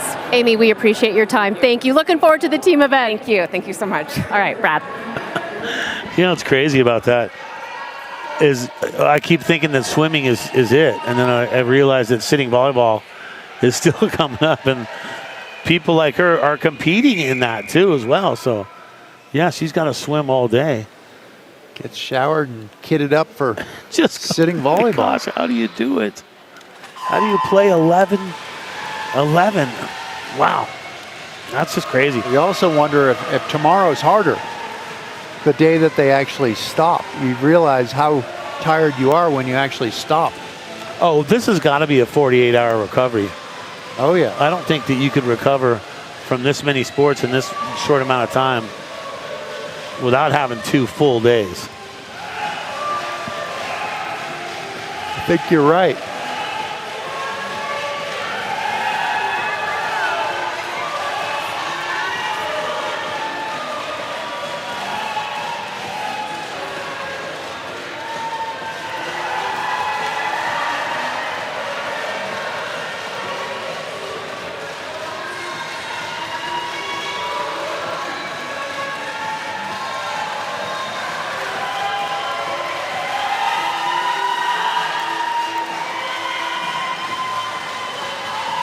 Here we go. And that'll wrap the time up right there. Anderson 41-15, Air Force. Madison Cole 102-24 and a 102-82 to Jessica Yates.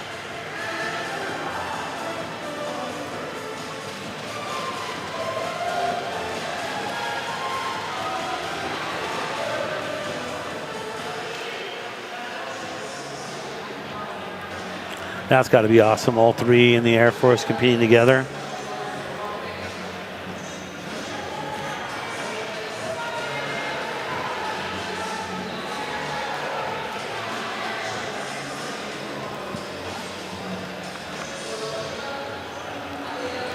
Welcome everybody out there. 2025 Warrior Games swimming, Schlesman Auditorium here in Colorado Springs.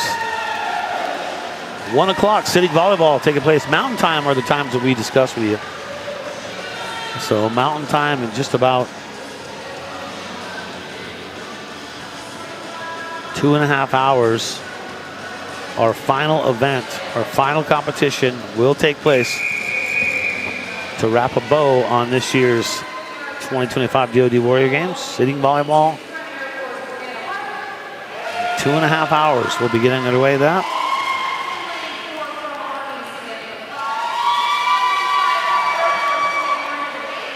Morgana Park, Bianca Hayden, Samantha Free, Tanya Banks, Stephanie Clicker, and Kyra Maggio. 3 for the Army, 2 for Air Force, 1 for the Marine Corps here. And your 50-yard breaststroke. 6.0. The 6 O's hitting the water.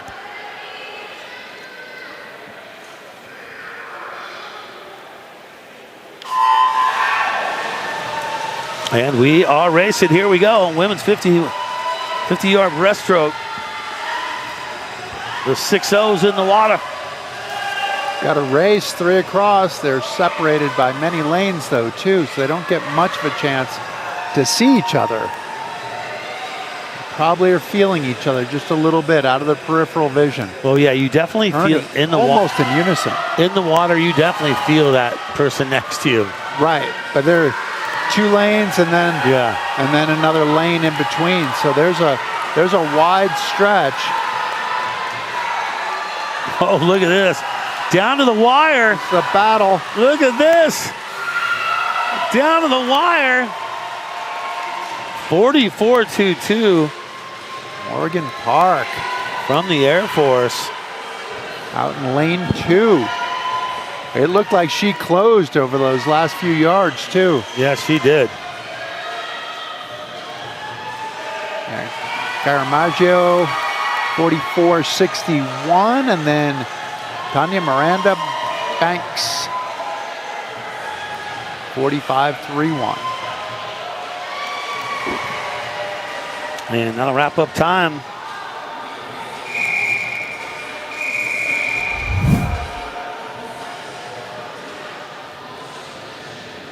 Look at this, we get to see it again, Brad. Here's the replay. This is one really strong pull right there, and then a reach for the wall just in time. I mean, when she looks at the replay of that one, you're going to realize just how close that was. All she could do is what she was doing as best she could. She had no idea how close the other athlete was. Not from that many lanes away, right? No way, not at all. 44.24, the fastest time in that heat.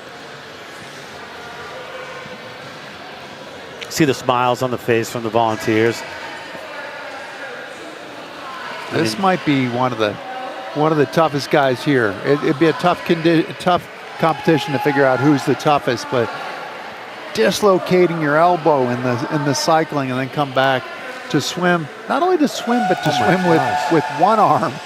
So you're already compromised competing in the Warrior Games, and then you compromise yourself even further by dislocating the elbow.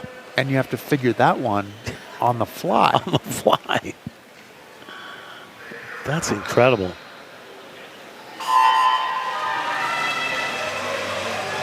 It's Christopher Duro that we're talking about up in lane 5 from the Air Force.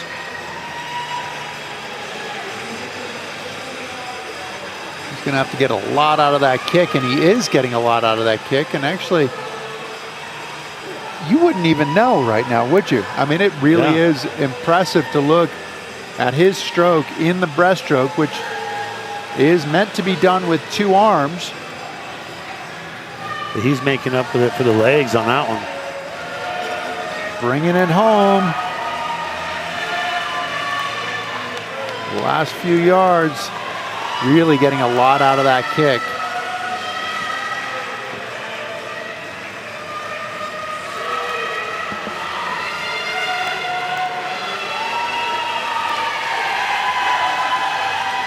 There we go. He, however, is allowed to touch with one hand. 53.65. That turns out to be the time on that one. If you have your arms strapped around your waist, you're allowed to touch with one hand instead of two. Yes. He will not be disqualified. He will actually be celebrated. That's a great swim. One more, bringing it in. And after what he's been through, definitely, even that compounds it. Harry Scott.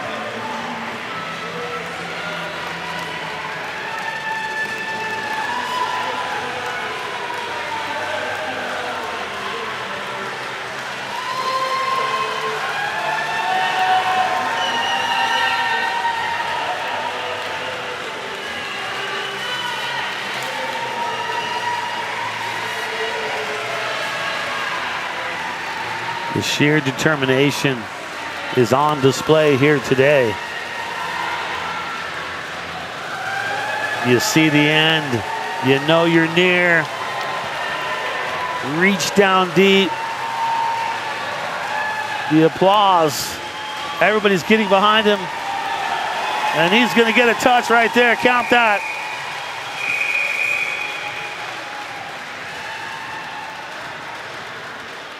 So Scott Terry, good job, Scott. Fastest on that one, 58.65. Row on that time. Morago in second, a 125.38.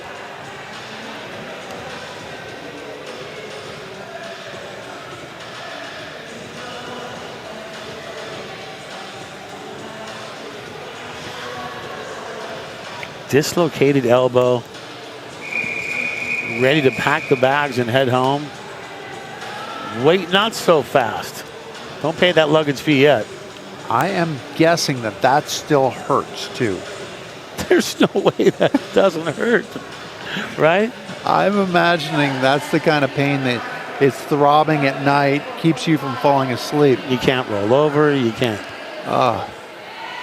But to look at him, you don't see it at all. No, not at all. So, Ditlevson.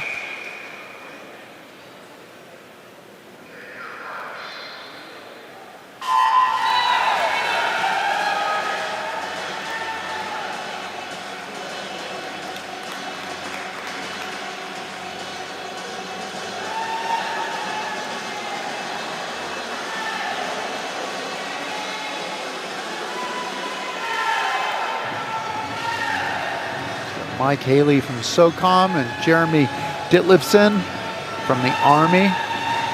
Ditlevson again. All business. A one-armed, one-leg approach to breaststroke, which is a huge challenge. Mike Haley looking really good and really strong out here. Look how much water he pushes forward too. Yeah. When he comes up right there. The farther you project that out forward, means the better your stroke is.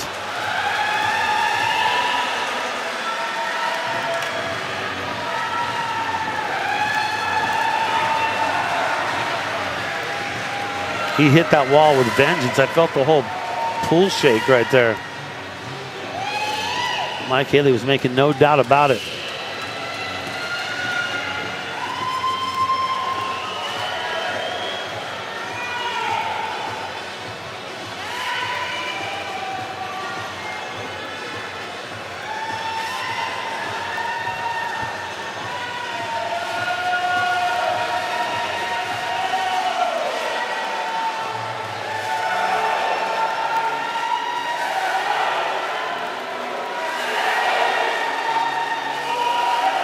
Bring him across.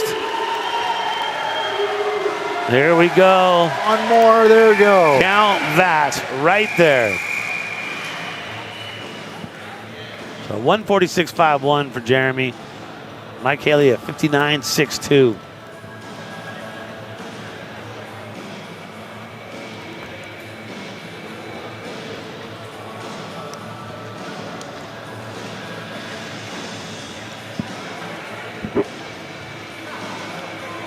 Another solid showing for Haley.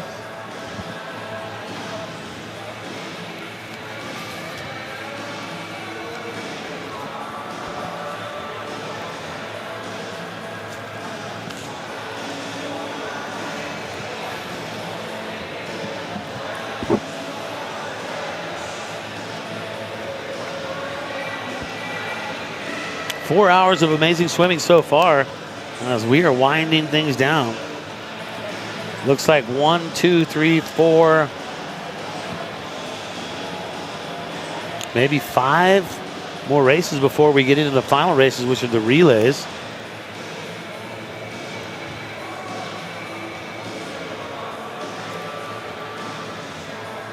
One o'clock sitting volleyball, the final event. Now, if you had a walk-up song, Brad, what would your walk-up song be? Ooh. Got a little Aerosmith going right now. Yeah. I think I would have to go with Black Sabbath Iron Man. Really? I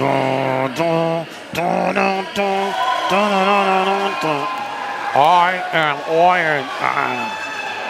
I mean, I can't do it the way they did it, but. Right. That would be one. Maybe AC. And that's not even just because of Ozzy. No, I would pick that. Yeah. Right. Or Long Way to the Top. If you want to rock and roll, AC/DC. Mm-hmm. I've used that song many times at bike races. What would you go with? I don't know. As you're talking AC/DC, I'm thinking like Hell's Bells might be kind of a nice. They've never made a bad song. No, they really haven't. You can't go wrong with any song you pick from them.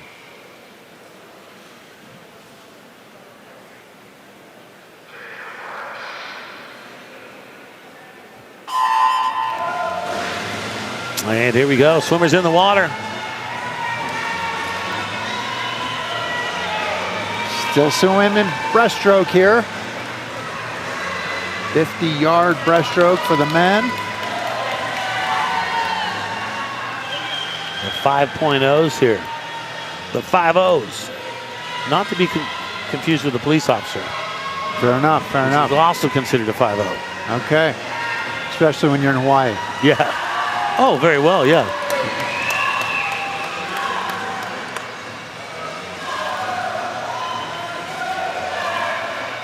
Mike Douglas back in the day, right? Michael Douglas? Hawaii 5.0? No, wait. No, that was Streets of San Francisco, wasn't it? Was it Streets of San Francisco? Yeah, Hawaii 5.0 was Jack Lord. Okay. And the other guy, I forget his name, who's Dano. But then there was a newer version of it. There was a newer one, yeah. And it was the son of, oh my gosh, the actor who just died. Oh, yeah. Who was in Elf also. Yeah. James Caan. Yep, exactly. James Caan's son. Yeah. It was only a matter of time before we started bringing some TV trivia. Good job, boys. The original Hawaii 5.0 was on for 12 seasons. Yeah, it's fun to kind of watch the old one. Jack Lord was the main dude. Jack Lord was Steve McGarrett. Yep, and then there was Dano, where that's the famous book of Dano came from. Yeah, so James MacArthur was Dano. Danny Williams, right? Yeah. Yeah. Kam Fong Chun was Detective Chin.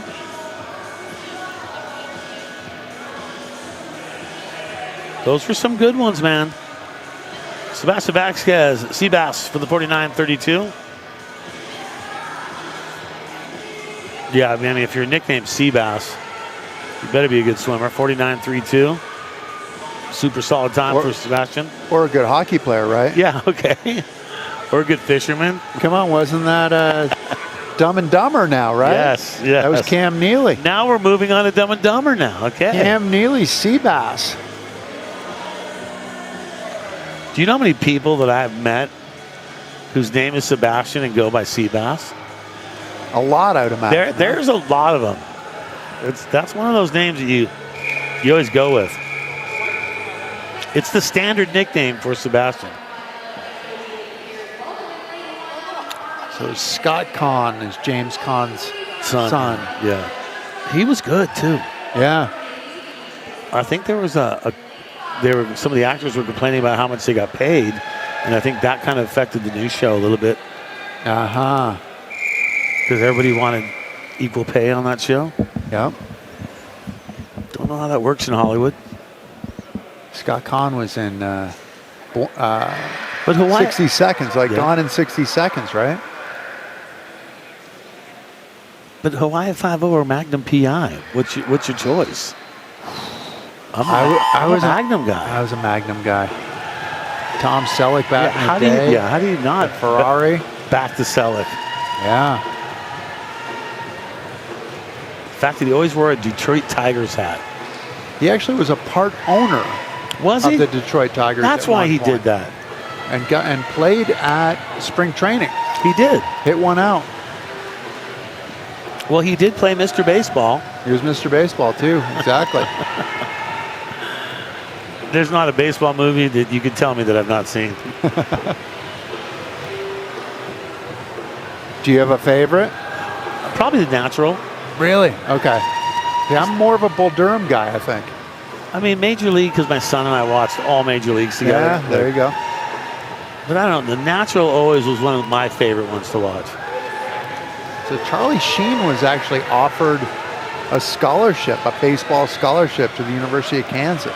Was he really? Yeah, seriously. So he already knew how to throw. Yeah, he knew how to throw. They said 101, but he was coming in the mid 80s. There's no way he was throwing 101. Yeah. They said they made the editing easier. Yeah. But he wasn't actually throwing 101. No.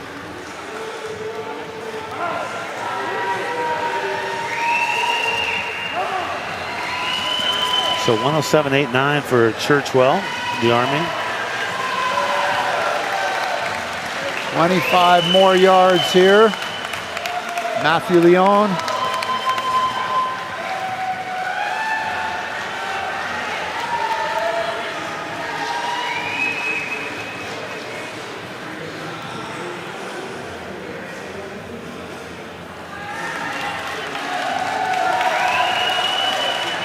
Crowd's trying to bring him home.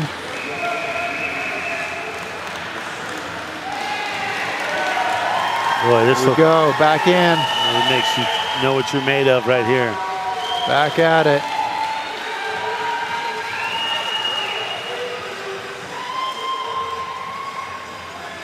That's what I was talking about when you have that 8-beat kick and you just feel like you're going nowhere. Yeah. And that's why don't fight the water, right? Don't fight the water, but that's this is good. Take a break.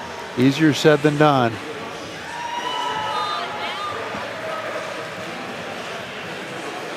This is what you got to do. Whatever it takes to get to the end.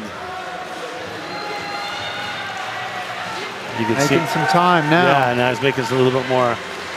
See, search and find a different way, and that's what it looks like he's done. Let me change my stroke around a little bit and see if that helps, and it does. Look at that.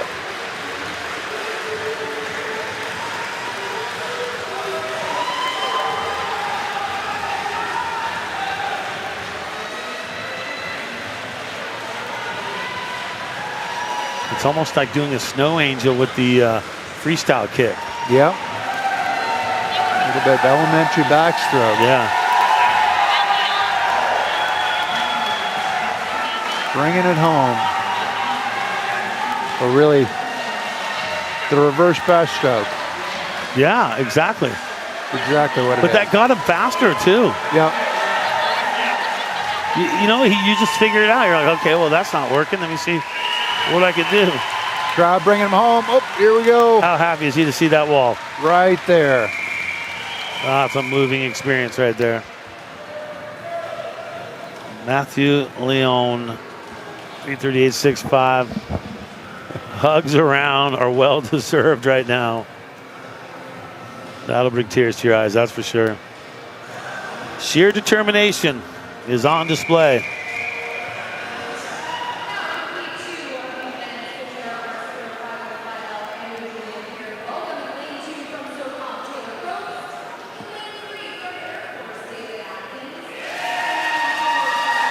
Got some David Adkin fans in the house.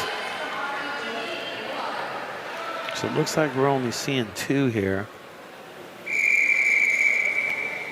So it looks like we have Atkins and Rivera. We've lost a couple here. And that's to be expected on day 9.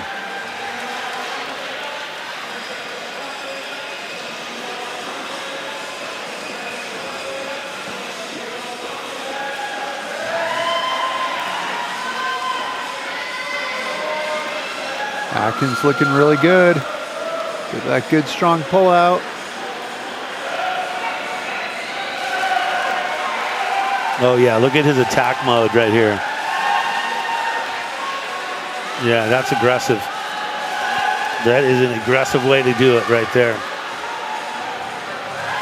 Look at that. Hits the wall.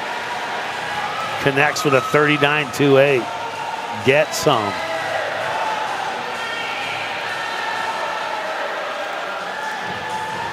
And Rivera, he's the one wearing the board shorts, right? He is wearing the board shorts, yep. Bringing a little bit of color here. Yeah. Bringing a little Margaritaville here. Bringing the beach. The beach to the pool. You bring the water, I'll bring the sand. Got my board shorts on. Let's go. Well, I'll tell you what, as we get towards the end of the day, these swimmers are pumping it up. Got the teamwork. Getting out of the pool. Sometimes that's the hardest part. I never thought it would be until I got a little older, and now I realized getting out of the pool is not an easy thing. It's funny because I've been on the road for a month straight, and one of my biggest things I do is swim like every other day. I swim. Do you really? I swim laps, yeah. And I have at the hotel pool, or? Oh, at the YMCA near my house.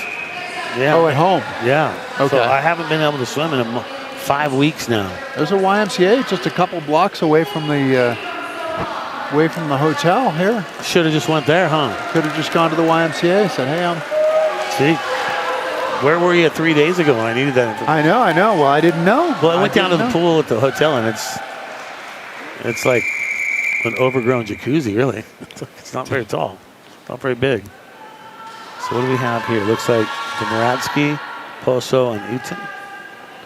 So 3.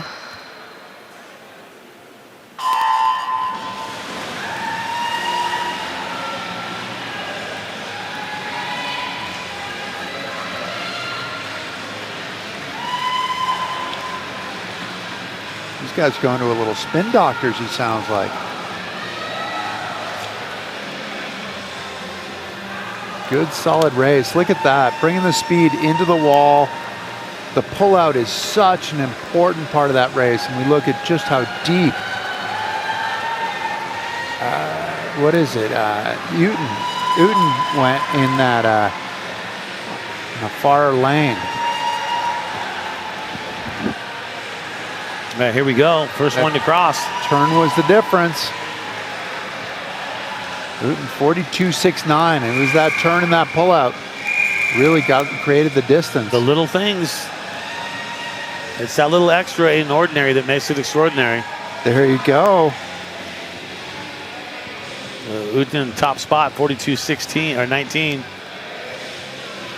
Domaratsky 46, the Radman with a 46.16. Christian Poso a 46.68. So very close there.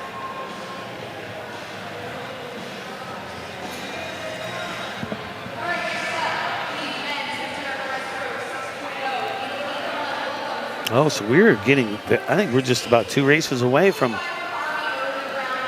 getting into our, got relays coming up, and after we finish relays, we're going to be done except for sitting volleyball, medal rounds, 1 p.m. Mountain Time, YouTube, Vimeo, ESPN Plus. But don't look for it on the Ocho. It's not on the Ocho. It's just on those.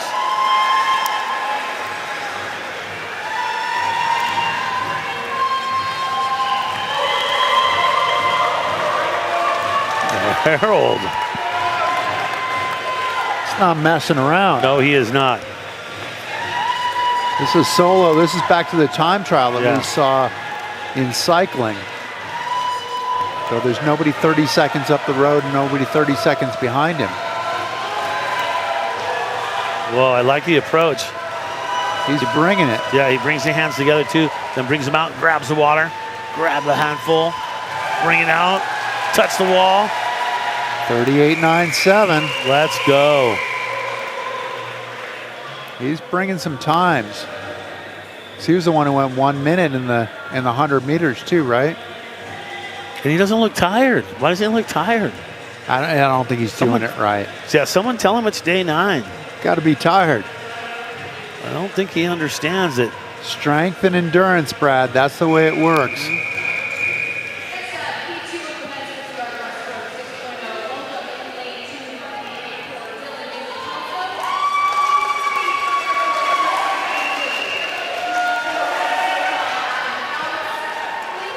Okay. The 50-yard breaststroke 6.0. The 6.0s. This is going to be a good race right here. Maley, Kelso, Finsley, Fouts, Lake Stanfield.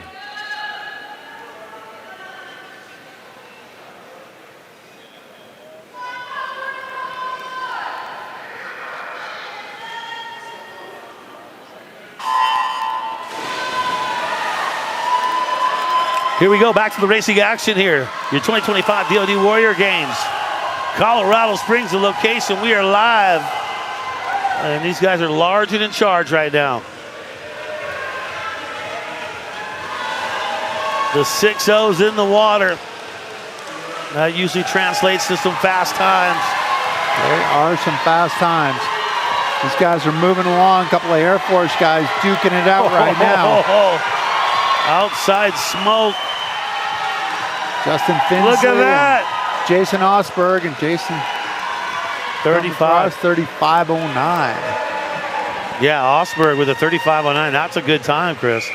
It is. Finsley just behind. 38.15. Fouts, we've seen him a bunch. Fouts, in addition to being an athlete, has been a guide as well for our visually impaired athletes. Okay. How do you like that part? Just add something else to the plate, huh? Yeah. Doubling up.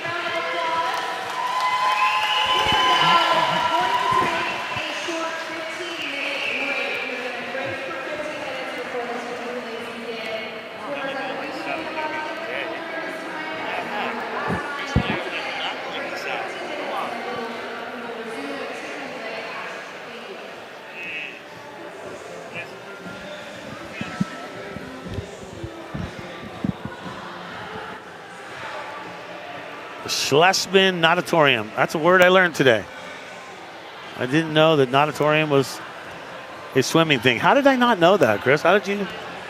It's got to be new. Come on, man. I feel completely idiotic not knowing that term. All right. Let's check in Tina Dixon, send it down. She's got a guest with her. Tina, who's with you now? I am with Bryce Lockheed Stanfield. We met him in track where he was dominant, won a lot of events. We were talking earlier, you said swimming is a little bit more new for you. How's it been going today? It's been amazing. I'm just having fun. This is my first time doing a swim meet in this type of experience and this environment. And just the camaraderie of all the different teams, just supporting each other, other runners that I dominated, but they are crushing me. But it's been so much fun and we're just enjoying ourselves. You know, that's got to be a challenge for you as well when you decide, I think I'm going to go for swimming also, even though I'm not as familiar with it. Yeah, it has been a challenge, but also it's been fun to learn the different strokes, the techniques, the way to move, and honestly, it's made me become a better runner because of the cross capabilities of the sports. Yeah, that's so interesting, and that's such good advice that one sport can make you be better in your other sport. Exactly, yeah, honestly, if you're a runner and you're thinking that you want to get a little bit better, just jump in the water. It's so much awesome. It definitely humbles you. Thank you so much for your time. All right, well, we will take a quick break right now and be back with the team relays. So be back shortly.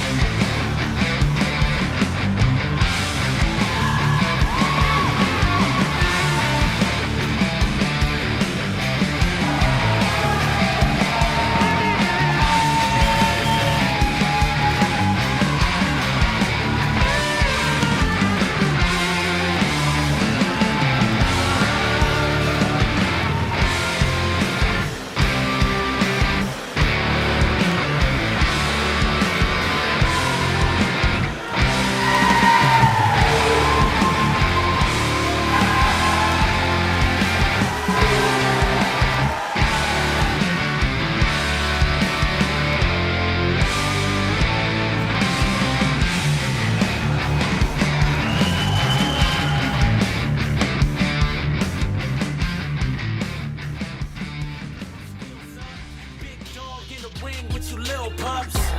Rebel battle test to check the resume. Was taught to act first and never hesitate. I'm also at my best when the pressure's great. Hit opposition like a train, watch them levitate. You standing face to face with the destroyer.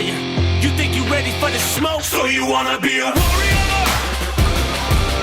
Inside of us there lives and breathes a warrior.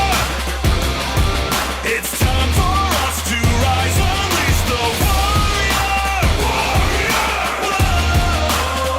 So you wanna be a warrior. Warrior. Whoa. So you wanna be a warrior. You think you ready for the smoke? They ready. You standing face to face with the destroyer. You got the wrong one, boy. You think you ready for the smoke? They ain't ready. No prisoners. You standing face to face with the destroyer. So you wanna be a, so you wanna be a, so you wanna be a, so you wanna be a, so you wanna be a, so you wanna be a warrior. Warrior! Inside of us there lives and breathes a warrior. It's time for us to rise, unleash the warrior. Warrior. Whoa. So you wanna be a warrior. Warrior. Whoa.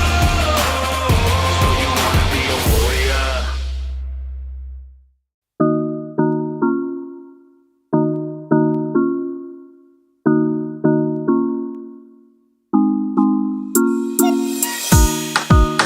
I could say, but I might as well show. There are things we could guess, but we might as well know. So hurry up, girl, you've been taking too long. We can't just get crazy like there's nothing wrong. Cause all I hear is talking, talking, talking, and all I need is action. Baby, till the morning, morning, morning, a little satisfaction. So if you just take the time, everything could be simple, and every day I'll be with you, no lie. It's not that complicated.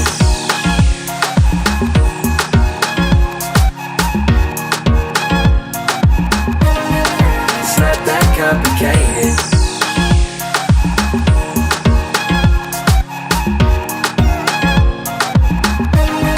It's not that complicated.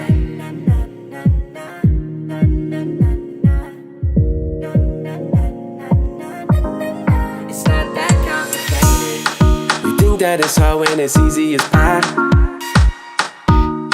We got the ingredients, why don't we try? Yeah, yeah. No need to be greedy, I'm yours for the night. But could be for life if you're treating me right. Yeah. And you can keep walking, walking, walking. Cause baby, I need action. Just a little satisfaction to keep me holding on. Cause if you just take the time, everything could be simple, and every day I'll be with you, no lie. It's not that complicated.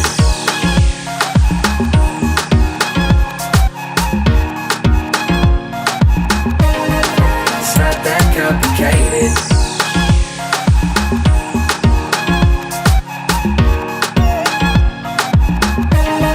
It's not that complicated.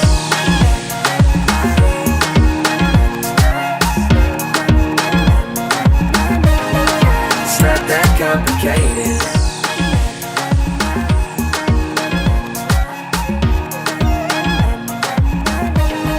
It's not that complicated.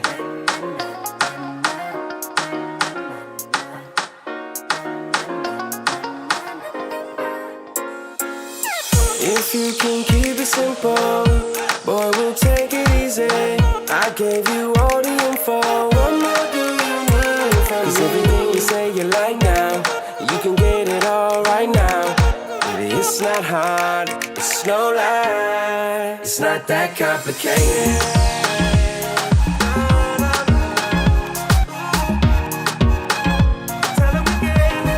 It's not that complicated.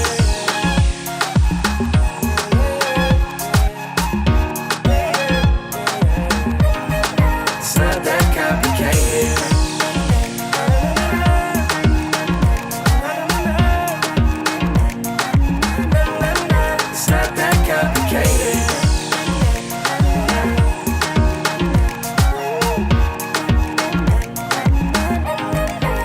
not that complicated. I am the king, and this is my jungle, and this is my jungle. I'm ready for madness, make way for greatness. You better make way for greatness. You better catch on, disposable income. Make way for the king, make way for the king. This is the red zone, I bang on my chest like a bass drum. This is the life that we live in. This is the life that we live in. This is the next big thing. History in the making. The crown is not for the taking. Make way for the king. This is the life that we live in. Make way for the king. This is the life that we live in. Make way for the king. I am a legend, and this is my jungle. Now you better run, boy, cuz this is an impossible outcome. I'm switching to blow up. You better buckle up. You better level up. Now you better level up. You better catch on. Unique phenomenon. Make way for the king. Make way for the king. This is the red zone. I bang on my chest like a bass drum. This is the life that we live in. This is the life that we live in. This is the next big thing. History in the making. The crown is mine for the taking. Make way for the king. This is the next big thing. History in the making. The crown is mine for the taking. Make way for the king. This is the life that we live in. Make way for the king. This is the life that we live in. Make way for the king.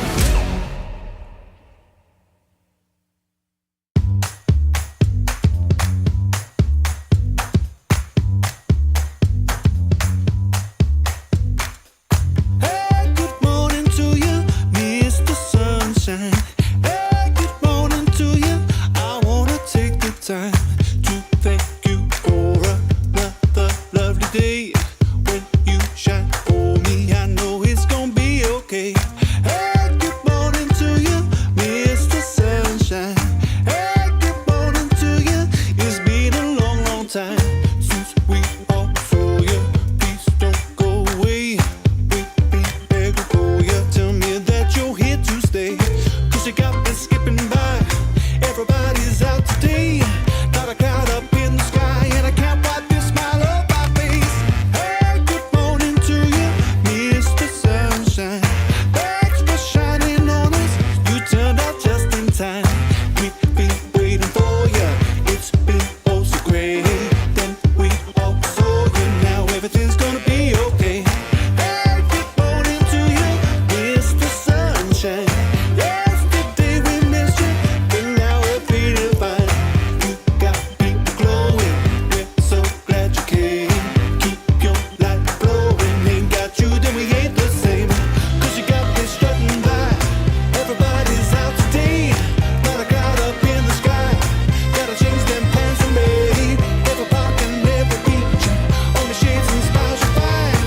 Don't leave, don't cut the heat, 'cause we love it every time you shine. Yeah. I was sitting there mind to mind when you woke up decided to shine. I was holed up in my dreams, but now I see that you had other plans. Will you sit down and stay a while? 'Cause you're giving me a reason to smile. You can follow me anywhere. Let's walk.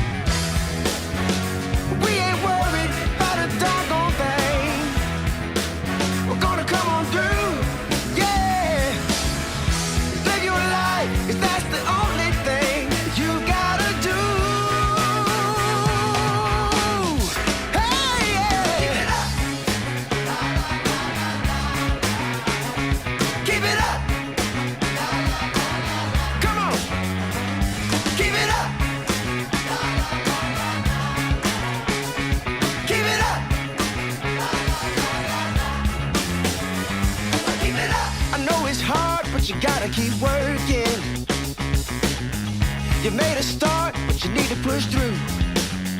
Without those rainy days, the flowers would never grow. Oh no, so listen up now, 'cause we ain't worried about a doggone thing. We're gonna come on through, yeah. Just live your life, 'cause that's the only thing you gotta do. Keep it up. Woo! Keep it up. Keep it up.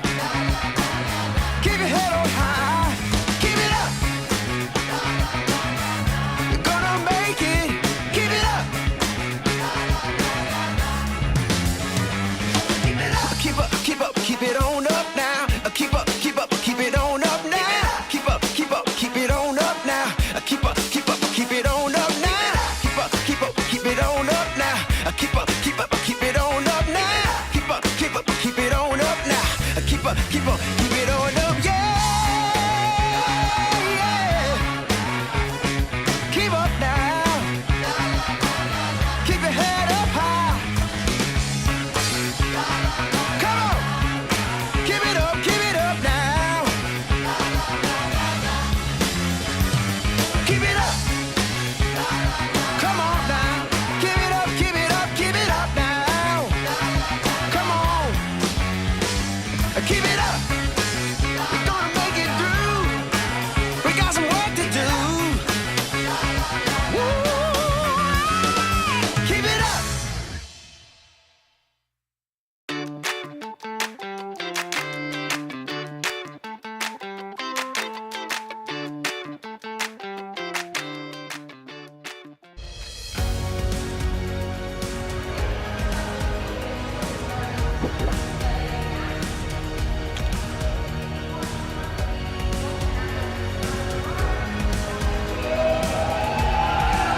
Well, welcome to the crescendo of swimming here at the Schlesman Auditorium here in Colorado Springs. Your 2025 DoD Warrior Games. 9 days of action. We are in the final day here. Coming up at 1 o'clock will be the final event. That'll be your indoor sitting volleyball will take place. But now it is all about the relays here.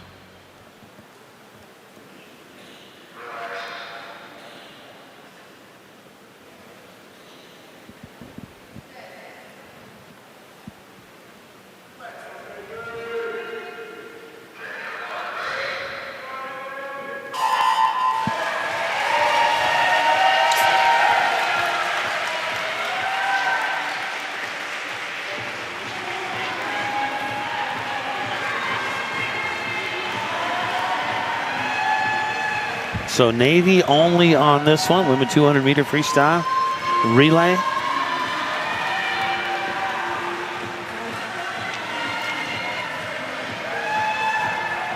Gerard has had some gutty performances so far. Now she's with her team. Remember, 200 yards. So each lap is 25, so you're looking at 8 full laps here. Yep, so each athlete will do a 50. Completing the first 25.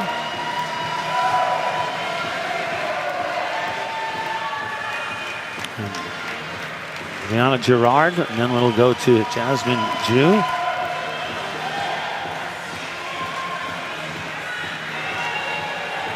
Five relay races here to wrap things up here to 2025 DoD Warrior Games. It's been an awesome 9 days. 13-time Paralympic medalist Chris Waddell with us. This is the exciting part, Brad. This is it. This is what we wait for. This is it, the relays. And it's the same at track, though. Don't we always look for the relays at track? We love all the other races, but relay is so much fun. It really is, because you feel like you're just part of the team, right? You're out there racing for your colors. So Jasmine Ju will be up next as she poses herself on the start block. When the wall gets touched, she is off to the races, literally. Touch and dive. You have to be in contact with the board. There we go. Now Ju's going to go.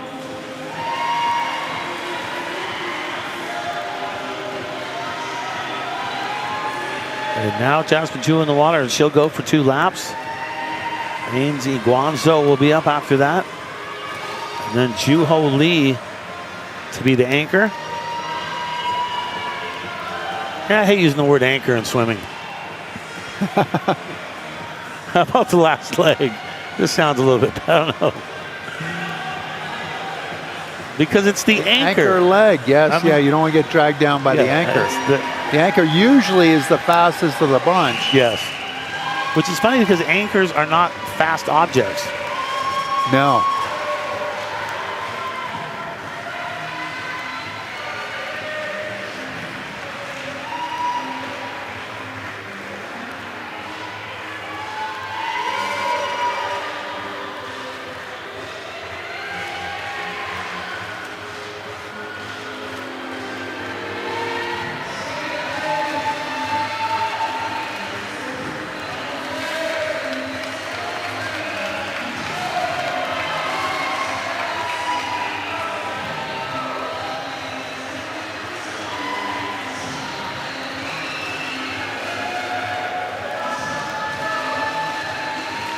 So now we see Iguanzo. Iguanzo ready to hit the water. Count it. Both hands on the wall. And the third member of our relay here in the Navy. The women's 200-yard freestyle, max 18 points relay. She's making quick work out of it as the first lap.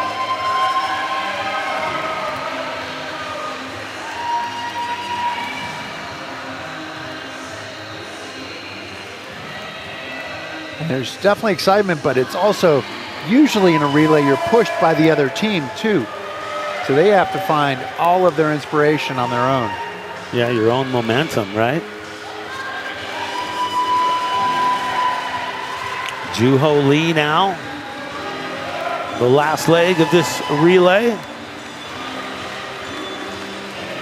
So back to the anchor for you. This is the last leg, the anchor leg, Brad. And it's usually given to the fastest or strongest swimmer who is tasked with holding or gaining the lead. Did you just pull that up? This is the connection to the anchor. Okay. Right? So I see it the now. The anchor is holding the boat. The anchor is supposed to hold or gain the lead.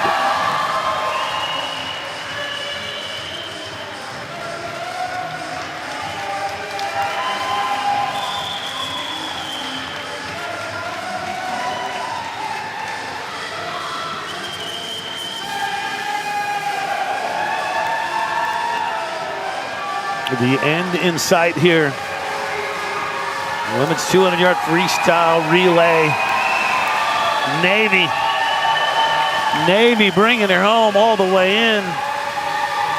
The final push to the end. Almost there. And the touch. Well done. 5:34.43. Very respectable showing for Team Navy right there.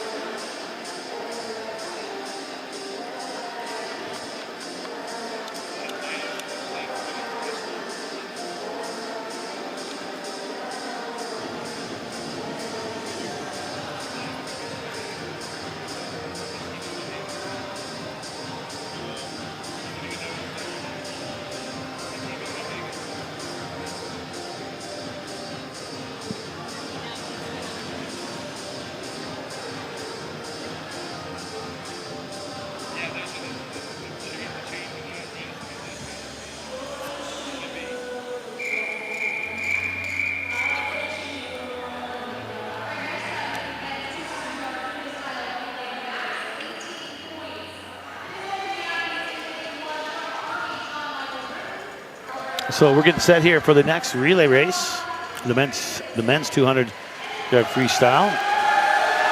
We're going to have Army and SOCOM going head-to-head here.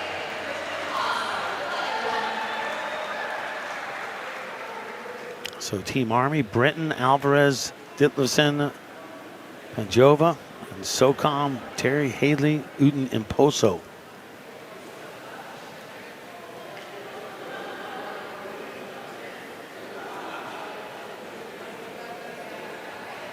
So 4 more relay races left, and then we bid farewell to this one, and we move over to the 1 o'clock start time for sitting volleyball, our final event. We will not be joining you for that one, though. We will not be joining, no. We did the early shift today. Started broadcasting at 6:30 in the morning.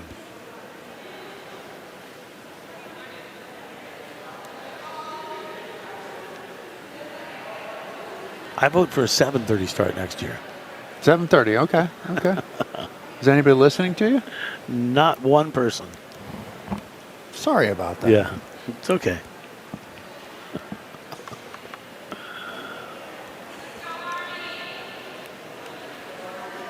One other little tidbit that may or may not be true on the anchor leg Give me that. Let's hear is something. that it might be taken from tug of war, though there's no evidence that, that it was actually, that it preceded the relays. I feel like you're right on that.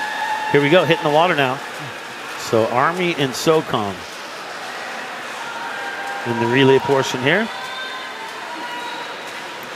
And this is a points relay, so you have to actually have representation from all of the classes that we've seen today, and those are not necessarily racing against each other, right? So sometimes you can see a big lead that then might get pulled back later on in the relay.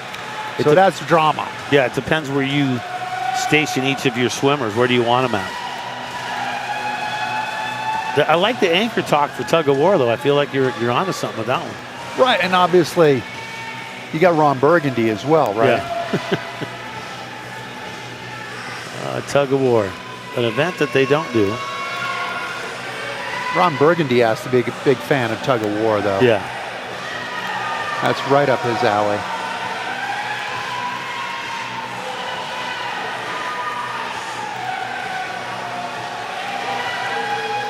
Almost there, touch and go. So he's going to look to make up some ground here and trying to keep the times competitive. Once again, this is all about just putting in fast times and getting your personal bests.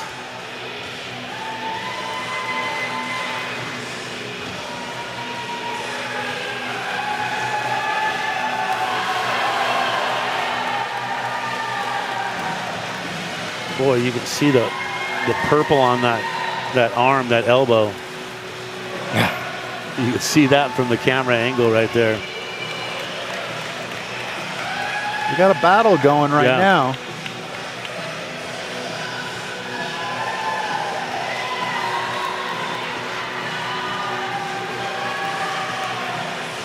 Mike Haley, big turn.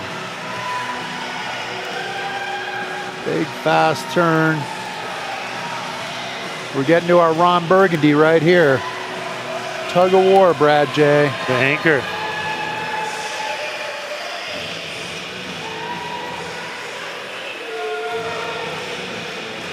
Christian Poso.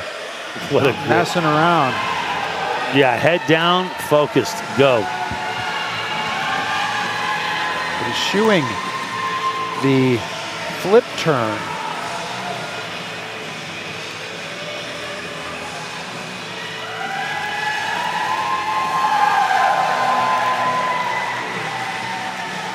So Army will cross first. SOCOM first. Oh, SOCOM first, yeah, right. Army's still out there. Pushing hard. Yeah, SOCOM a 241.35 total.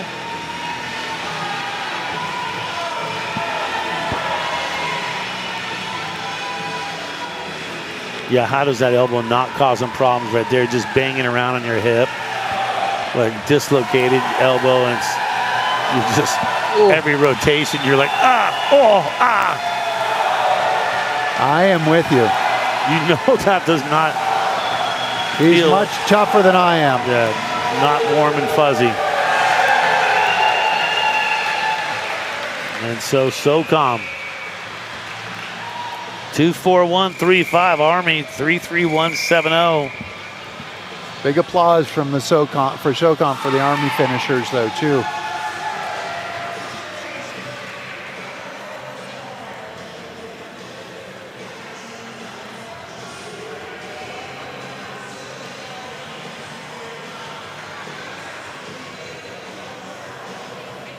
So our next one, we will see Army, Navy, and the Marine Corps going in this one. 3 more races left here on the relays. And then it's going to be Sandwich making time for sitting volleyball. Well, depending upon what the you're going to have time. What the viewers have done during their watching too, right? This is. But if you're watching something all day, don't you kind of stock yourself up, get some food, some drink out there, so you really don't have to take a break from the TV, right? I think so. Sitting volleyball 1 o'clock today, so we'll be done before that. We'll probably be done by about noon. So if you maybe make a BLT, there's time to cook some bacon up.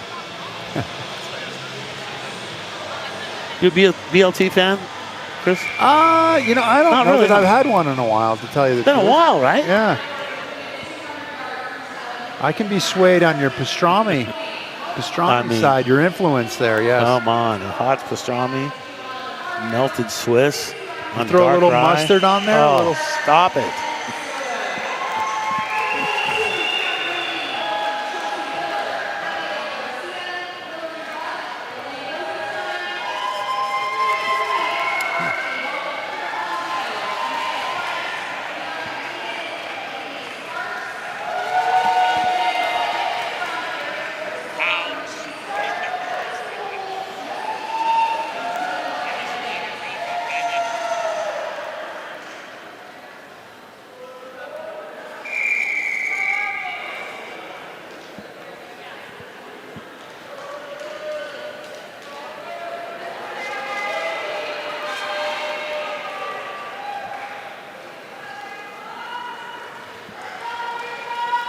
So Army, Navy,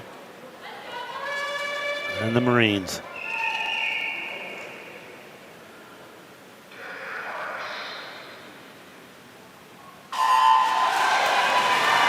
And here we go, racing action continuing.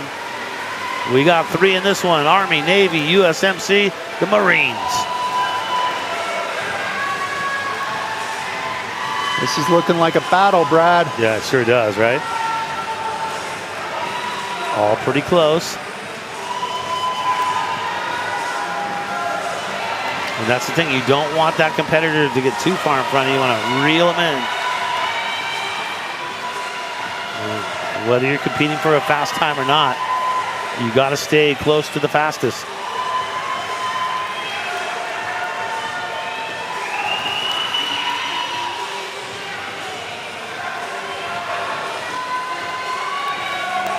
So 4 competitors on a team.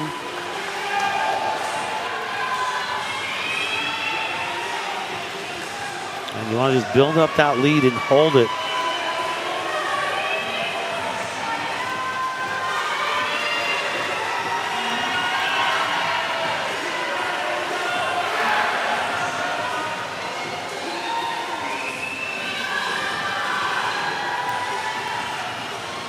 Taking a little bit less time in the transfers right now, right? Yeah.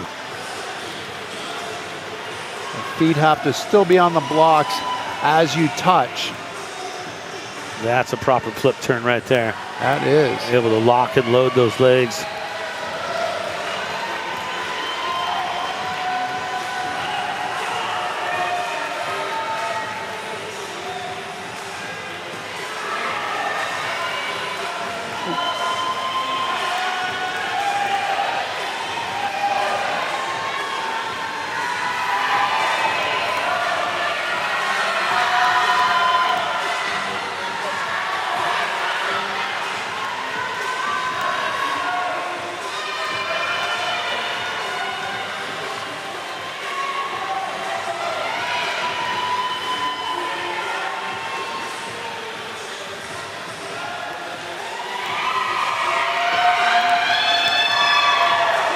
And there you go. Look at that.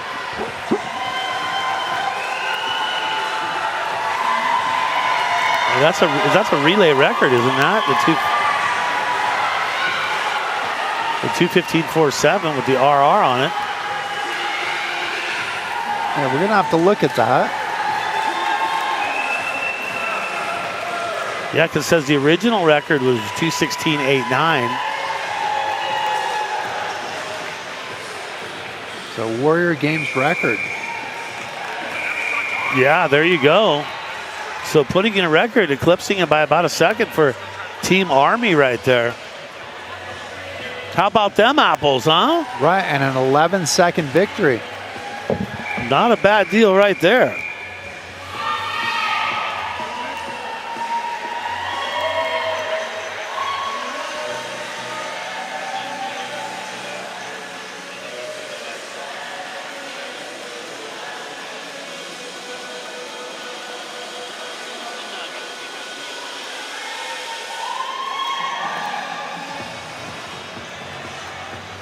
Boy, that is a whole lot of fun watching this go down.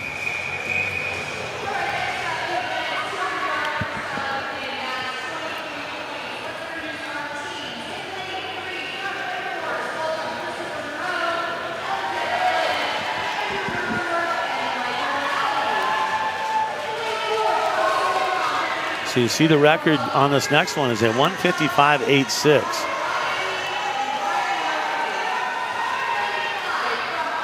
So it'll be 1:55.86 is fast.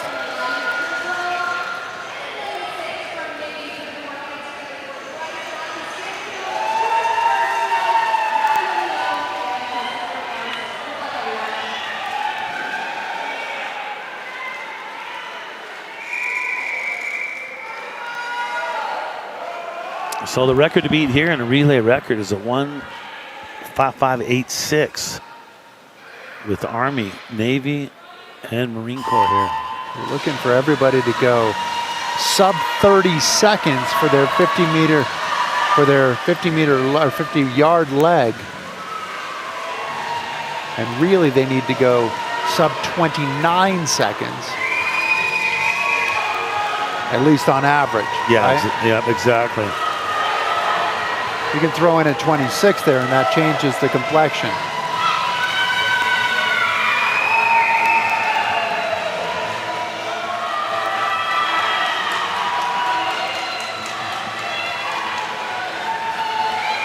They're not ahead of record time at this point. We're moving into records right now, Brad. I like it. Yeah. That's what we're here to do. We're here to break records. We're here to smash records now. Yeah. So keeping in mind in that time, 1:55.86. That's the time you're looking to break for the record here.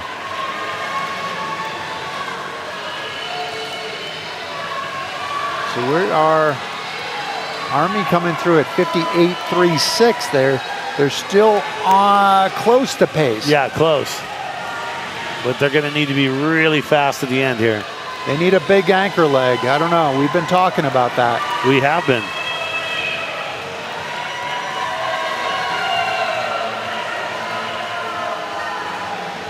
No flip turn there.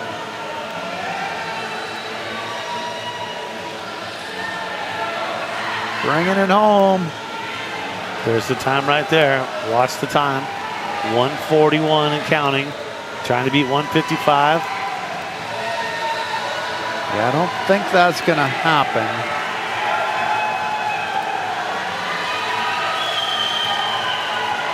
So it's 1:09. Where are we?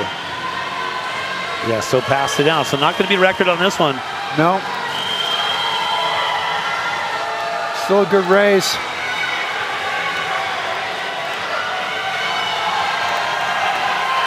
Got a tribute to Ozzy going on right here. DJ Triz. SOCOM coming in at 2:15.33. Man, that is a fast record.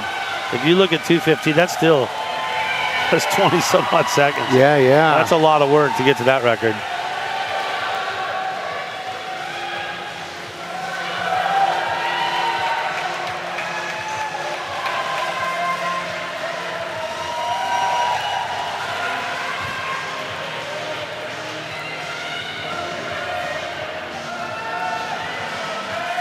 So 2 more races to go after this one here in the relays. And then we'll be in a holding pattern until 1 o'clock for the final event, sitting volleyball.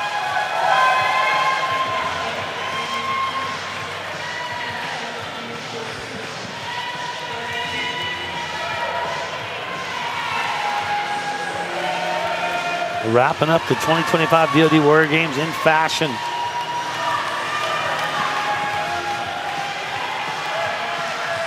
Gathered himself, a couple little breaststrokes to catch his wind, catch his breath.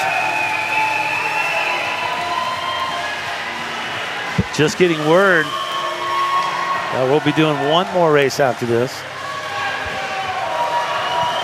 I'm probably doing some sort of Brad math, I think. Got a little confused there. These things happen. A lot of races. There's a lot. It's 9 days, Mr. Waddell.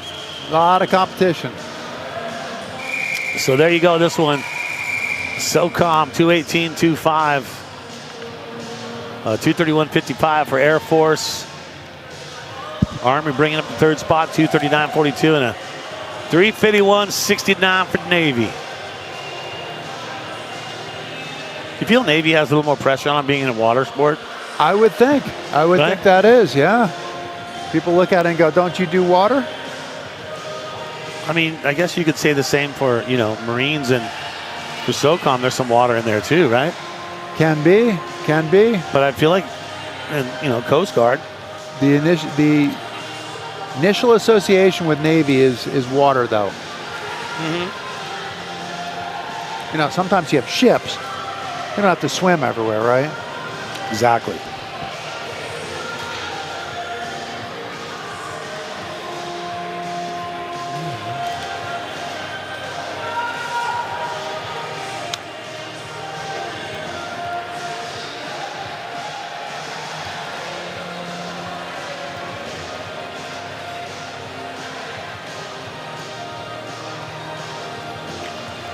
Well, I'll tell you what, it has been an amazing 9 days. Hard to believe it's coming to an end here today. Final race here at the 2025 Warrior Games. Schlesman Auditorium here in Colorado Springs, Olympic City. Chris Waddell and Brad J with the call. We've been calling the early morning crew all week long. And we'll be wrapping things up here with the final race. 9 days. I mean, to me, I would think I would want 2 full days of just rehab my body after all that work. Could be. I mean, 2 days, right? You'd be good with 2 days. With 2 days, yeah. I think you could be pretty good. Kind of a rebuild, right? Maybe some of these might just go right straight into whatever's next. Well, the craziest thing about it is a lot of these competitors are still competing in sitting volleyball. So don't think it's done now for them. Like you're thinking, okay, they got to it. Day 9, the final swim race, the final relay. Well, it's not that, because some of them are competing in sitting volleyball. So they're still going at it. No rest for the weary, that's for sure. That could be a song. I think it should. I think somebody should do that.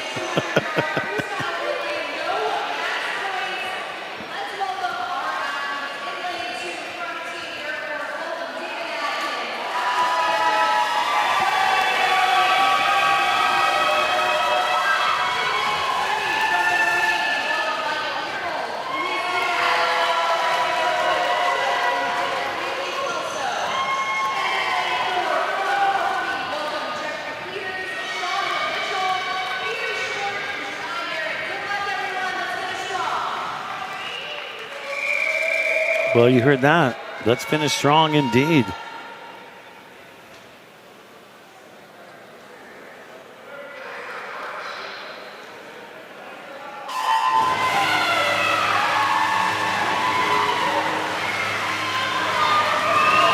Oh, here we go, off to the races. Bringing it. This is going to be a fast one, Brad. Yeah, look at the Marines immediately running to the front here. And this record is 207.67. So Marines going ahead and being pushed by Air Force.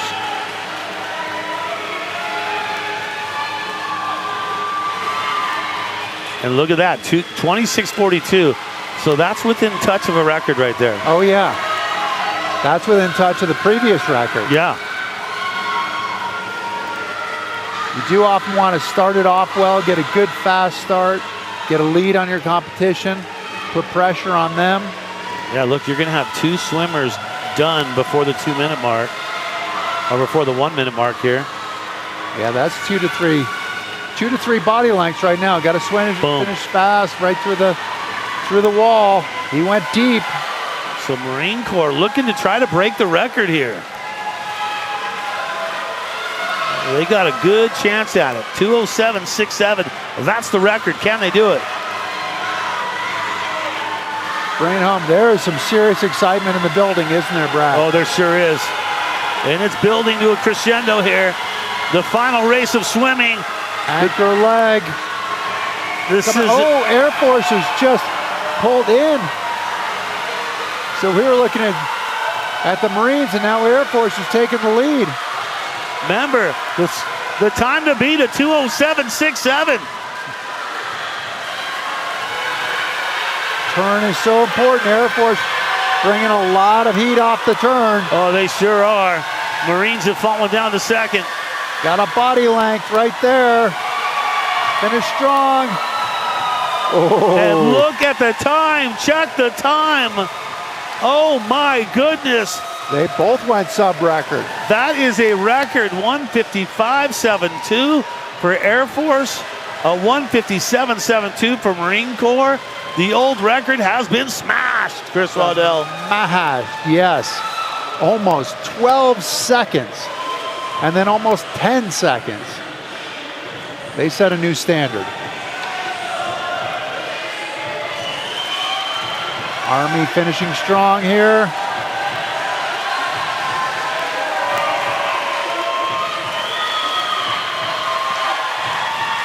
Saving the best for last. This is when you want to get it done.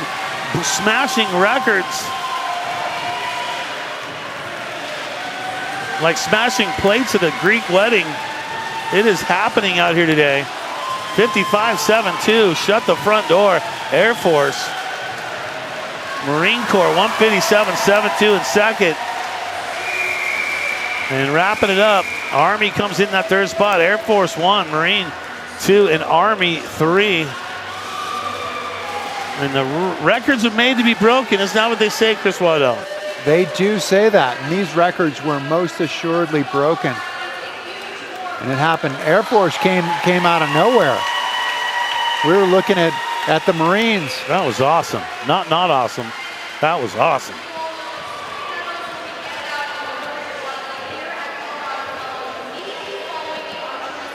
Wow.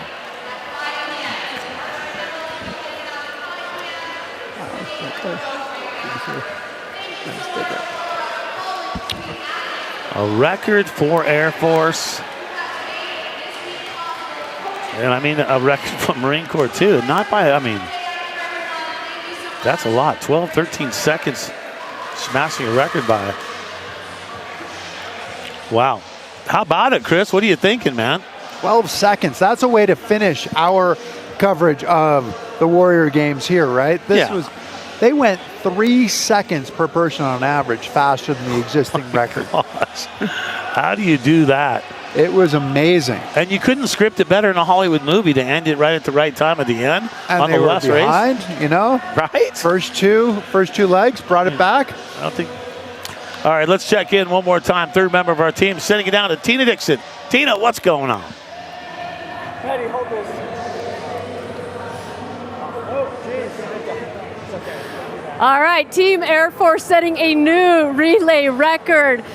Ashley, Dave, Jason, and Justin. I want to start with you, Justin, because you were the third swimmer, and that's really what made the difference. Just take us through that swim. I was just following my teammates. I wanted to give it my all while focusing on the fundamentals that my coach had taught us over the last year and a half, and just all that time in the pool leads up to these 27 seconds or 26, and there's nothing like the adrenaline when you're not only doing it for yourself, but you're doing it for your team. Yeah, Dave, this is not your first team that you've won a gold medal in. Again, just the team effort and to be part of it. What's that like? I mean, it's great. I mean, obviously swimming for them, just like Justin said, because that's what you're doing it for. I knew I wasn't as fast as Mike, and I told them going in, you're going to be in second. So just hold it together, get to these two guys who are the two fastest guys on the team, and we're good. Ashley and I killed it at the front end, and these guys took it home for us. So it was fantastic. And I do want to shout out our coaches, taught us all the little things that in these short courses matter. And that's why our flip turns and everything is faster than all these other teams. And that's what won everything for us. So, yeah, Ashley, you were the leadoff swimmer. What's that responsibility like for you? Well, following Dave, it was a hard battle. I had to, being with the guys, I knew that I had to, make sure that I kept up my end of the bargain, and they supported me through everything, and then we killed it. So I'm really proud of the team. So, and to wrap it up, Jason, you brought it home for Team Air Force, a new record, 155.72. How do you describe that? It's just down to teammates, training, just kept it together, and then just believed in everyone on the team, Couldn't have done it without anybody here, especially these guys right here. And then Ashley bringing home that second leg was outstanding. All right, so I also got to say, it's your birthday. So how do you put into words celebrating your birthday like this? It's awesome. All I could ask for was a record. Didn't even know that was a thing until I looked up at the board. And then just spending it with all my friends and family. You can't ask for more than that. Big happy birthday to you. A big congratulations to Team Air Force. That was really fun to watch. Congratulations. Thank you. All right, guys. And no less on his birthday, Chris Waddell. That's kind of special, huh? That's a birthday present for him and for the team. Big record. For the team, yeah. And I like what he said is, I didn't even know that was a thing, the record. Yeah, there's records, and they just smashed one. They're out there for the purity of it. Responsibility to each teammate. They did a great job. They really did. And they did have that strategy. They knew that they'd be a little bit behind in the first two, and they knew that they could bring it back in the last two. That was the tactician style on that one. So final thoughts. I mean, it's hard to wrap it up, but 9 days of competition we have been part of. I mean, what's your thoughts on how it went for the 2025 DoD Warrior Games? I thought it was great. I mean, top to bottom, right? Tremendous support for all of the athletes. I mean, it's great to see so many people in the stands cheering the athletes on. Yeah. We've had great weather, really, especially in the mornings here. We've been in morning show, but it's been really good. I mean, great location to have it, and just each event seemed to build on itself. I'm sorry, Tina Dix was just coming back. She almost walked behind us in our shot right there. She almost photobombed us this one. But look, for everything that we saw, and we saw so much resilience, just so proud of all the athletes, so proud of everyone in part of Warrior Games. And I just love to see Warrior Games get better and better every single year. The athletes come out, show up, and represent like they do every single year. And, I mean, the future's bright for the Warrior Games. Looking forward to what we do next year. Yeah, exactly. And we also talking to Ellie today. Yeah. That was really cool to see the mentorship and where it comes back, right? Where you go from being an athlete here to then being a mentor and essentially putting out a potential for somebody who's at this games. They could well be a Paralympic athlete and a Paralympic medalist like her. You never know the motivation that can cause by your motivation, that's for sure. But it's that health too. Chris Waddell, 13-time Paralympic medalist. Thanks, you. Buddy. It was a lot of fun working with you as usual. Look forward to it next year. Me too. Well, on behalf of our entire crew, thanks for being part of it. It's not done yet. No. We have sitting volleyball coming up at 1 o'clock. Perfect time. What do you got? You got plenty of time to make yourself your sandwich, get yourself your cold drink, sit down, enjoy yourself. Sitting volleyball, the final competition coming your way at 1 o'clock, and that will wrap a bow on the 2025 DoD Warrior Games.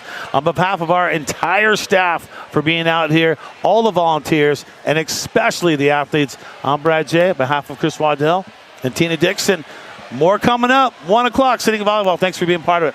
See ya.